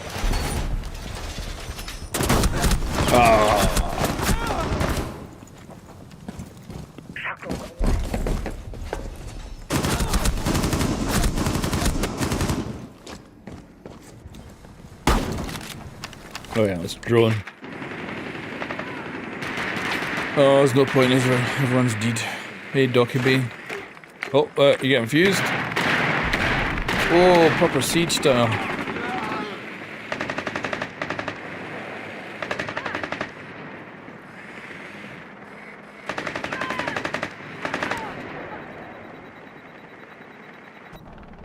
Alright, see if we can go help. So, quickest way... Oh. I'm having issues using this mini-map too. So, along here... We don't know where the hostage is now. So presumably that means they are moving her. And that's their locale over here, so I guess we just raid this. Okay, they're not here yet.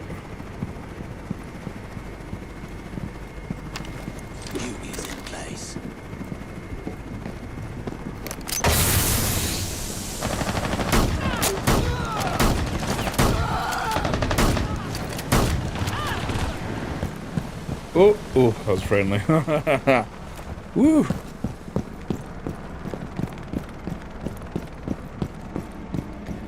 So obviously, where we're dropping these people, the hostage off, is actually closer to the enemy spawn than our spawn, so it's tough to get it right. Oh man, how does this work? Extract.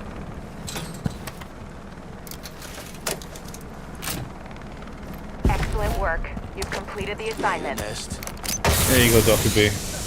How's that? Oh, bit friendly fire as well.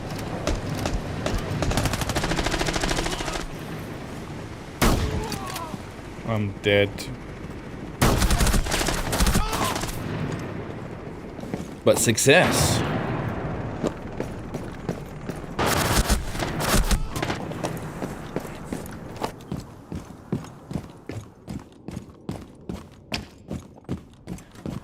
How am I feeling about the event?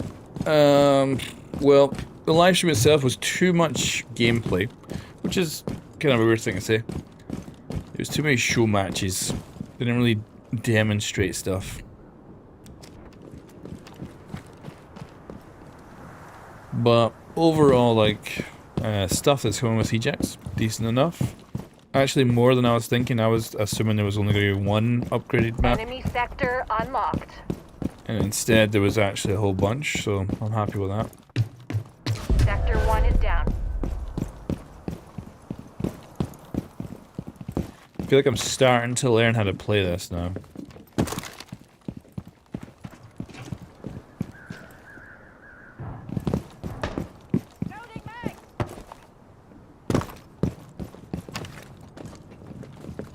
Good. Everybody running around me just makes me think the enemy's nearby. But it all ends up being friendlies.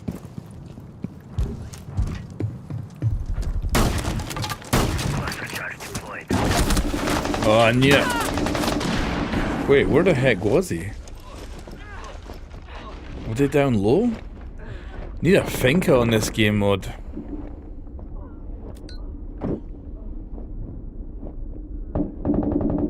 Oh yeah, right, everyone's dying. Right, I'm giving up. Die.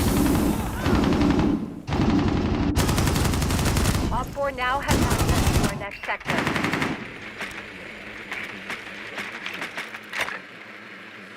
Fuse absolutely annihilated everyone, it looks like. We are taking the enemy sector.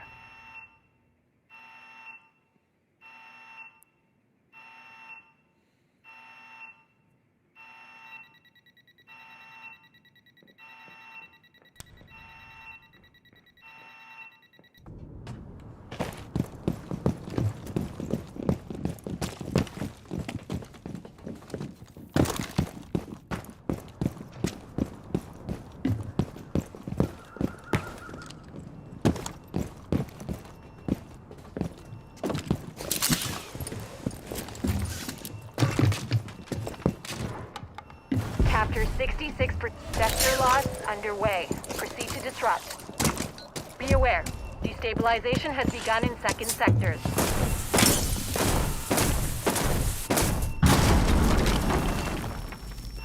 Nest of duties in position.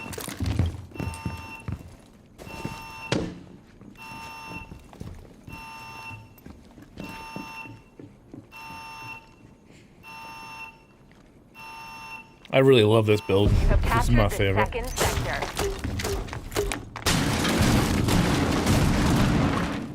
Oh, Fuse, man. You fell all the way The down. enemy has captured 33% of our sector.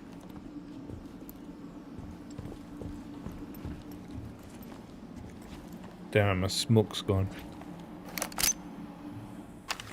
Nest ready to knock up.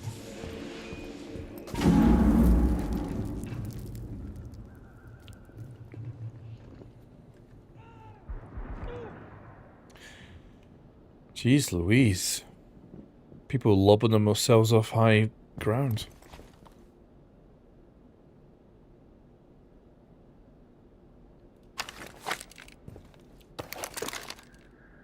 Friendly sector loss is at 66%. Sector 2 has been lost. I think we're back in the thingy where everyone's attacking, so I don't see any enemies and they don't see any enemies because they're over our objective and we're at theirs.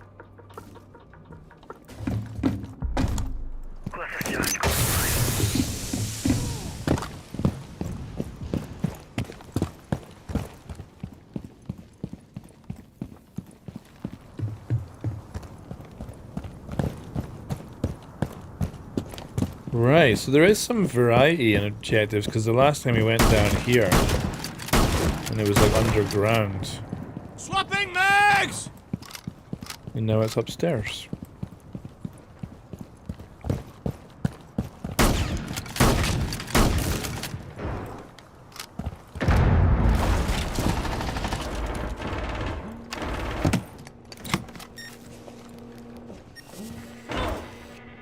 Another friendly sector is accessible by the enemy.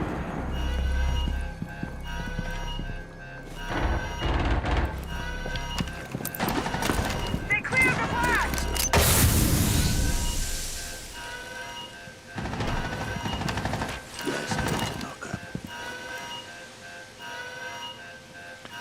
So if I was to find an enemy smoker in their team, could they run through my smoke?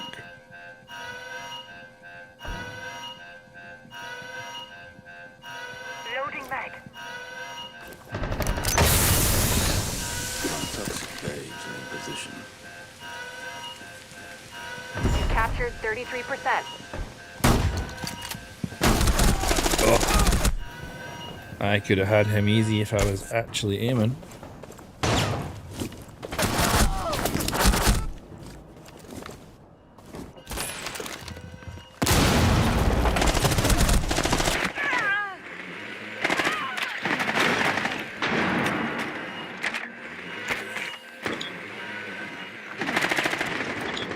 Yeah, well done. Oh, no, no, no, no, no, no. Get the hell away. Be aware, friendly sabotage kit has been destroyed.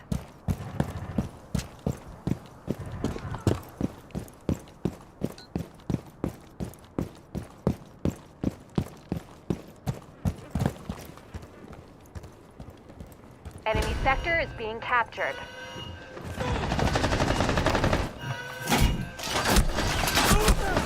Damn. Haha. He got downed as well.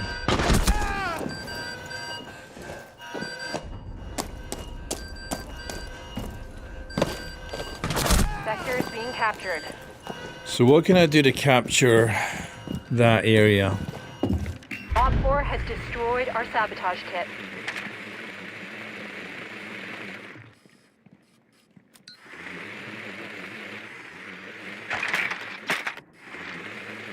Oh, this is a destroyed stairwell.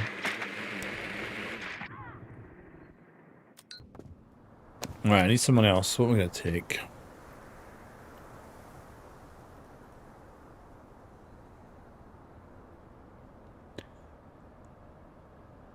Yeah, I think... Sector I loss wouldn't at know, man. 33%.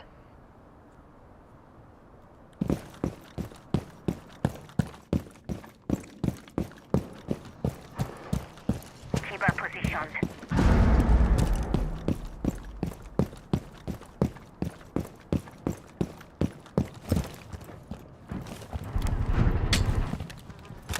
Ready to push them Sector out. capture underway. Repulsion device planted. We have visual confirmation on Op 4 sabotage. Our sabotage kit has been destroyed.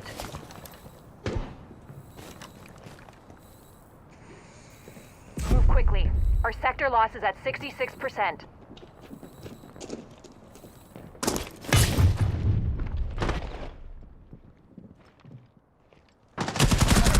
Oof.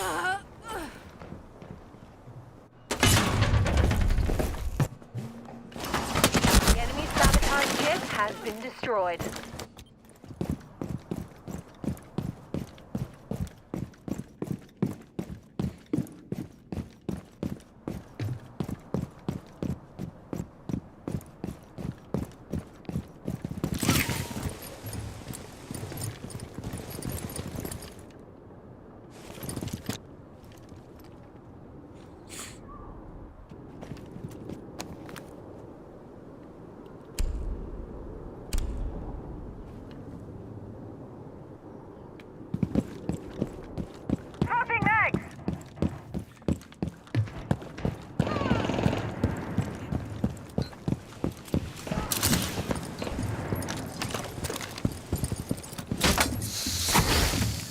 Kiba deployed. Dart loaded. Kiba strike through. Barrier deployed. Enemy sector is being captured.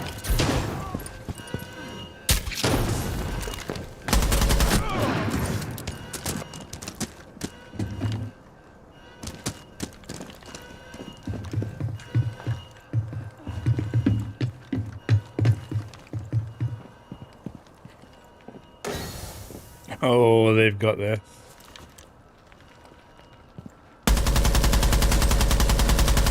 Oh, that's a bit of luck.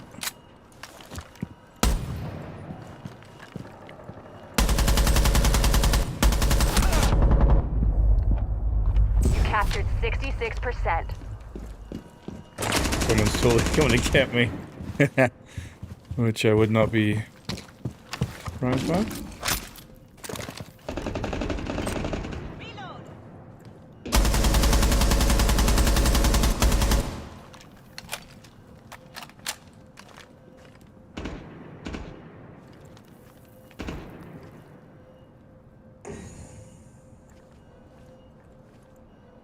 Is that just smokes we're seeing, or is there...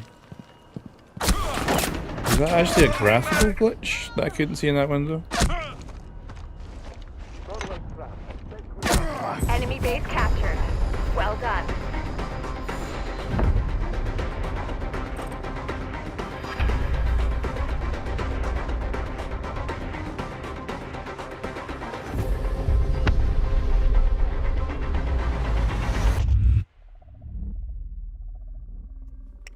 So yeah, I think this game mode is going to be great for new players.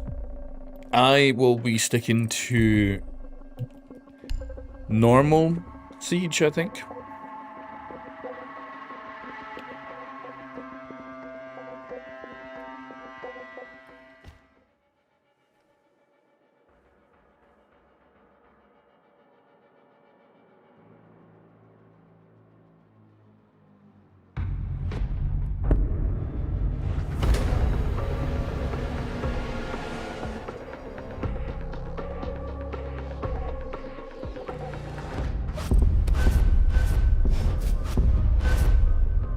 Op 4 now has access to our next sector. The second sector is under our control.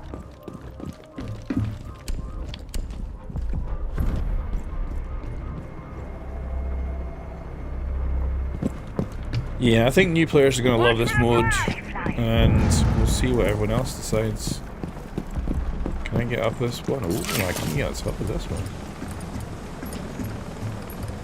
Oh, can he? Wee. Wee. I think this probably looks a lot better from a third person. It's cool to do though.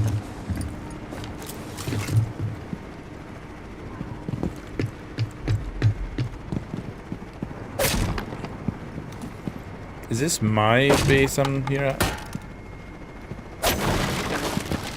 Maybe I should... Wait, is it? Are we defending this? Or am I not? The next enemy sector is vulnerable. We have completed I'm finding it hard to figure out where the heck I am. Right, so we got an attack over there. Where's the defense? There's something back there. Okay. I think I'm just gonna attack. I just feel like there's not really worth defending.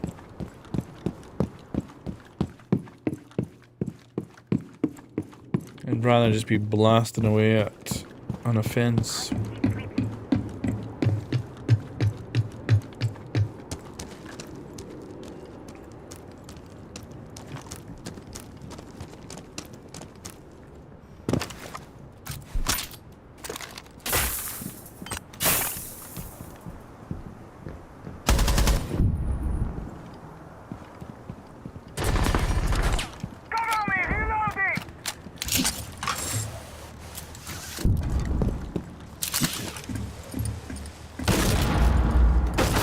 Ooh.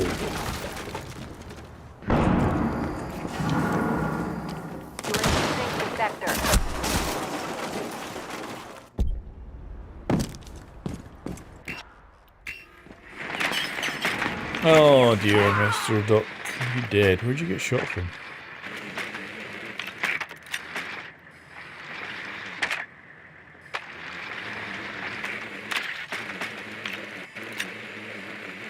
So my claymore still stays up anyway, after I've died. 15 minutes remaining. Second sectors are undergoing destabilization. The enemy has captured 33% of our sector.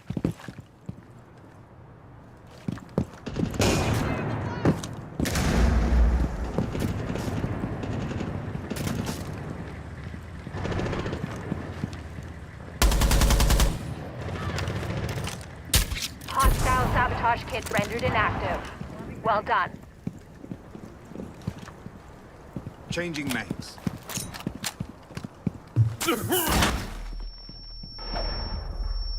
I think I just walked over a claymore. Cap. What a way to go out. You're taking the enemy sector. Reporting device planted.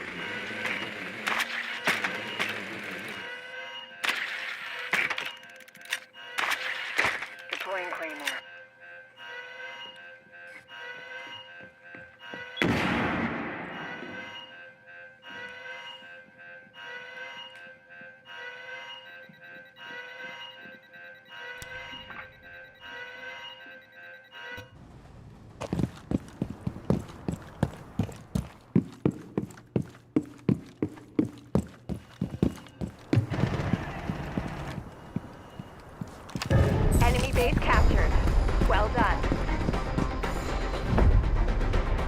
So what, we still had like 10 minutes on the potential game time there.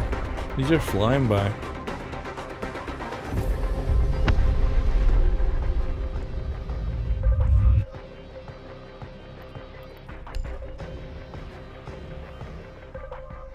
Alright, let's go take a look at the website again.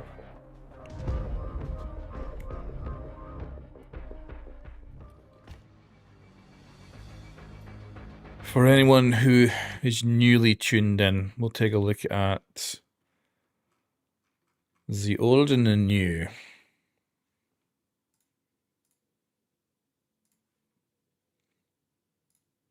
Alright, so here is quite a good little thing we can look at before and after shots from CGX on the right and normal Siege on the left. So this is fully CGX here. And then this is the old Siege here. So it looks, yeah, old Siege, obviously dated. And new Siege, the biggest difference I'm noticing is the shiny floor. Looks really good. This doesn't look as good. But nothing else is crazy when it comes to the upgrades to Cafe. Like, I could easily play on this for the rest of my life and be fine. And this looks fine as well. Then this is where I think Siege X looks worse on Chalet. So this is full Siege X here. No fire. This is a very bland metal. We got very blue through here. And then the old one, way better metal. There's actual fire. And I like the lighting through here much better. Whereas this one looks like it's got a really terrible blue filter on it. And the fire's gone for some reason.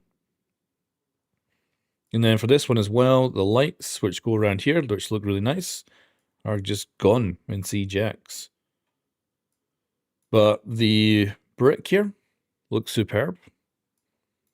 Not so good here, but visibility here is way better. So I guess it depends if you like a darker look or a lighter look overall. Then we got Bank. Both these pictures are terrible. They both got terrible anti-aliasing. I don't know what, it looks like completely different settings for what was used here. An old Bank, new Bank. So you can see this doesn't really have much of a filter on it. CGX, it's got like a yellow filter. I do not like this. Can barely see this poster. It looks very kind of washed out, whereas here's quite clean. Yeah, I prefer the older on this one. Buildings at the back do look better in the darker color.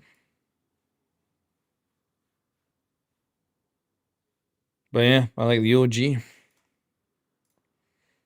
we got Clubhouse. So previously we've seen the lights were taken out on the old one, whereas actually on CGX they've added lights, which actually look really good.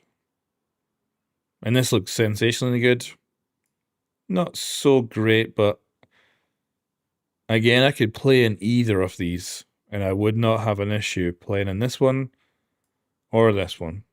They look, you know, equally decent, I think. They're more of a different art style than a complete change of graphical power.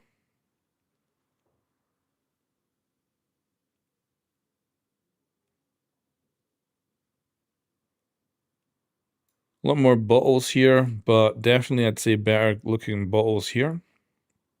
These ones lack like definition, and these look a little bit better. Pictures look pretty much exactly the same. Oh, they took away this box, which doesn't do nothing. Do it that way. And for some reason they tilted this sign, for some reason. Is there less haze? Interesting. On this one, I'm not sure. Much more defined wood on CGX here. Then this being a much plainer wood texture.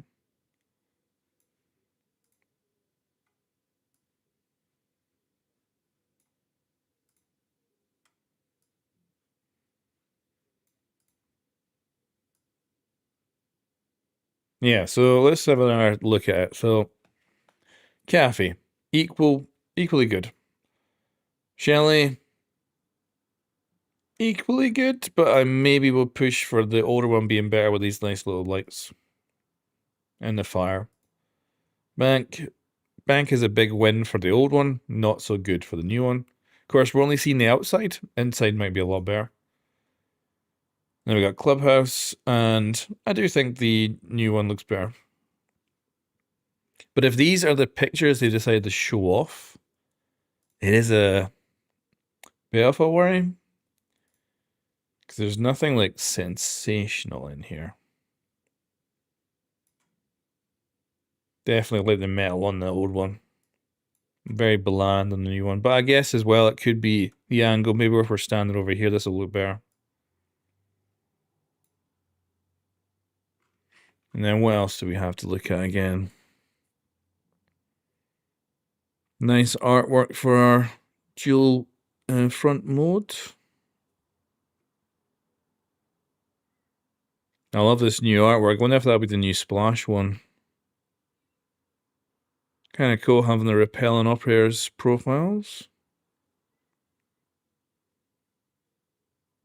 Everyone looking very good.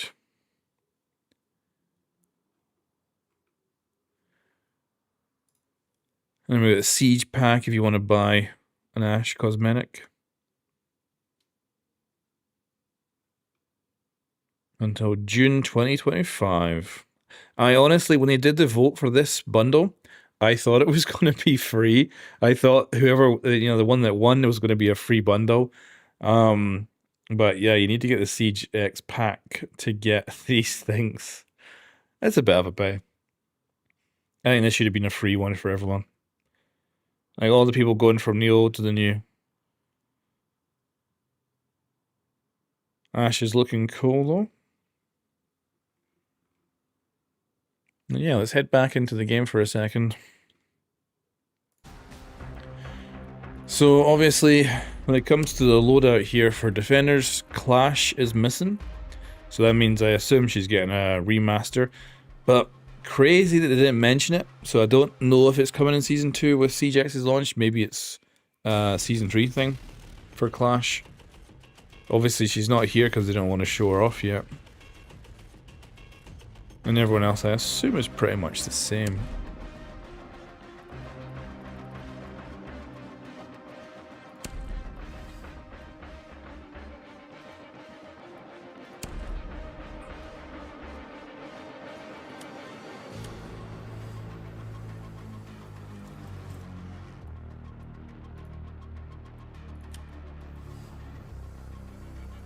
And they're not letting us get anything else. I honestly I want to play the core Siege and try the new map, the graphically improved map. So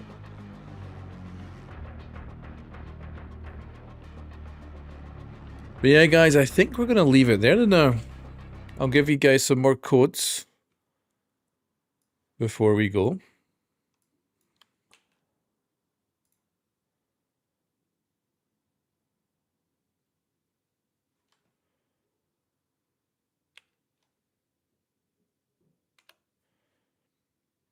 So they didn't say that Siege X won't be for the old gen, but it sounds like the new game mode is certainly not for the old gen.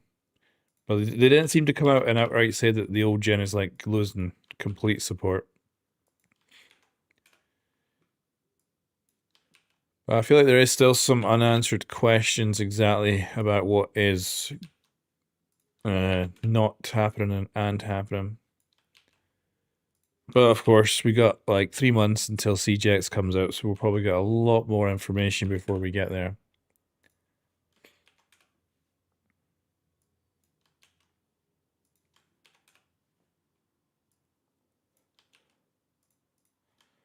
Kind of hoping there'll be a surprise. Like, I would love the Clash remaster to end up coming with Siege X's launch.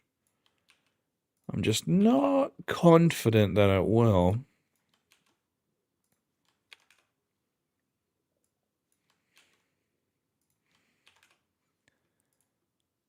Alright, I'm going to try doing a mass dump of codes here.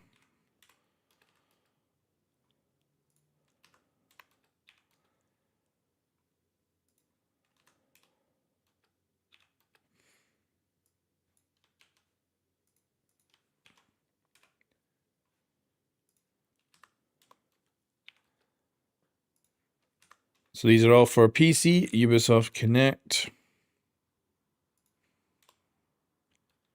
If you don't have your email from your Twitch drops, I assume it's probably because the system's overloaded when it comes to the Twitch drops, which happens every so often.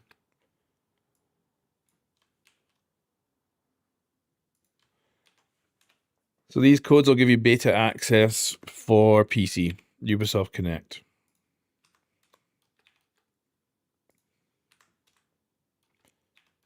Unfortunately, I don't get no codes for console, which is a pain.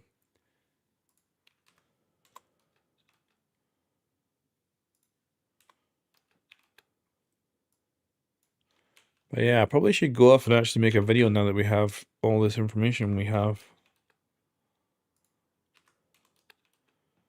But gotta say, it's a surprise that we actually got to play CGX today. I wouldn't have guessed we'd have a beta this quick.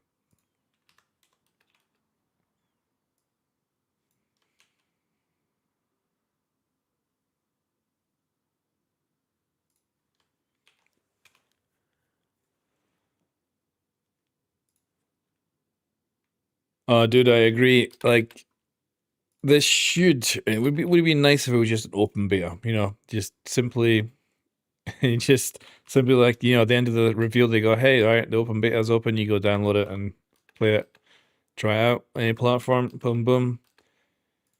Having it be Twitch drops, which every so often, like, what was it? They've always had the reveal charm, like, break on reveal days, and then you end up getting them like freaking 6 months later.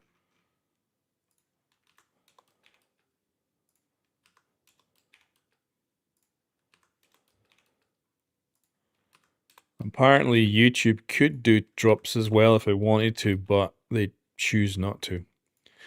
Maybe that's a wise thing by YouTube, just not to have to bother with it.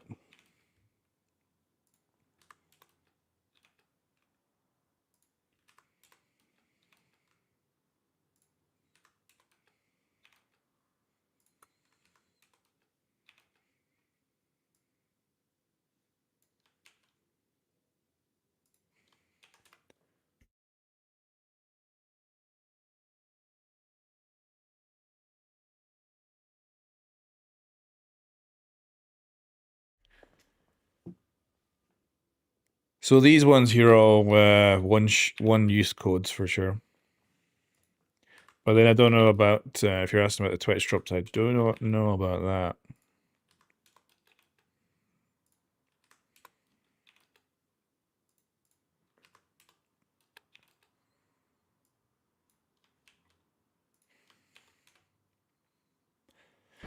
Right, guys, any last questions about anything? And then we'll probably call it a day.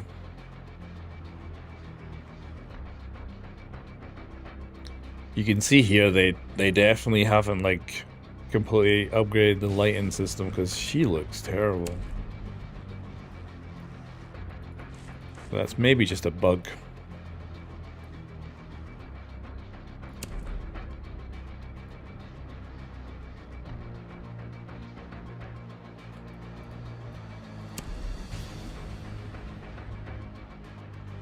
So these codes are for Ubisoft Connect on PC. I'll show you exactly where you put it actually.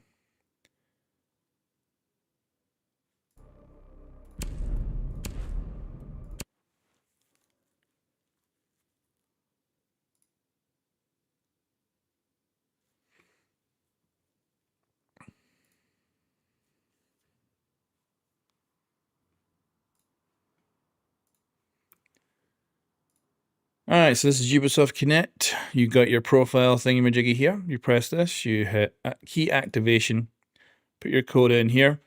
Hopefully it would work. And then you can play. And this is the, you know, it says closed beta here, but this is just the usual thing that is normally where the test server is. But today it has this little mark saying closed beta. Yeah, sorry about the flashing. That was OBS.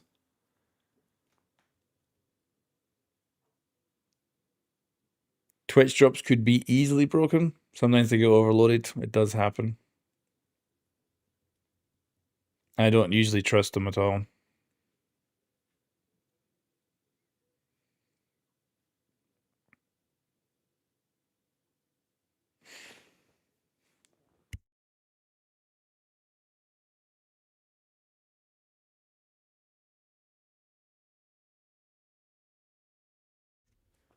Alright guys, I will leave it there for now with the live stream. Thanks very much for watching.